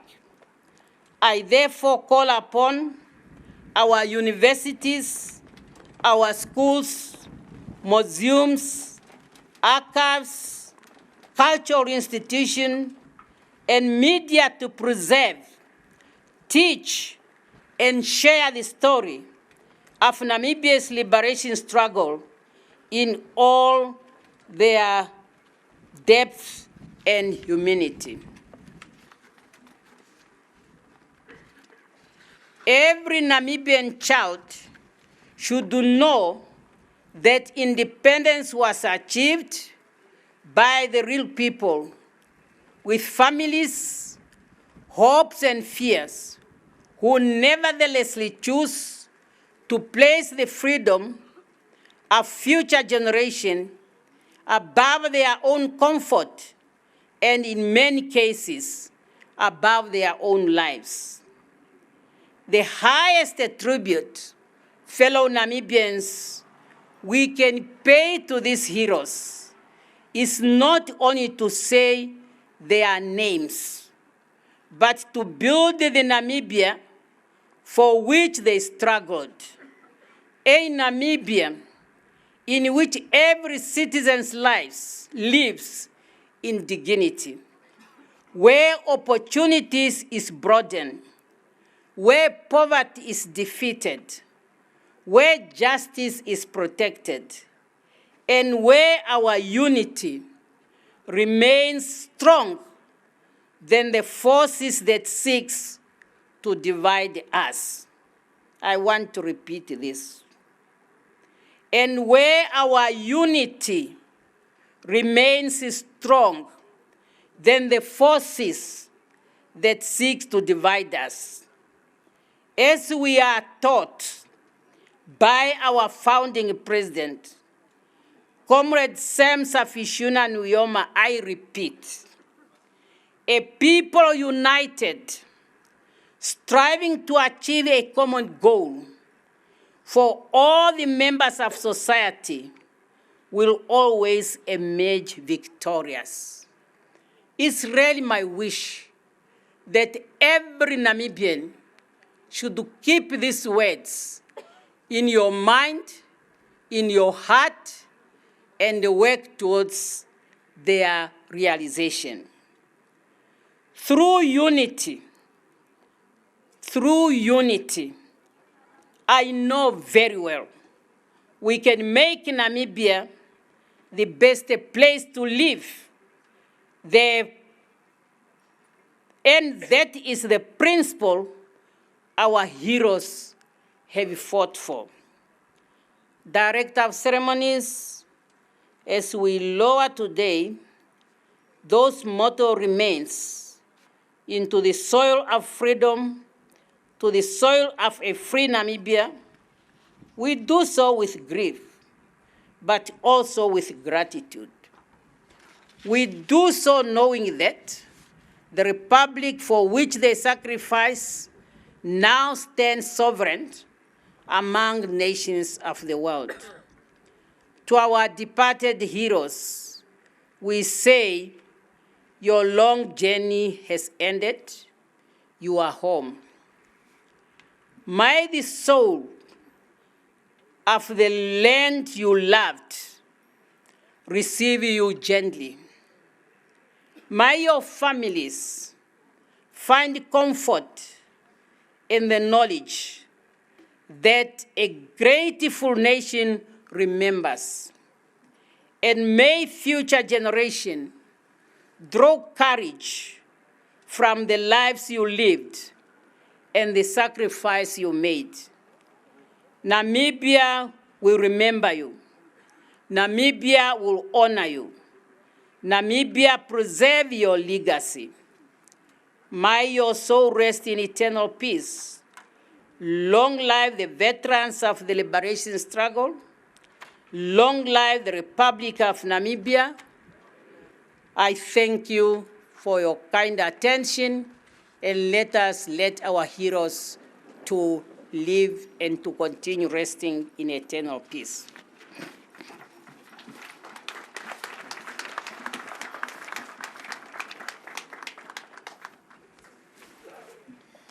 By the President, recalling the activities of the government to honor its fallen heroes in this manner, executing a cabinet decision that was in the making for years, and finally concluding the repatriation process with the government of the Republic of South Africa, committing the President to trying to find closure for the families of Brandon Simbwaye and Tobias Hainyeko, two gallant heroes of Namibia whose remains remain unaccounted for. Their original graves remain unknown, but they are being interred here at Heroes Acre in a symbolic fashion. The President also calling on Namibians to not forget the prize of freedom. The prize of freedom that brought independence and nationhood to this country, because a country and a people that forget risk taking freedom for granted, the President said. She also said that history can repeat itself if we take things for granted. The forces that previously divided us are watching, and they are looking for opportunities to attack. And therefore, our unity is our best weapon. She called on academia, she called the media, she called on museums to continue to preserve the story of these heroes, to continue to preserve the story of the liberation struggle, so that it does not fade from memory. Freedom did not come on a platter. The highest tribute that we can give is not only to recall the names of our heroes, to recognize them, to acknowledge them, to remember them, but also to build a Namibia which they struggled for, where justice is protected, where poverty is ended, where opportunities are broadened. And she concluded that our unity remains that strong force that can repel any enemy. An appropriate address by the President on this occasion, where at the Heroes Acre, 6 gallant heroes who find their way here will be buried, and where 2 will be symbolically also recognized and acknowledged. The families can now come to the Heroes Acre and come and pay their tributes in person, especially for the 2 heroes that were that died in South Africa on Robben Island, but they were later buried in Cape Town. And so they don't need to travel to a foreign country to be able to pay their respects. They can come to the Heroes Acre. The Heroes Acre is open any time of day, and therefore not only the families, but the rest of us as Namibians, we can continue to honor the legacy of these heroes. Very poignant address also from the Minister of Defense of South Africa. She also, because of the shared history between Namibia and South Africa, recalled that they also have been on a mission to find activists, political activists that died during the apartheid era. The commission, the Truth and Reconciliation Commission, set up. There is a Missing Persons Commission as well. And they have been on a process to try and really find those missing political activists, apartheid activists. But the generals of the erstwhile South African regime at the time, some have volunteered information to those structures, and therefore that has brought some closure in terms of finding those missing persons. However, others have remained mum and silent and are probably taking some of those secrets to their graves. And therefore, that becomes a very difficult and daunting task. The President also acknowledges that the government of the Republic of Namibia would try its utmost best to ensure that there is closure for the families. However, she also noted that it's a daunting task and that it can be expected of the governments to perform miracles as far as that is concerned. And that is perfectly understandable, because obviously it's not information that is relatively available or accessible. It's information that resides within the memories of those military men who were fighting for the South African Defense Forces at the time. And some of that information, it's obviously information that some people won't want to reveal, and therefore you can't force them. You can't round them up and with a firing squad and say, thou shalt do this or thou shalt not do that. So that becomes an exercise that is quite tedious. We do know that there is obviously an ongoing inquiry in South Africa at present, looking at how some of those apartheid cases have been prosecuted or have not been prosecuted to the full extent. So there is an ongoing inquiry in South Africa regarding that aspect, so that perhaps through that process one will find the truth, but it's a very difficult exercise. We do know that here at home we followed the policy of national reconciliation, and to the extent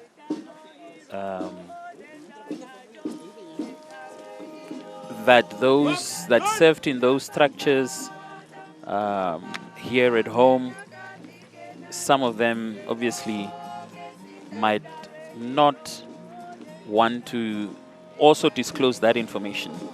And probably those that were in higher positions, senior positions, they went back to South Africa, and probably that becomes also another avenue that might be closed in terms of trying to find closure. We are a nation of remembrance, because if we forget this particular history, we risk allowing other forces to divide us. If we do not preserve this history, if we do not take deliberate actions to preserve this history, it will be lost, and a nation that does not know its past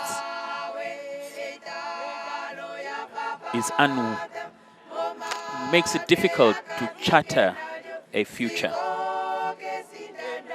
So the 8 caskets will now be taken to the final resting place. And as we know, at Heroes Acre, they are joining other luminaries of the struggle for independence, for our freedom.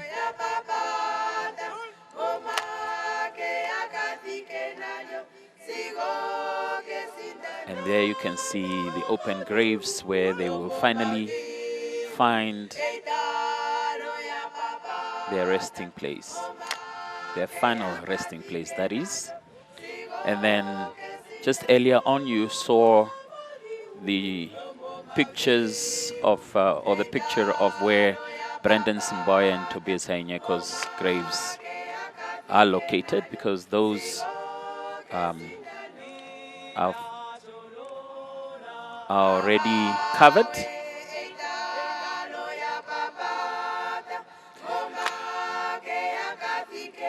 So as we pointed out, this is not the first time that Namibia is undertaking an exercise of repatriating remains.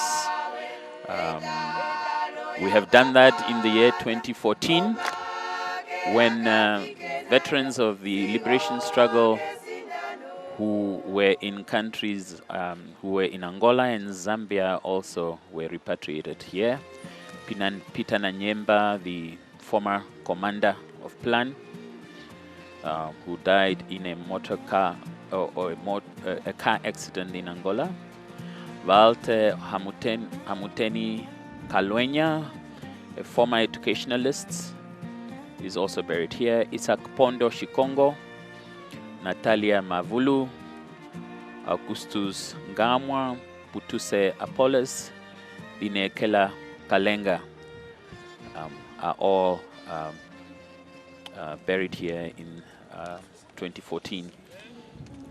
Also in 2015, 3 more veterans were reburied at the Heroes Acre.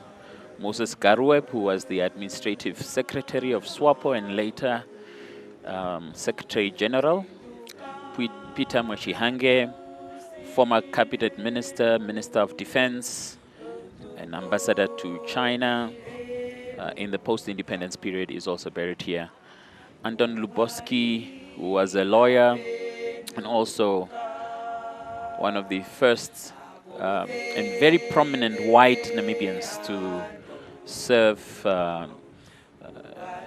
in the SWAPO movement here at home, who was gunned down in cold blood at his residence in 1989, is also reburied here.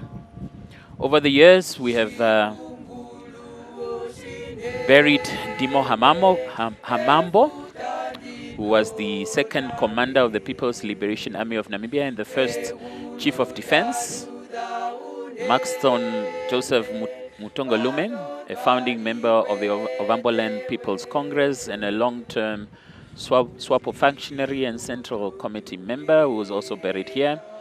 Marcus Kuiper, who was a petitioner to the United Nations, was buried here in 2005. Mose Penanishi Tendero, the first Speaker of the National Assembly, is also buried here. He was buried in 2006. Richard Kapela Kabajani, a former cabinet minister, long-serving cabinet minister, with also close connections to KANU, and served SWAPO. Was a prominent SWAPO member from the Zambezi region, is also buried here in 2007. John Pandeni, buried here in 2008. He is also a prisoner of Robben Island and later served as Namibian minister. Peter Chehama, a commander of the People's Liberation Army of Namibia and also the first chief of Namibian intelligence, was buried here in 2010. John Otto Nakudu, a commander of Plan and also Robben Island inmate, is also buried here in 2011. In 2013, we buried Frederick Matongo. Andrew Intamba was also buried here in 2015 or 2014. He was also prominent freedom fighter and later on served in the Namibia Central Intelligence Service. Mzee Kaukungwa, a veteran of the People's Liberation Army and a founding member of SWAPO. Gerson Vey, a founding member of SWANU, the Southwest African National Union, but later joined the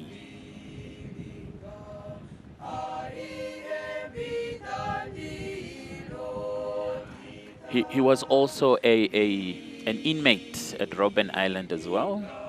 He was also released in the 1980s. So quite a number of Robben Island freedom fighters making the composition of Heroes buried here. Hindipa Mutenya, a former cabinet minister, a long time leading member of the ruling party, a cabinet minister, and part of SWAPO's think tank, is also buried here. I have not received anything yet. Andimbo Toivo is buried here in 2017. No, I think it's anti-apartheid activist, the politician, one of the founding members of SWAPO, cabinet minister, is also buried here. Theo Ben Gurirap, former Prime Minister, former Speaker of the National Assembly, a veteran diplomat of SWAPO, and long-time Foreign Affairs Minister is also buried here. That's in addition to the founding father of the Namibian nation and the founding president, who was buried here last year, in 2025. And then Hage Geingob, Namibia's third president, is also buried here. So those distinguished sons of Namibia and daughters of Namibia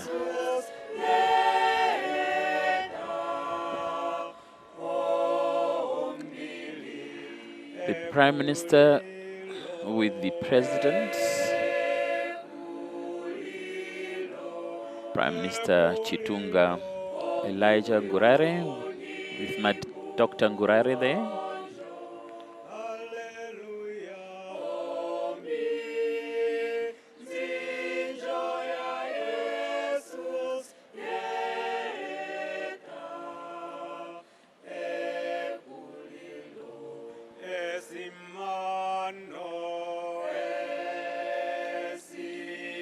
Chairperson of the National Council, the leader of the official opposition there, Ims Nashinge, with the governor of the Commerce region, Sem Shafishuna Nyoma. So, making up part of the dignitaries that are watching on proceedings here as one of the last caskets are being taken to the gravesite up the hill, and the NDF saluting the heroes.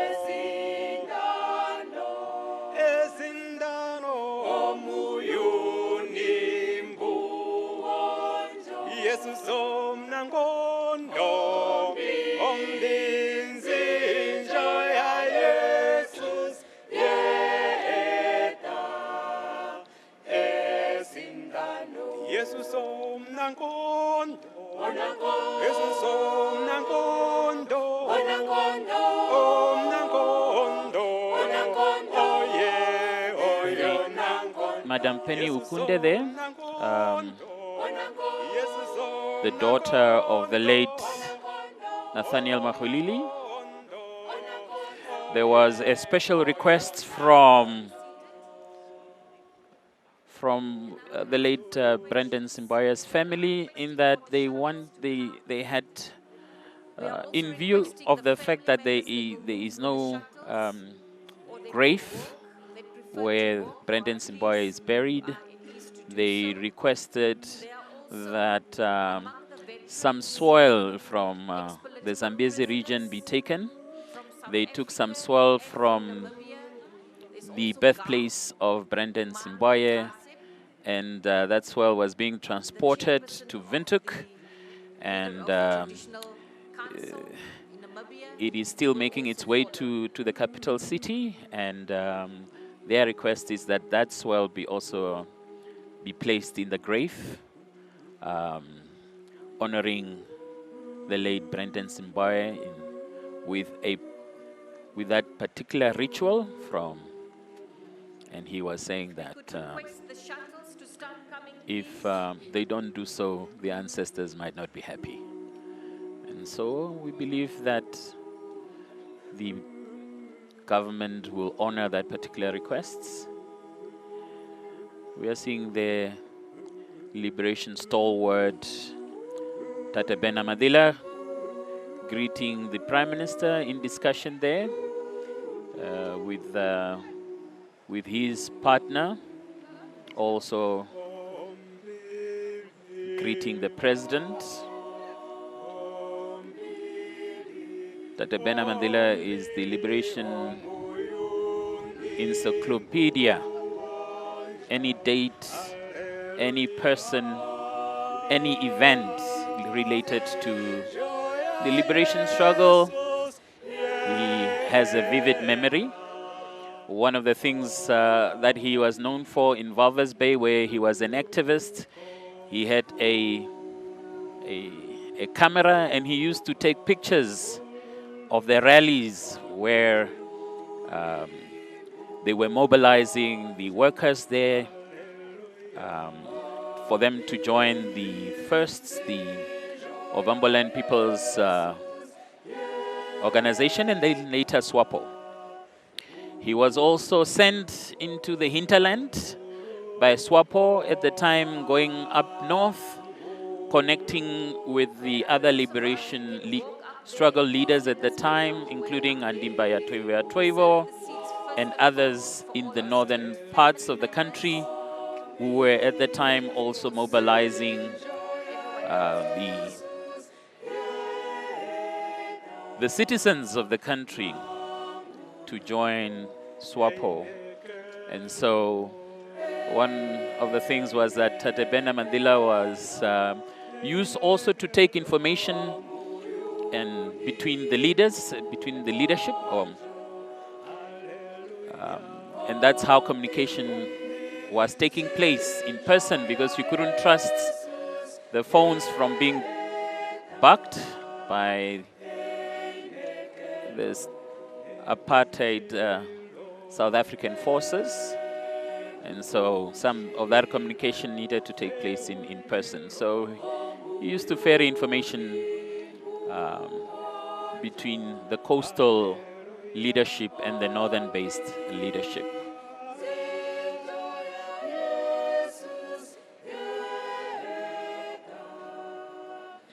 Chief Justice Peter Shivute, himself also a product of liberation. He was one of the Namibians who went into exile and was a student in Zambia at the United Nations Institute for Namibia, and later on studied in the United Kingdom, part of the cadres of Namibians that were being prepared for leadership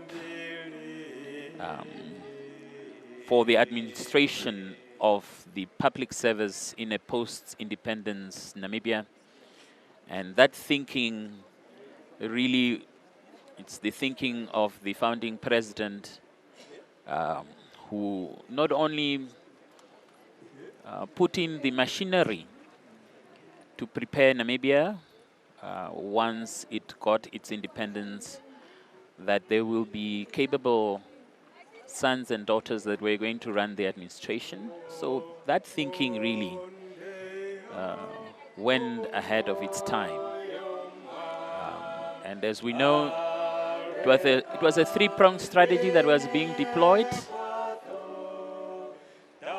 One on the military front, and today you are seeing quite a number of the liberation struggle stalwarts who paid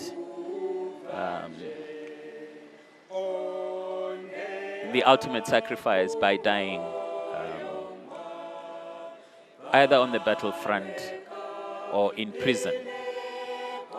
The second strategy was on the diplomatic front, and Namibia and SWAPO at that time joined the non-aligned movement, petitioned at the United Nations,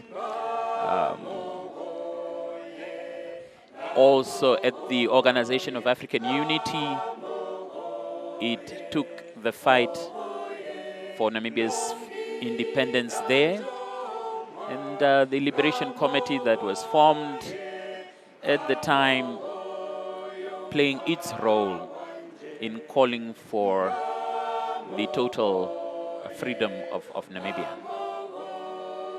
And obviously mobilizing material support from other friendly countries was part of that diplomatic strategy.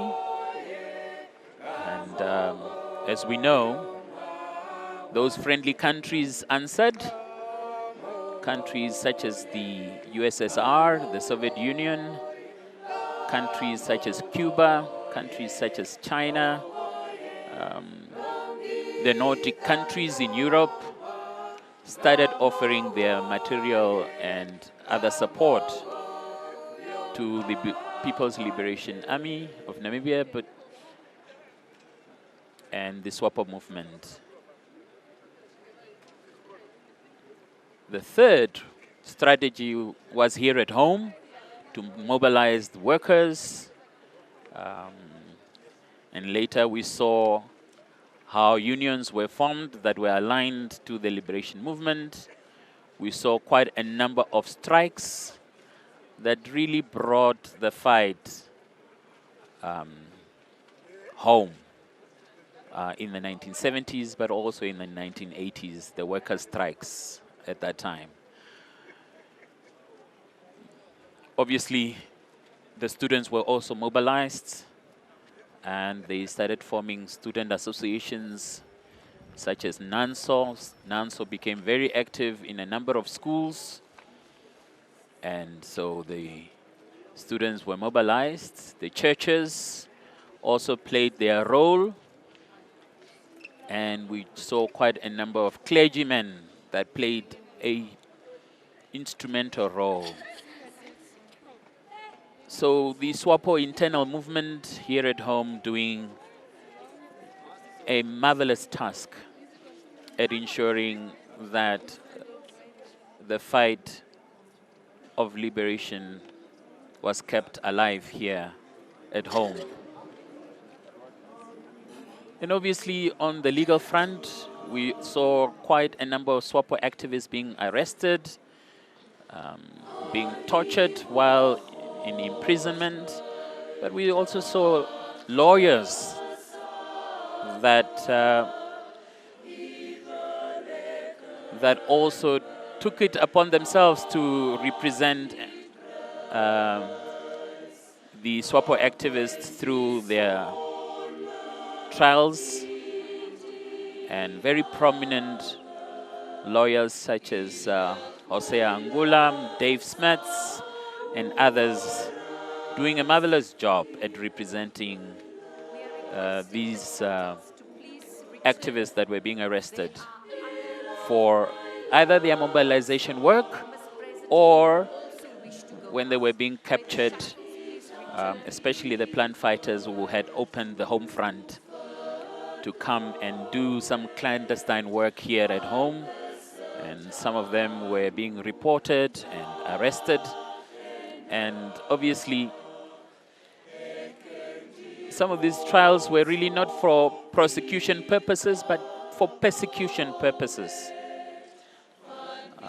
And as we saw, some of the trials were just sham trials that didn't uphold any justice. And so lawyers at the time playing a very instrumental role in representing them, ensuring their rights to the extent possible were being protected.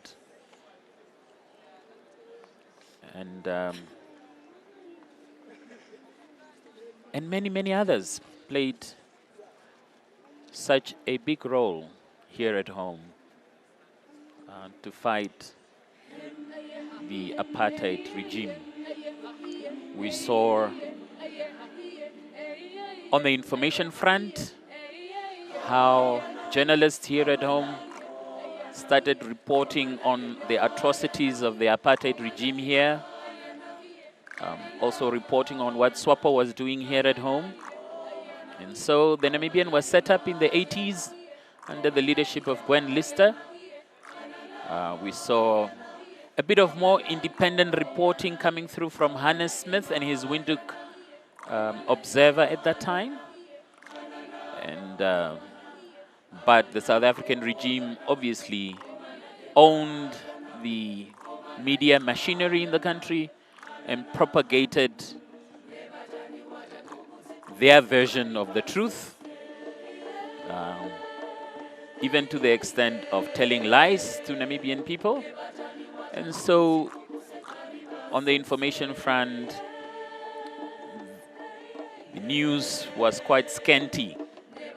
And so the Namibian therefore became a well-read newspaper when it was established through donations and through the efforts of Gwen Lister and Dave Smets and others. But also the Voice of Namibia in Exile playing that role of filling the gap. It was being a station that was started by SWAPO in exile, and first in Tanzania, and then later moved to Angola. It also played a huge role in mobilizing Namibians, especially those that had access to radio, and they would listen to news from the other side. And most of the students, you often hear that they were mobilized to leave the country, especially the first wave of students and young Namibians that left the country in the early 70s. The broadcast of Voice of Namibia playing a huge role in opening their eyes to what was happening. And there was another wave of students that left. First, there was that wave of 1974, and then others followed from the hinterland to join the liberation struggle.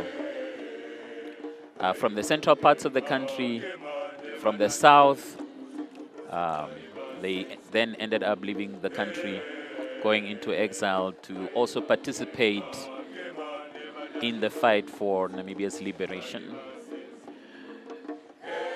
So when you hear about these luminaries, about these freedom fighters, this story is all connected to the grand story of Namibia's liberation.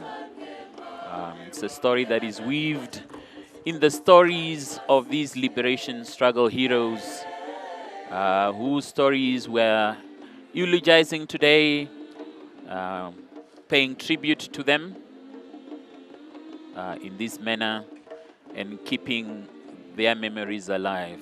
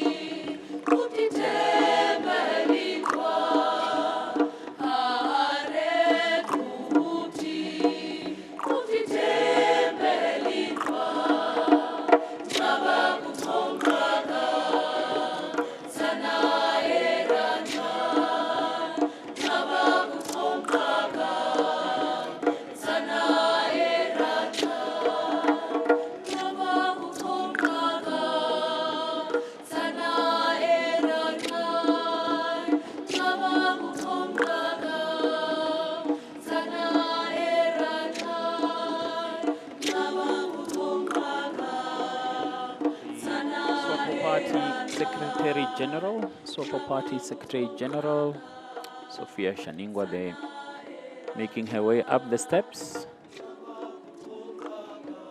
Very youthful, very energetic.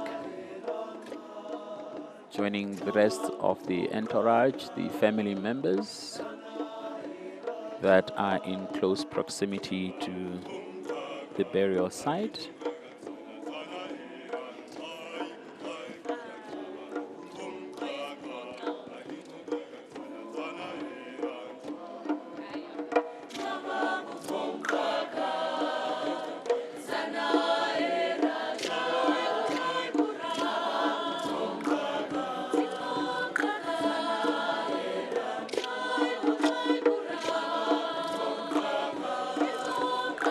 So the part of the program is we'll soon be seeing the transportation of the caskets to the burial site up the hill,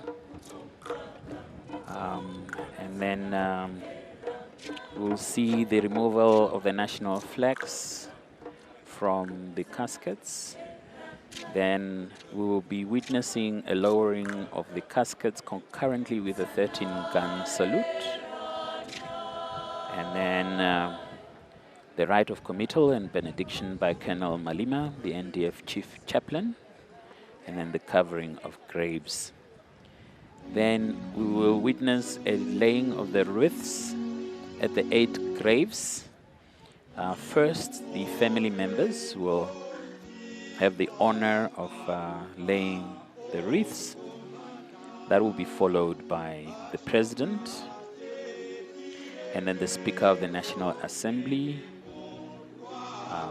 and then His Lordship Peter Shivute, the Chief Justice, and then the South African Minister of Defense and Military Veterans, and then Haup Emmanuel Kasep, the Chairperson of the Council of Traditional Leaders, and then we'll see a final wreath being laid by Air Marshal Martin Pinias, the Chief of the Defense Force.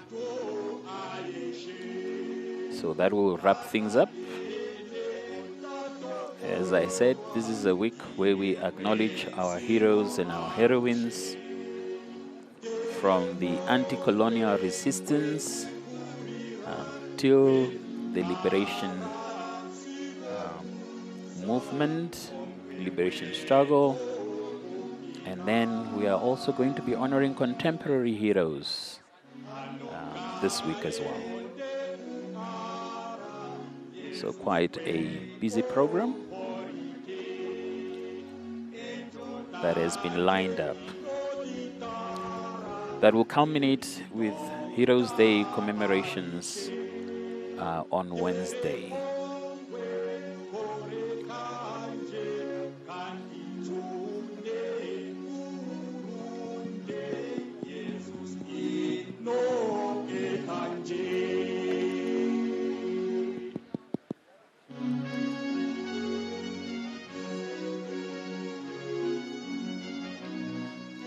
So the cars are now about to go up the hill.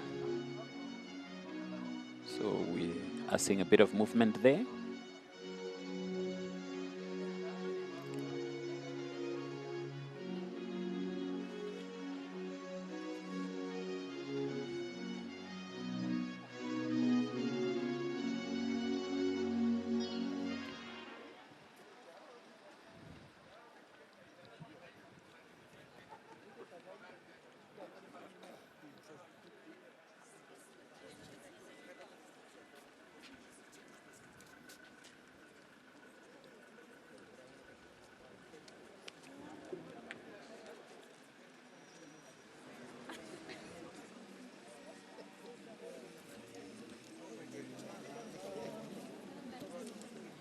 Obviously, your national broadcaster keeping you company throughout.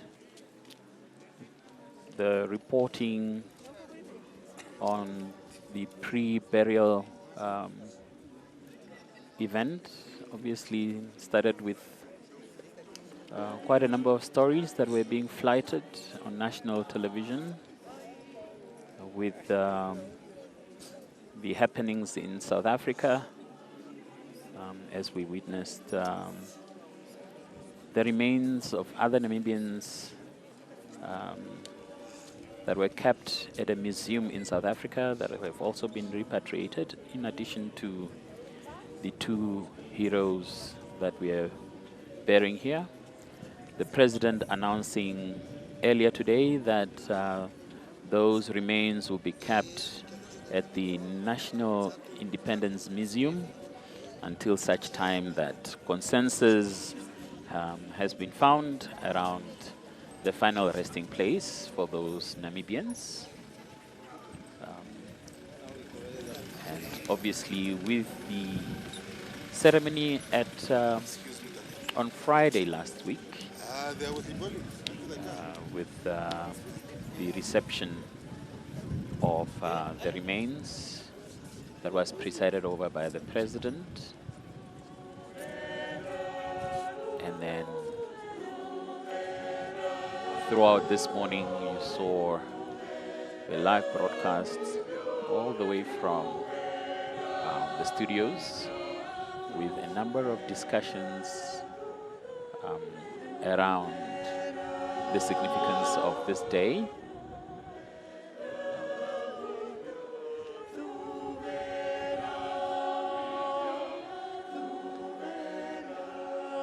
Obviously, if you want to catch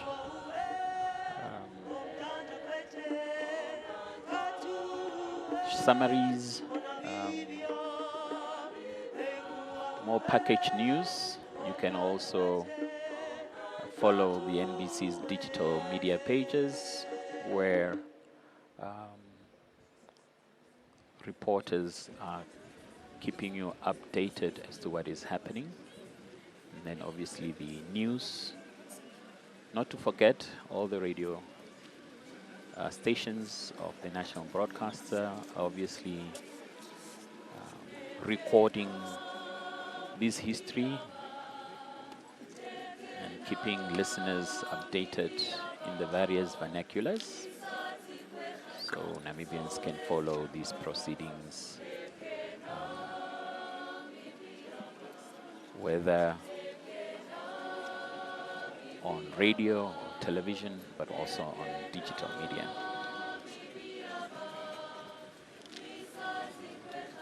So Professor Namila there in the picture, she is the Pro-Vice Chancellor at the University of Namibia, but also a renowned researcher and historian. She has written quite a number of books herself and researched quite a number. She has recorded the story of Eliaser Tuhadeleni, and she followed that story very closely, and earlier today had the honor of speaking on behalf of the family to narrate his story. She has also researched the late Andimba Toivo's story, and so she is quite familiar with this particular story. One of the few researchers and writers and authors that are documenting the story of liberation the best way they know how. So the challenge is for other writers to come to the fore, but also we would want to read from other luminaries, the autobiographies of those luminaries to be written by themselves.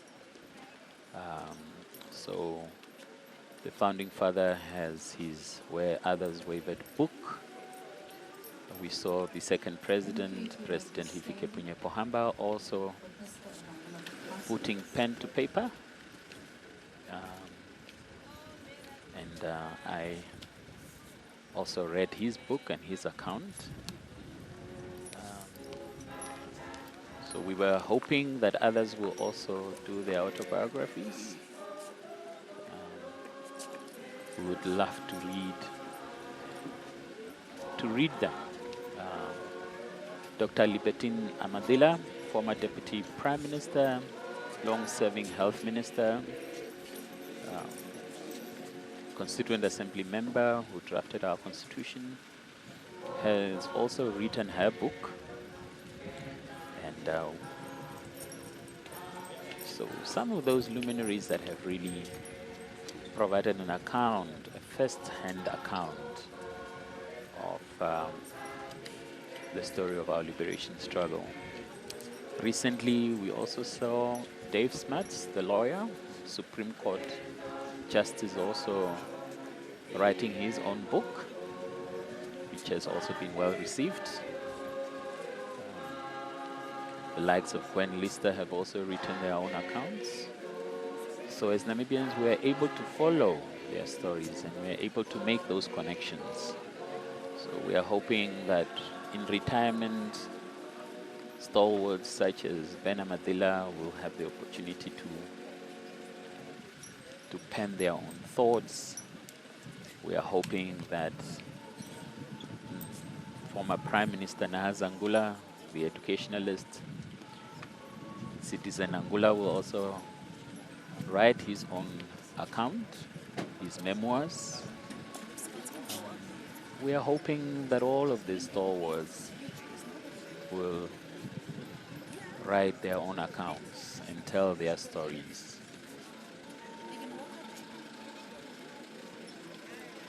But more than that, the challenge is for other researchers to also fill the gap.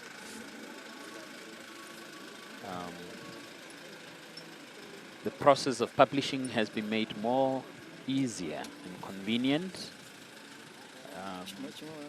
You don't need to be a good writer, as it were. You can write your thoughts and use tools to enhance the writing.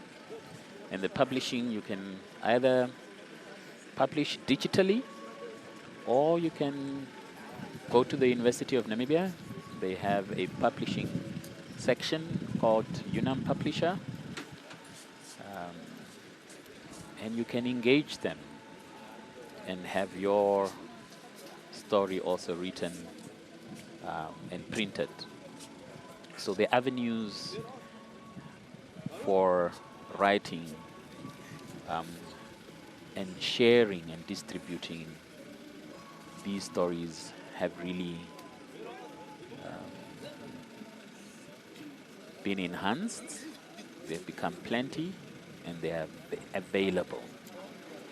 And so we would want to hear and read those stories as well. And not only use that particular medium alone, there are also other mediums, the audiovisual ones, documentaries and the like. And we have the Ministry of ICT, we have the Film Commission, and other, we have the Ministry of Arts and Culture, also helping us to record this history. So the avenues are available to all of us to play that role and fill the information gap. Otherwise, others will be filling that gap and we won't have a reduction of the truth, as it were. We have seen former apartheid generals writing their own accounts of the liberation struggle. And when you read that and how they believed in their own lies about what they are calling that theater of war, for a Namibian, when you're reading that, you just want to be angry, because was really propaganda, for a lack of a better word. And so, if those generals can write and shape that story in the manner that they are shaping, that's the truth that remains if it is not filled by a proper account. So that's the challenge for all of us, to do what is necessary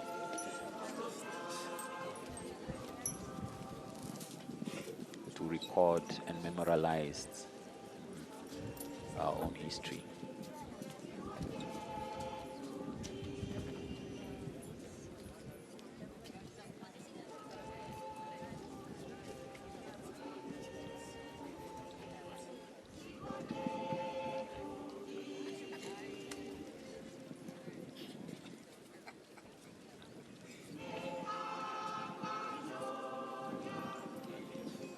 We're about 5 hours into the proceedings here at Heroes Acre, with the caskets now at the burial site. The program is coming to a close.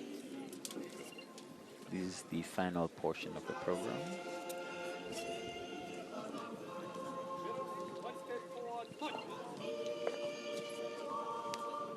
The NDF always well rehearsed for these events.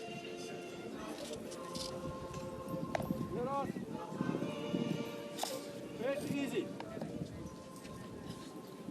Let us remove headdress.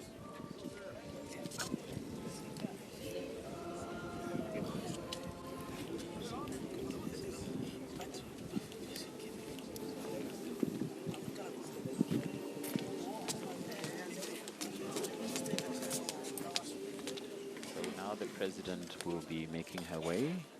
Let us prepare the casket. The background there, you can see Air Marshal Piñas, Chief of Defense.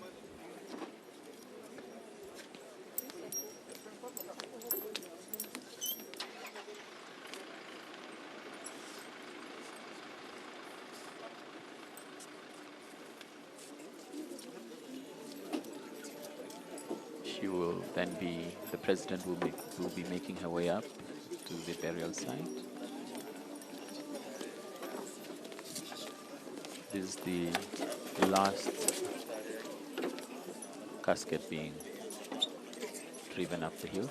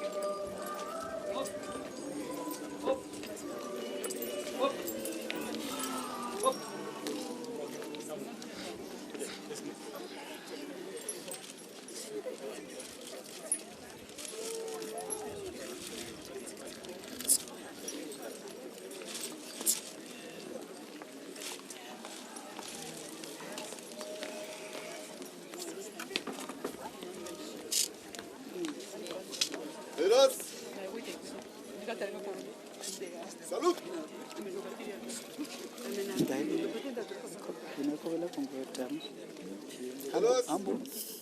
4. Okay.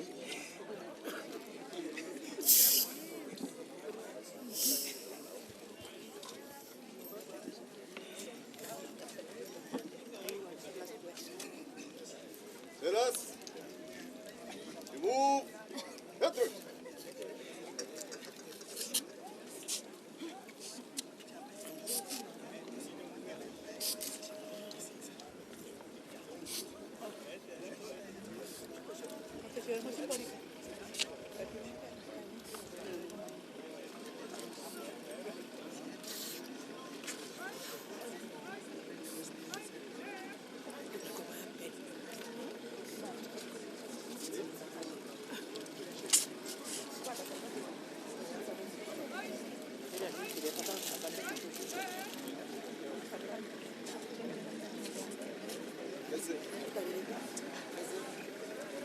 President Nehale lost.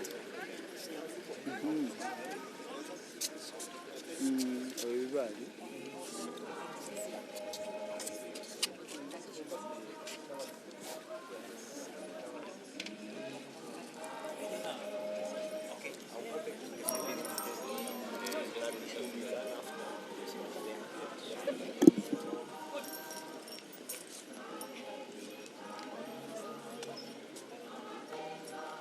Silas, ve basket.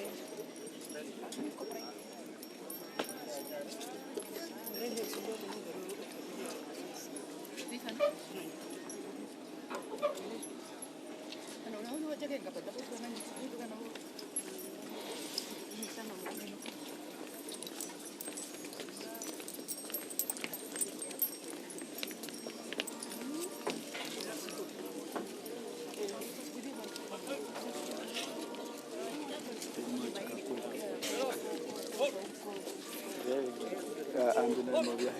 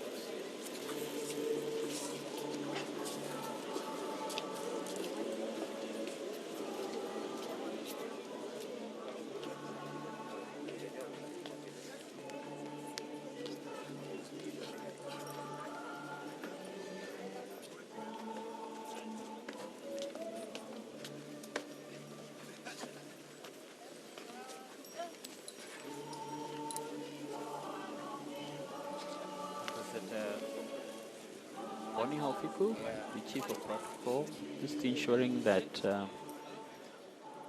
that things are going according to plan, that proceedings flow. So I do believe that this is the second last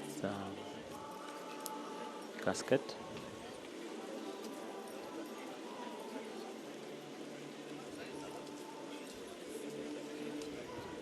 They will then be removing the flag, and the casket will then be lowered with a 13-gun salute in honor of these fallen heroes.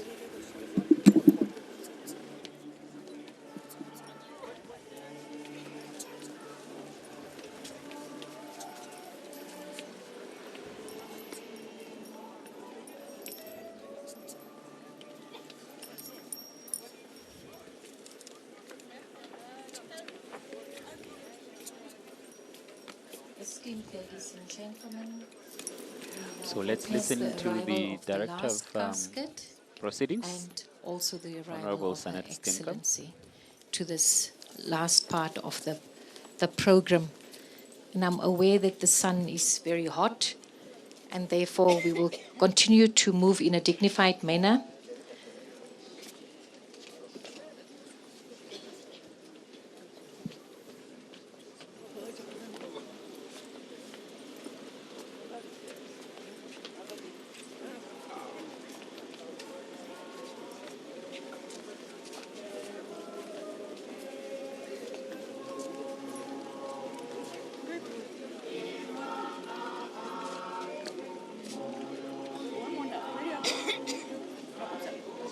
President emphasizing that her government is that of continuity.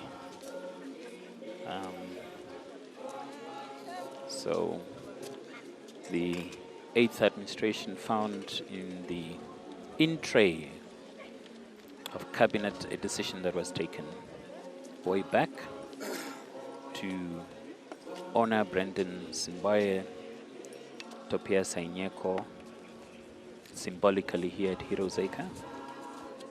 A decision also by cabinet to repatriate the remains of 2 of our heroes who died while imprisoned on Robben Island and were buried in South Africa while in detention. Festus, Nehale, who is a grandson of King Nehale Liambingana. Coincidentally, his grandfather is also honored here at the Heroes Acre because he was a traditional leader, prominent traditional leader who fought against colonial expansion. I now do That's invite King Nehale the Liambingana. bearers for the removal of the national flags. We proceed with our ceremony. So we call upon the bearers for the removal of the national flags. The other South African-based hero is Simon Niilenge, who also died on Robben Island while still in detention in 1974. So those 2 have been repatriated from South Africa. The others that have been repatriated who are going to be reburied here are Emmanuel Hafeni Shifidi and Fillemon Nangolo. Fillemon Nangolo was only in his 20s, early 20s, when he was hanged, when he was sentenced to death and executed in 1976.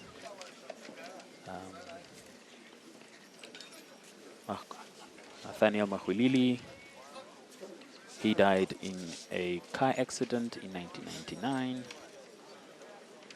He saw the country of his birth that he fought for liberated.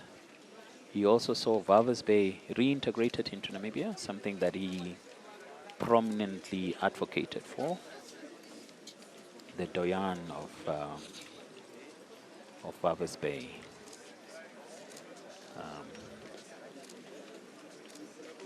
He served as acting president of SWAPO inside the country, very prominent leader.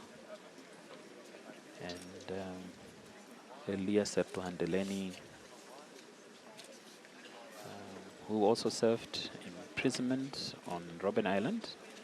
He died in 1997, 7 years after independence, and he's being honored here.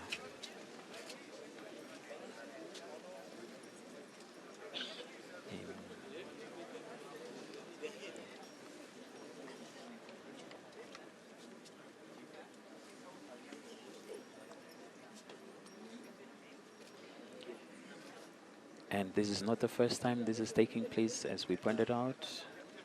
A decade ago, the nation also undertook a similar exercise with heroes that had passed in Angola and Zambia that were repatriated. And they are buried at Heroes Acre. Obviously, other freedom fighters died in unmarked graves on the battlefront. Thank you very much to the symbolically, bearers. soil was also taken from various sites as well and brought here in their honor at the Heroes Acre. So it's not a once-off exercise. We are a nation that believes in remembering our heroes and according them the honor and the respect that is due to them.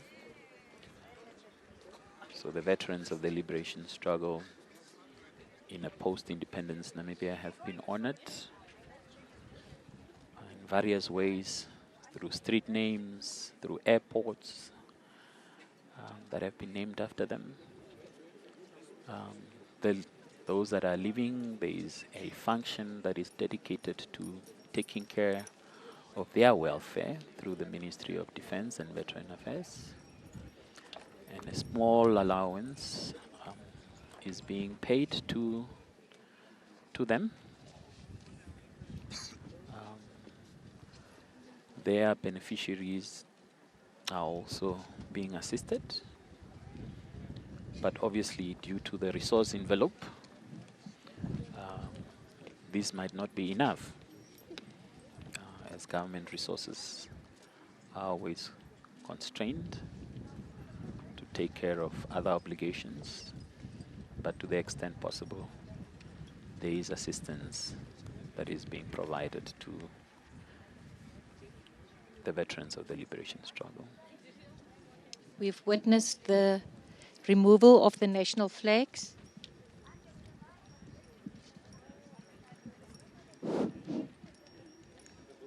So the national flag has been taken, and in its place you can see wreaths.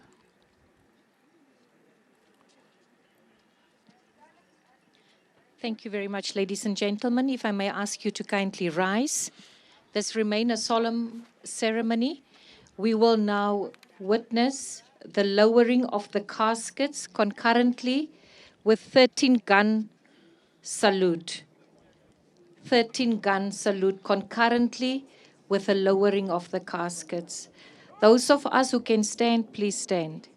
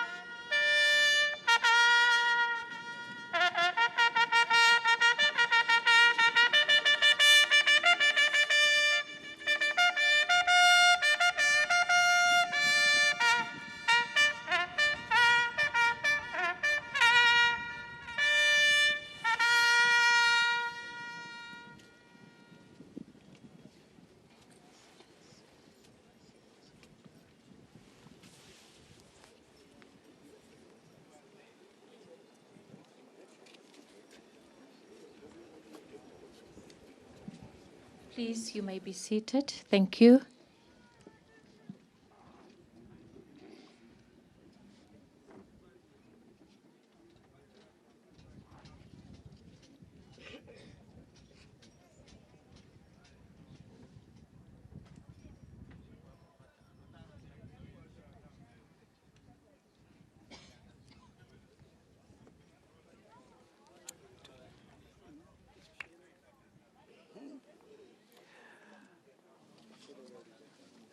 So we will now be hearing from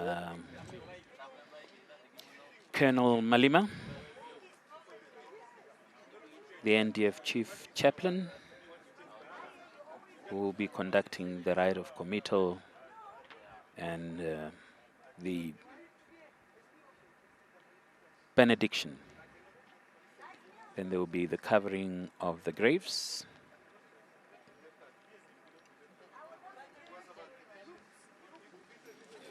And then the laying of the wreaths of by the family members, the President, the Speaker of the National Assembly, the Chief Justice. So you have the head of state and head of government.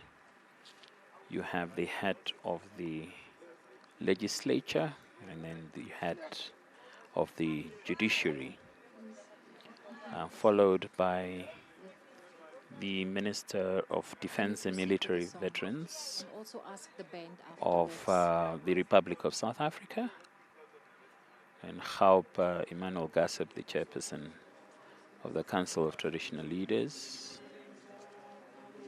and lastly, Air Marshal Phineas, the Chief of the Defense Force. So then that will wrap things up for us here on this occasion of the reburial ceremony of the human remains of veterans of the liberation struggle.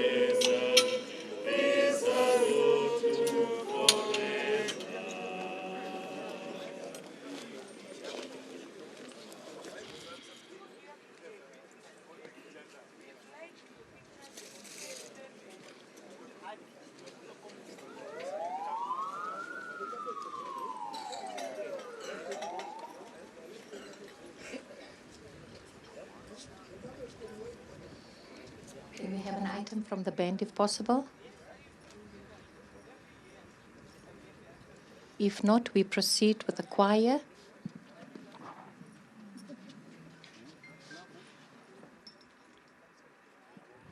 So we are ready. I'm told we are ready. Thank you very much.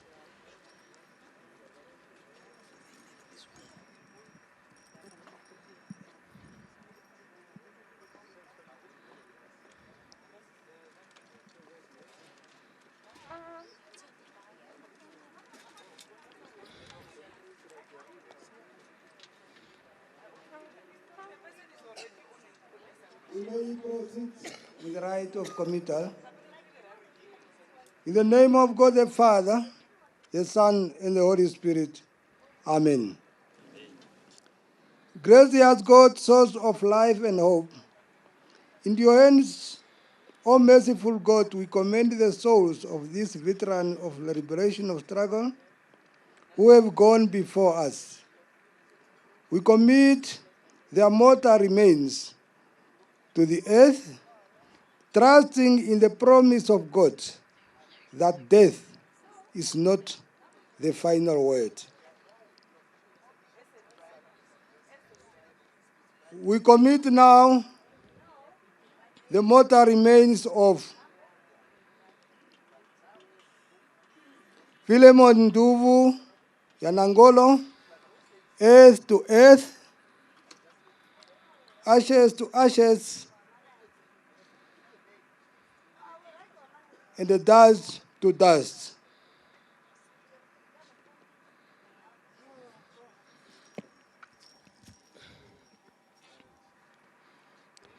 We commit the mortal remains of Festus, Nehale, to the earth, earth to earth, ashes to ashes, and the dust to dust.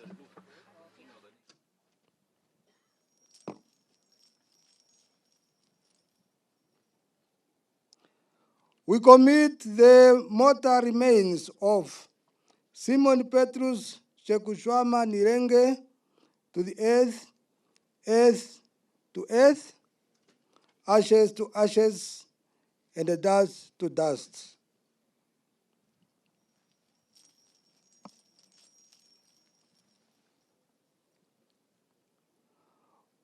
We recommit the mortal remains to the earth for Emmanuel Hafeni Shifidi, earth to earth, ashes to ashes, and the dust to dust.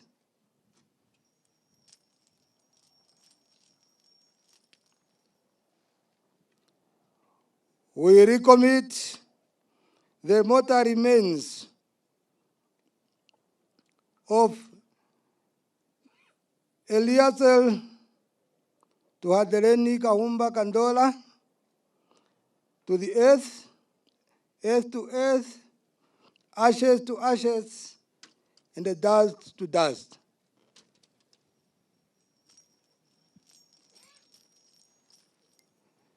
And we recommit the mortal remains of Emmanuel Nathaniel Maxuilili to the earth, earth to earth, ashes to ashes, and dust to dust.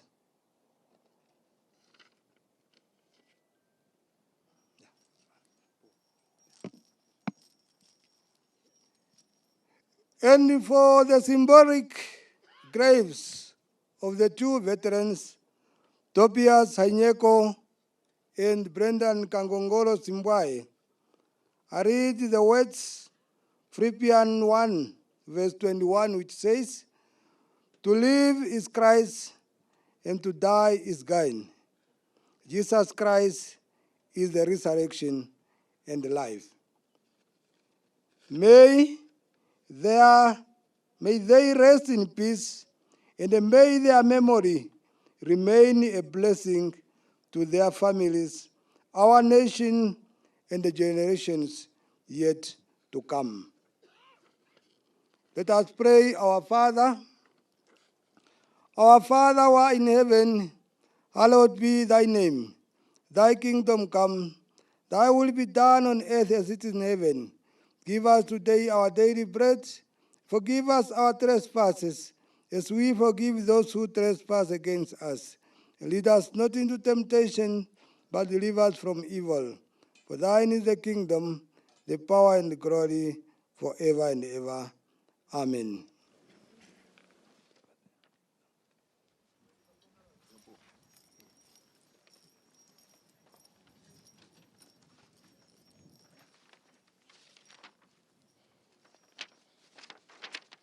For the closing prayer and the benediction, let us pray. Gracious Lord, as we conclude this solemn act of interment, grant us peace in our hearts, unity in our nation, and the wisdom for the future. May their sacrifices and the memories presented here never be forgotten. May they strengthen our commitment to peace, reconciliation, and national unity. Lord, go with us as we leave this sacred place, and may your presence remain with the families, our leaders, and our defense forces. Now receive the blessing from the Lord. The Lord bless you and keep you. The Lord make his face shine on you and be gracious to you. May the Lord look upon you with favor and give you his peace. In the name of God the Father, the Son, and the Holy Spirit. Amen.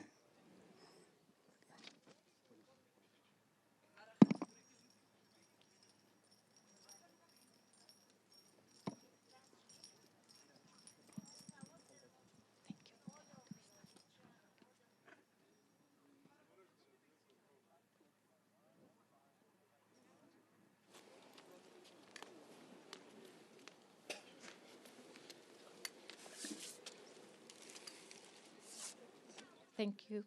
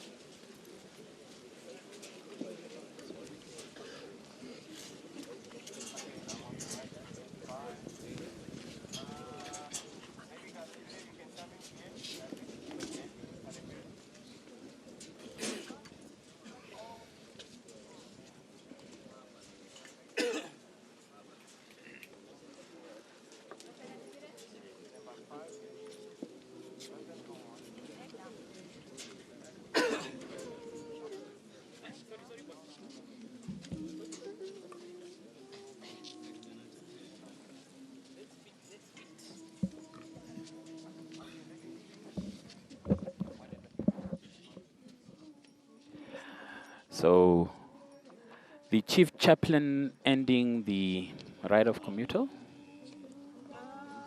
Now it's the laying of the wreaths.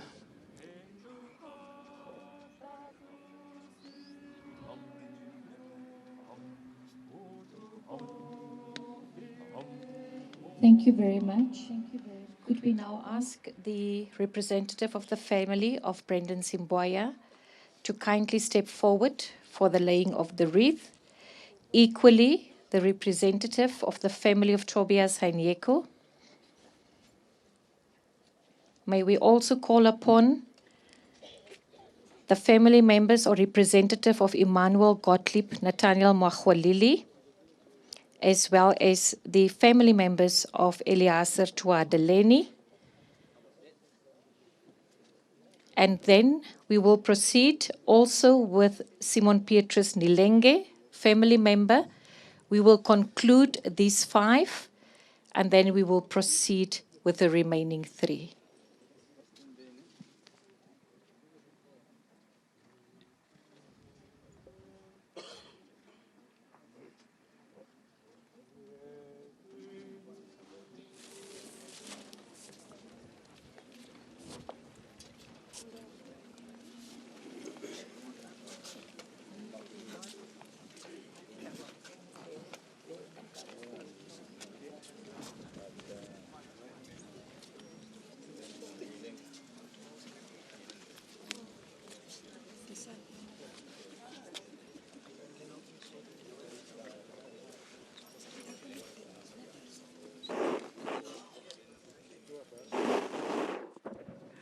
One of the families of the South African-based Heroes was mentioning that it's been very difficult to go and see their late family member. Unlike the rest of us whose loved ones are in close proximity, you can go and visit your late loved one.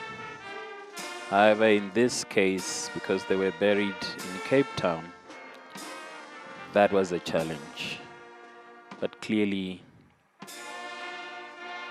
with these significant acts by the government of the Republic of Namibia, they are able to come to the Heroes Acre and visit their loved one.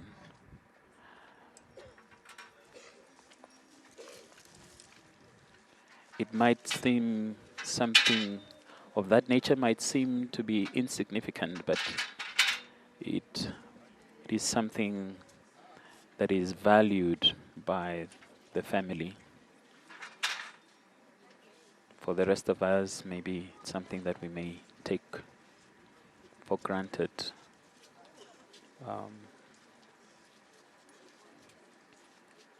It goes to show that there is that humanity in this particular story, and not only for the South African-based ones, but I can also imagine for our fallen heroes in Angola and Zambia who have been reburied here. That is something that the families of our heroes will be grateful for, and internally so.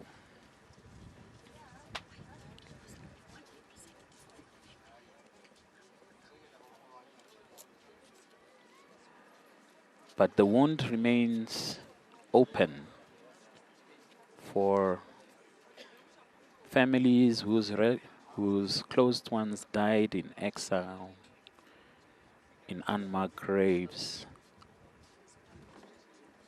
in places whose names they can't even spell, because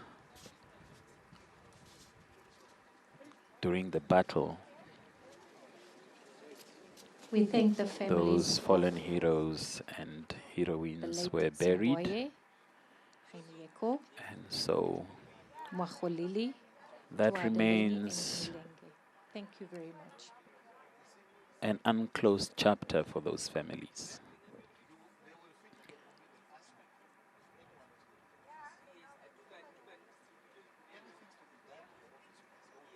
However, with this event, I'm sure that this exercise represents in itself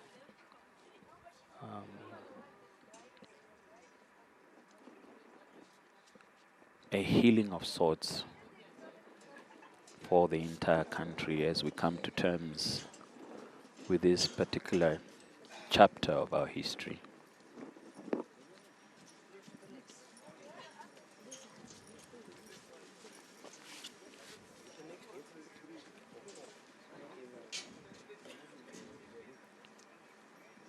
Obviously, the families of Tobias, Hainyeko, the families of Brendan, Simbwaye, Thank you. We will now move to the last three. are We also start eager off to close with this chapter. family of, then And we have so Immanuel Shifidi, Festus, Nehale, that work remains. and Nangolo family. To kindly step forward for the laying of the wreath.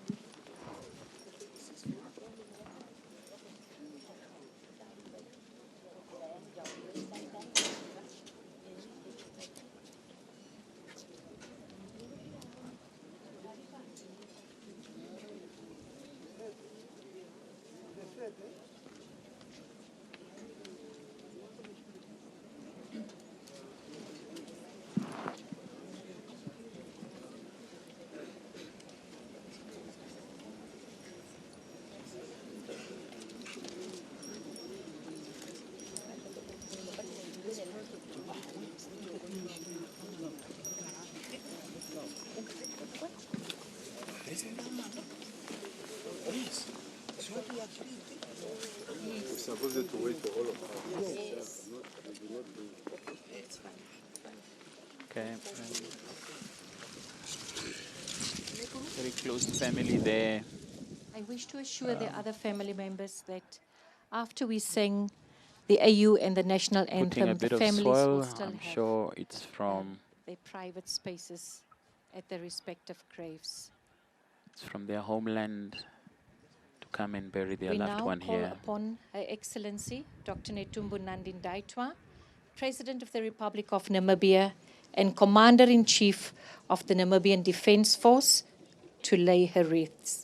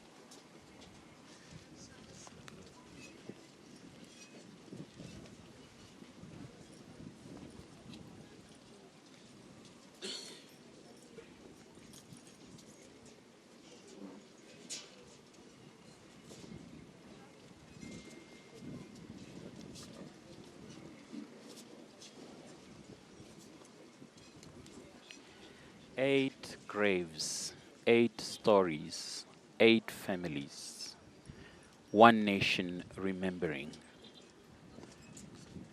its president at the head of this solemn remembrance event.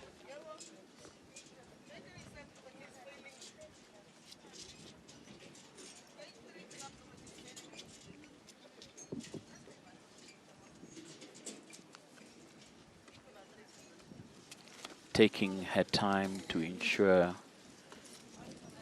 she solemnly and in a dignified manner honors these 8 Namibian heroes.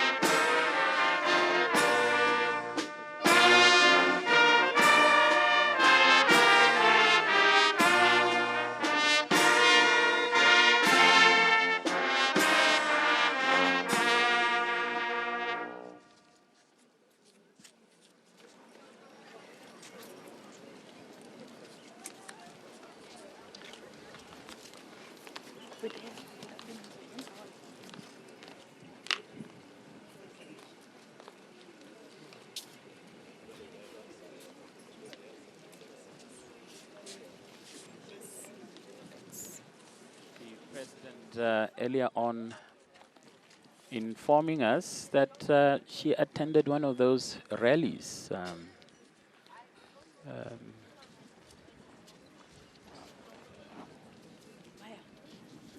when the late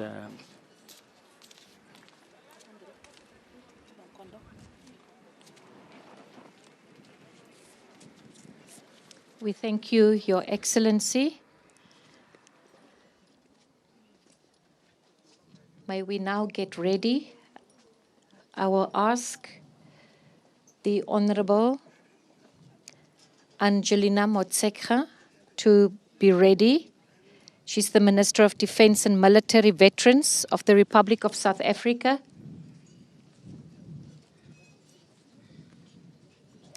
For the laying of the wreath.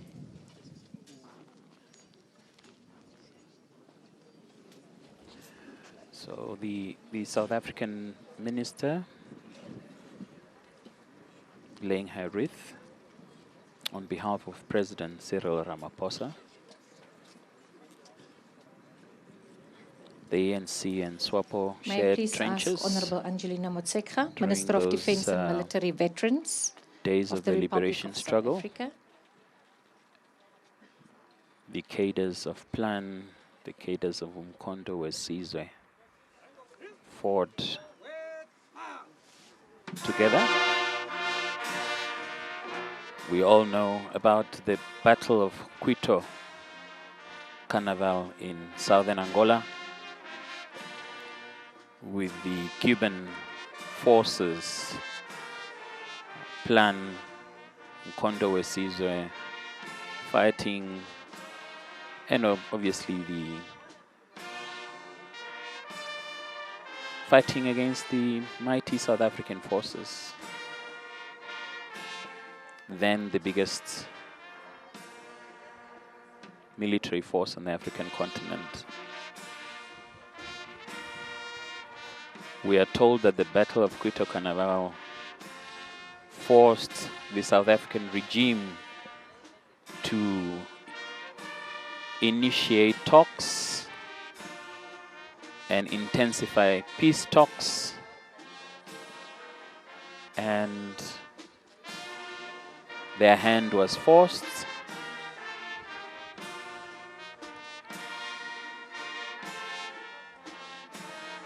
To the negotiating table. In particular, they had to withdraw their forces from Angola, and the transition to our own independence through the United Nations supervised elections in 1989 were hastened.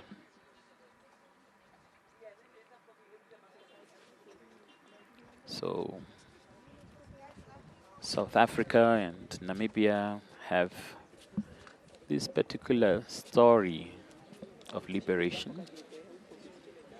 And the South African minister earlier on reminding us in passing that the South African government at the time was the apartheid government. And therefore, when we are mentioning South Africa, we probably need to add apartheid government, so the distinction is clear that it is not the current ANC government of South Africa.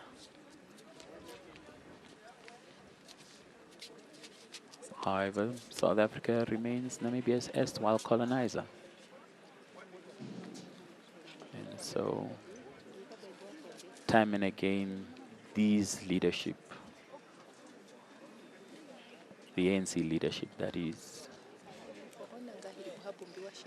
needs to be close to these events because they too went through a similar experience where they lost political activists at home who were imprisoned on Robben Island, the likes of Nelson Mandela, President Nelson Mandela, the likes of President Jacob Zuma, who were imprisoned on Robben Island and shared the cells with Andimba Yatwebo, Eliaser Tuhadeleni,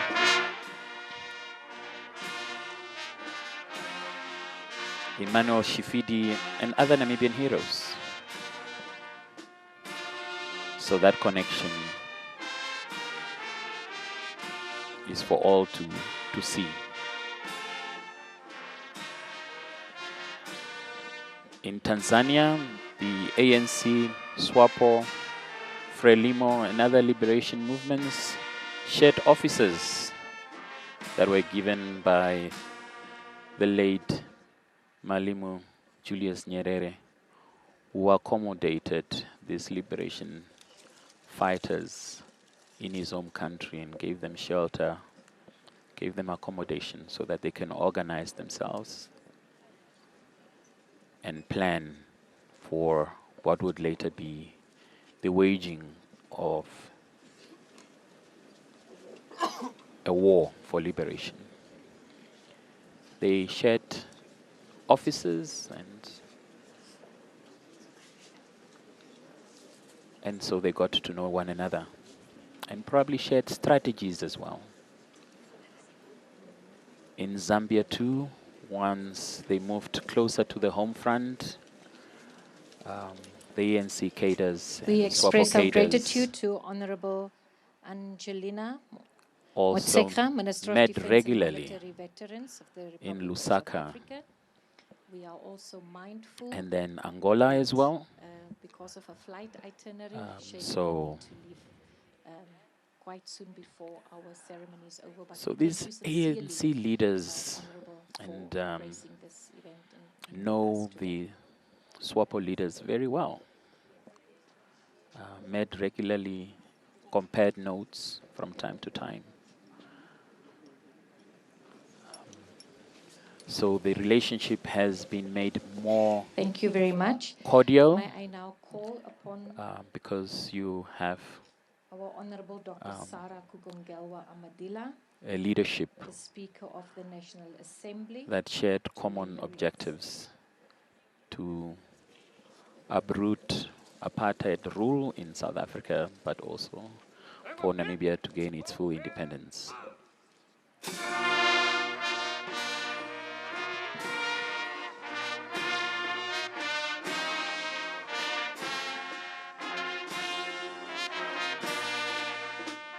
But in the diplomatic world, we are told that nations share interests, and so beyond political leadership, there is a common border, a people that frequent both countries, visit both countries, and so there are connections at a people-to-people level, and that will remain.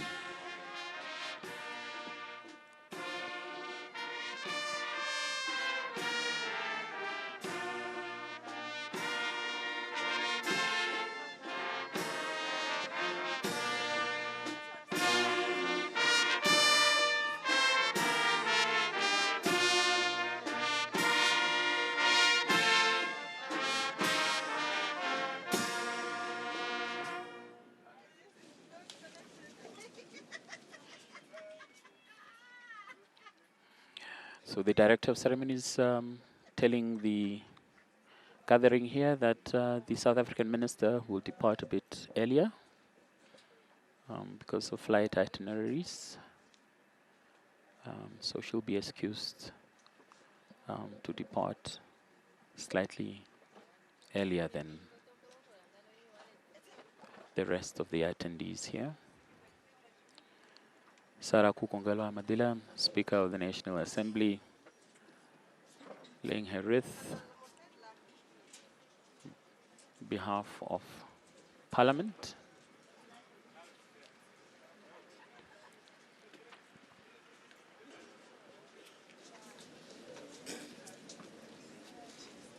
The legislature.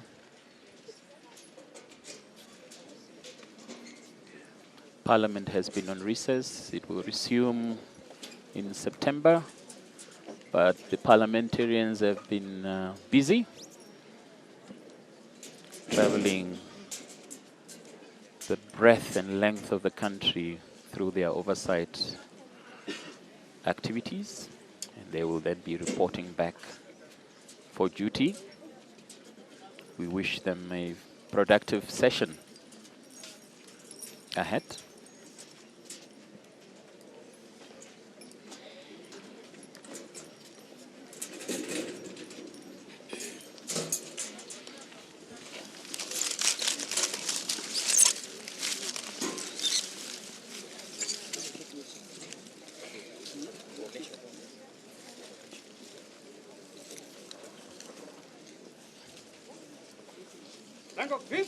Forward march!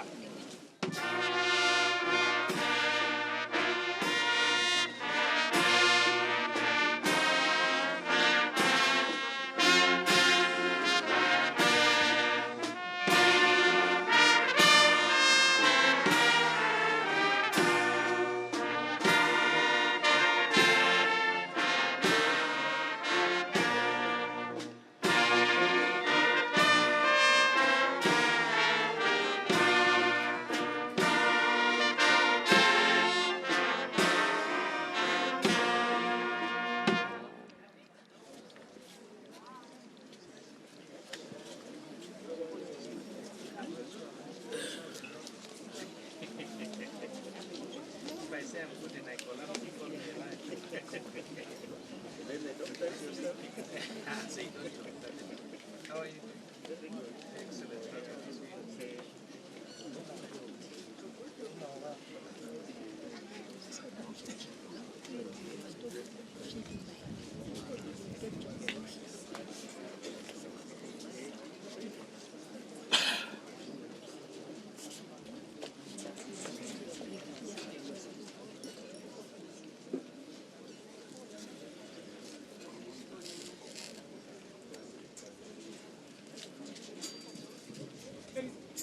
We graciously thank our Honorable Speaker of the National Assembly, Dr. Sarah Kukongalo Amadila. Thank you.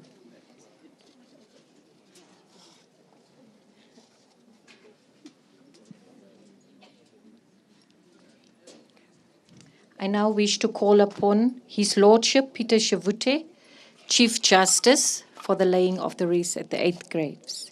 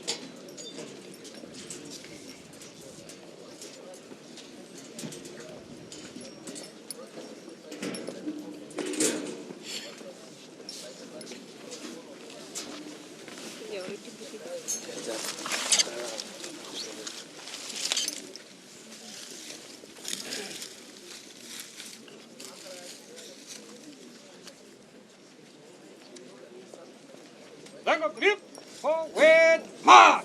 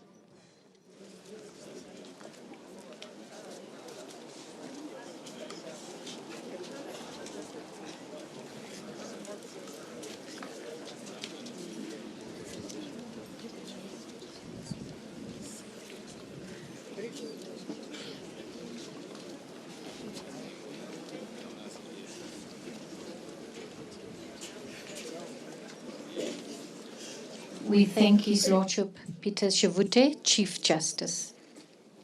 Thank you, sir. We have 2 more to go.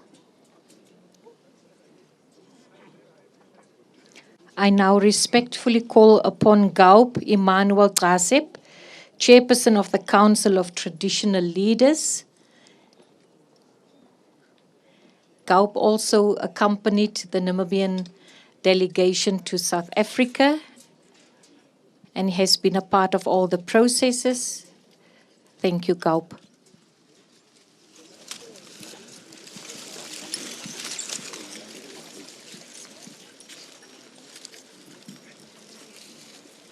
Zango grip, forward, march.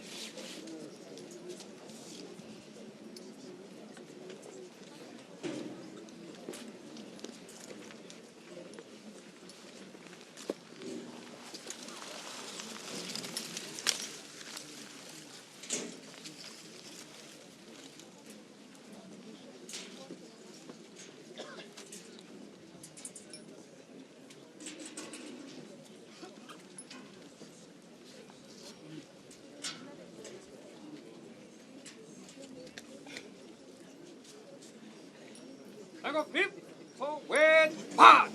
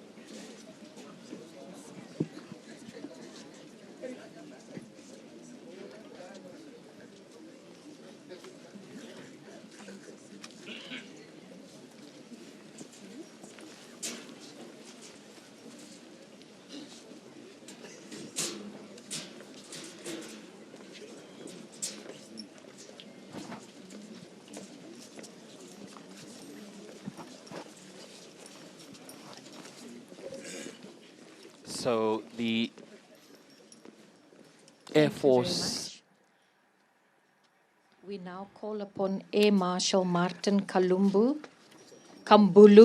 Pinehas, Chief of the Defence Force. Yes, pardon Air me. Marshal Martin Kambulu Pinehas, Chief of the Defence The Chief Force. of the Defence Force is the last to lay the wreath. And then thereafter, we'll have the anthems and then the departure of dignitaries. So we are in the final throes of this solemn program of the reburial of 8 Namibian heroes at Heroes Acre. It's a little over 6 hours of a program that included tributes from the families of the 8, an address by the visiting Minister of Defense and Veteran Affairs of South Africa, concluding with a keynote address by the President. That was the second portion of the program.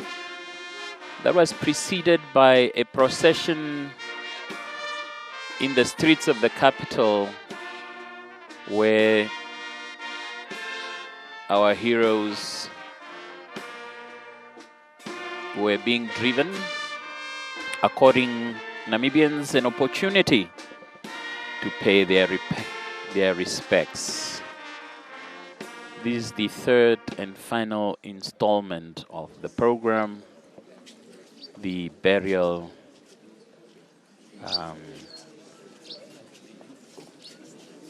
part of the program that was preceded by the caskets being taken to the burial site, the removal of the national flags, the lowering of the caskets concurrently with a 13-gun salute. And so the laying of the wreath is the sort of final part of the program, if I can say that.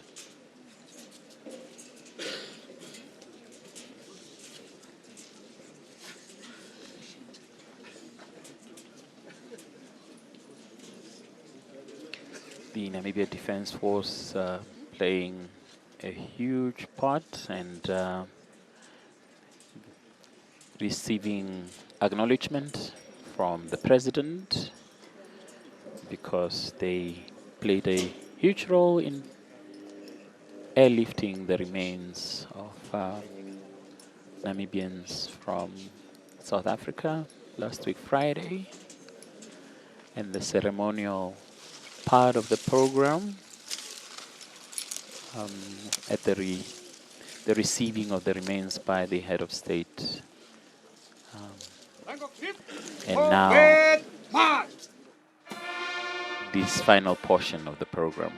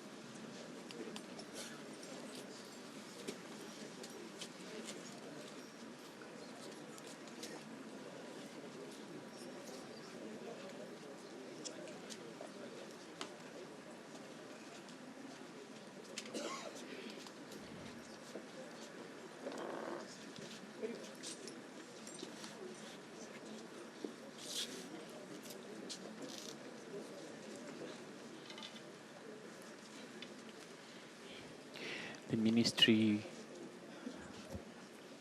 of Education, Innovation, Sports, Arts and Culture playing a Thank leading you, Air role. Marshal Martin Kambulu Pinias, The Chief Minister of the Defence Force. presiding over the logistical arrangements to ensure that this cabinet decision is executed to the letter. I wish to thank everybody. We've come to the end of our program. I wish to thank Her Excellency, our President, as well as our Vice President, all esteemed invited guests, as well as our family members. It is the wish of Our Excellency that the family members be granted sufficient time to spend at their respective grave sites, and we will do that after the AU and the national anthems, when we have allowed Her Excellency and the dignitaries to take the leave to depart. I hope that we are all in agreement with that. So I will now call upon us all to sing our AU and national anthem. After decades away from home, the remains of 8 veterans of the liberation struggle have been laid to rest here at Heroes Acre. For their families, this is a moment of remembrance and perhaps closure.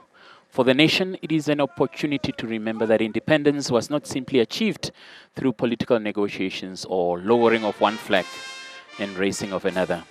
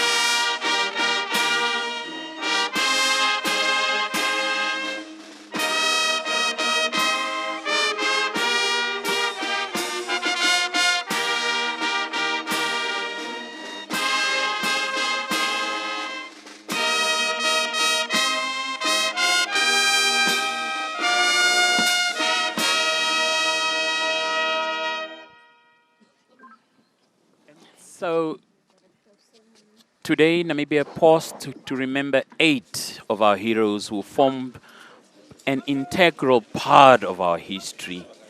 Their remains are home. Their stories remain. And their place in Namibia's history is now once again marked here at Heroes Acre. From Heroes Acre in Windhoek, I'm Kadembire Dembruka. Back to you in studio. Thank you so much to Kadembire Dembruka and the team there for bringing us that reburial ceremony. All things have concluded.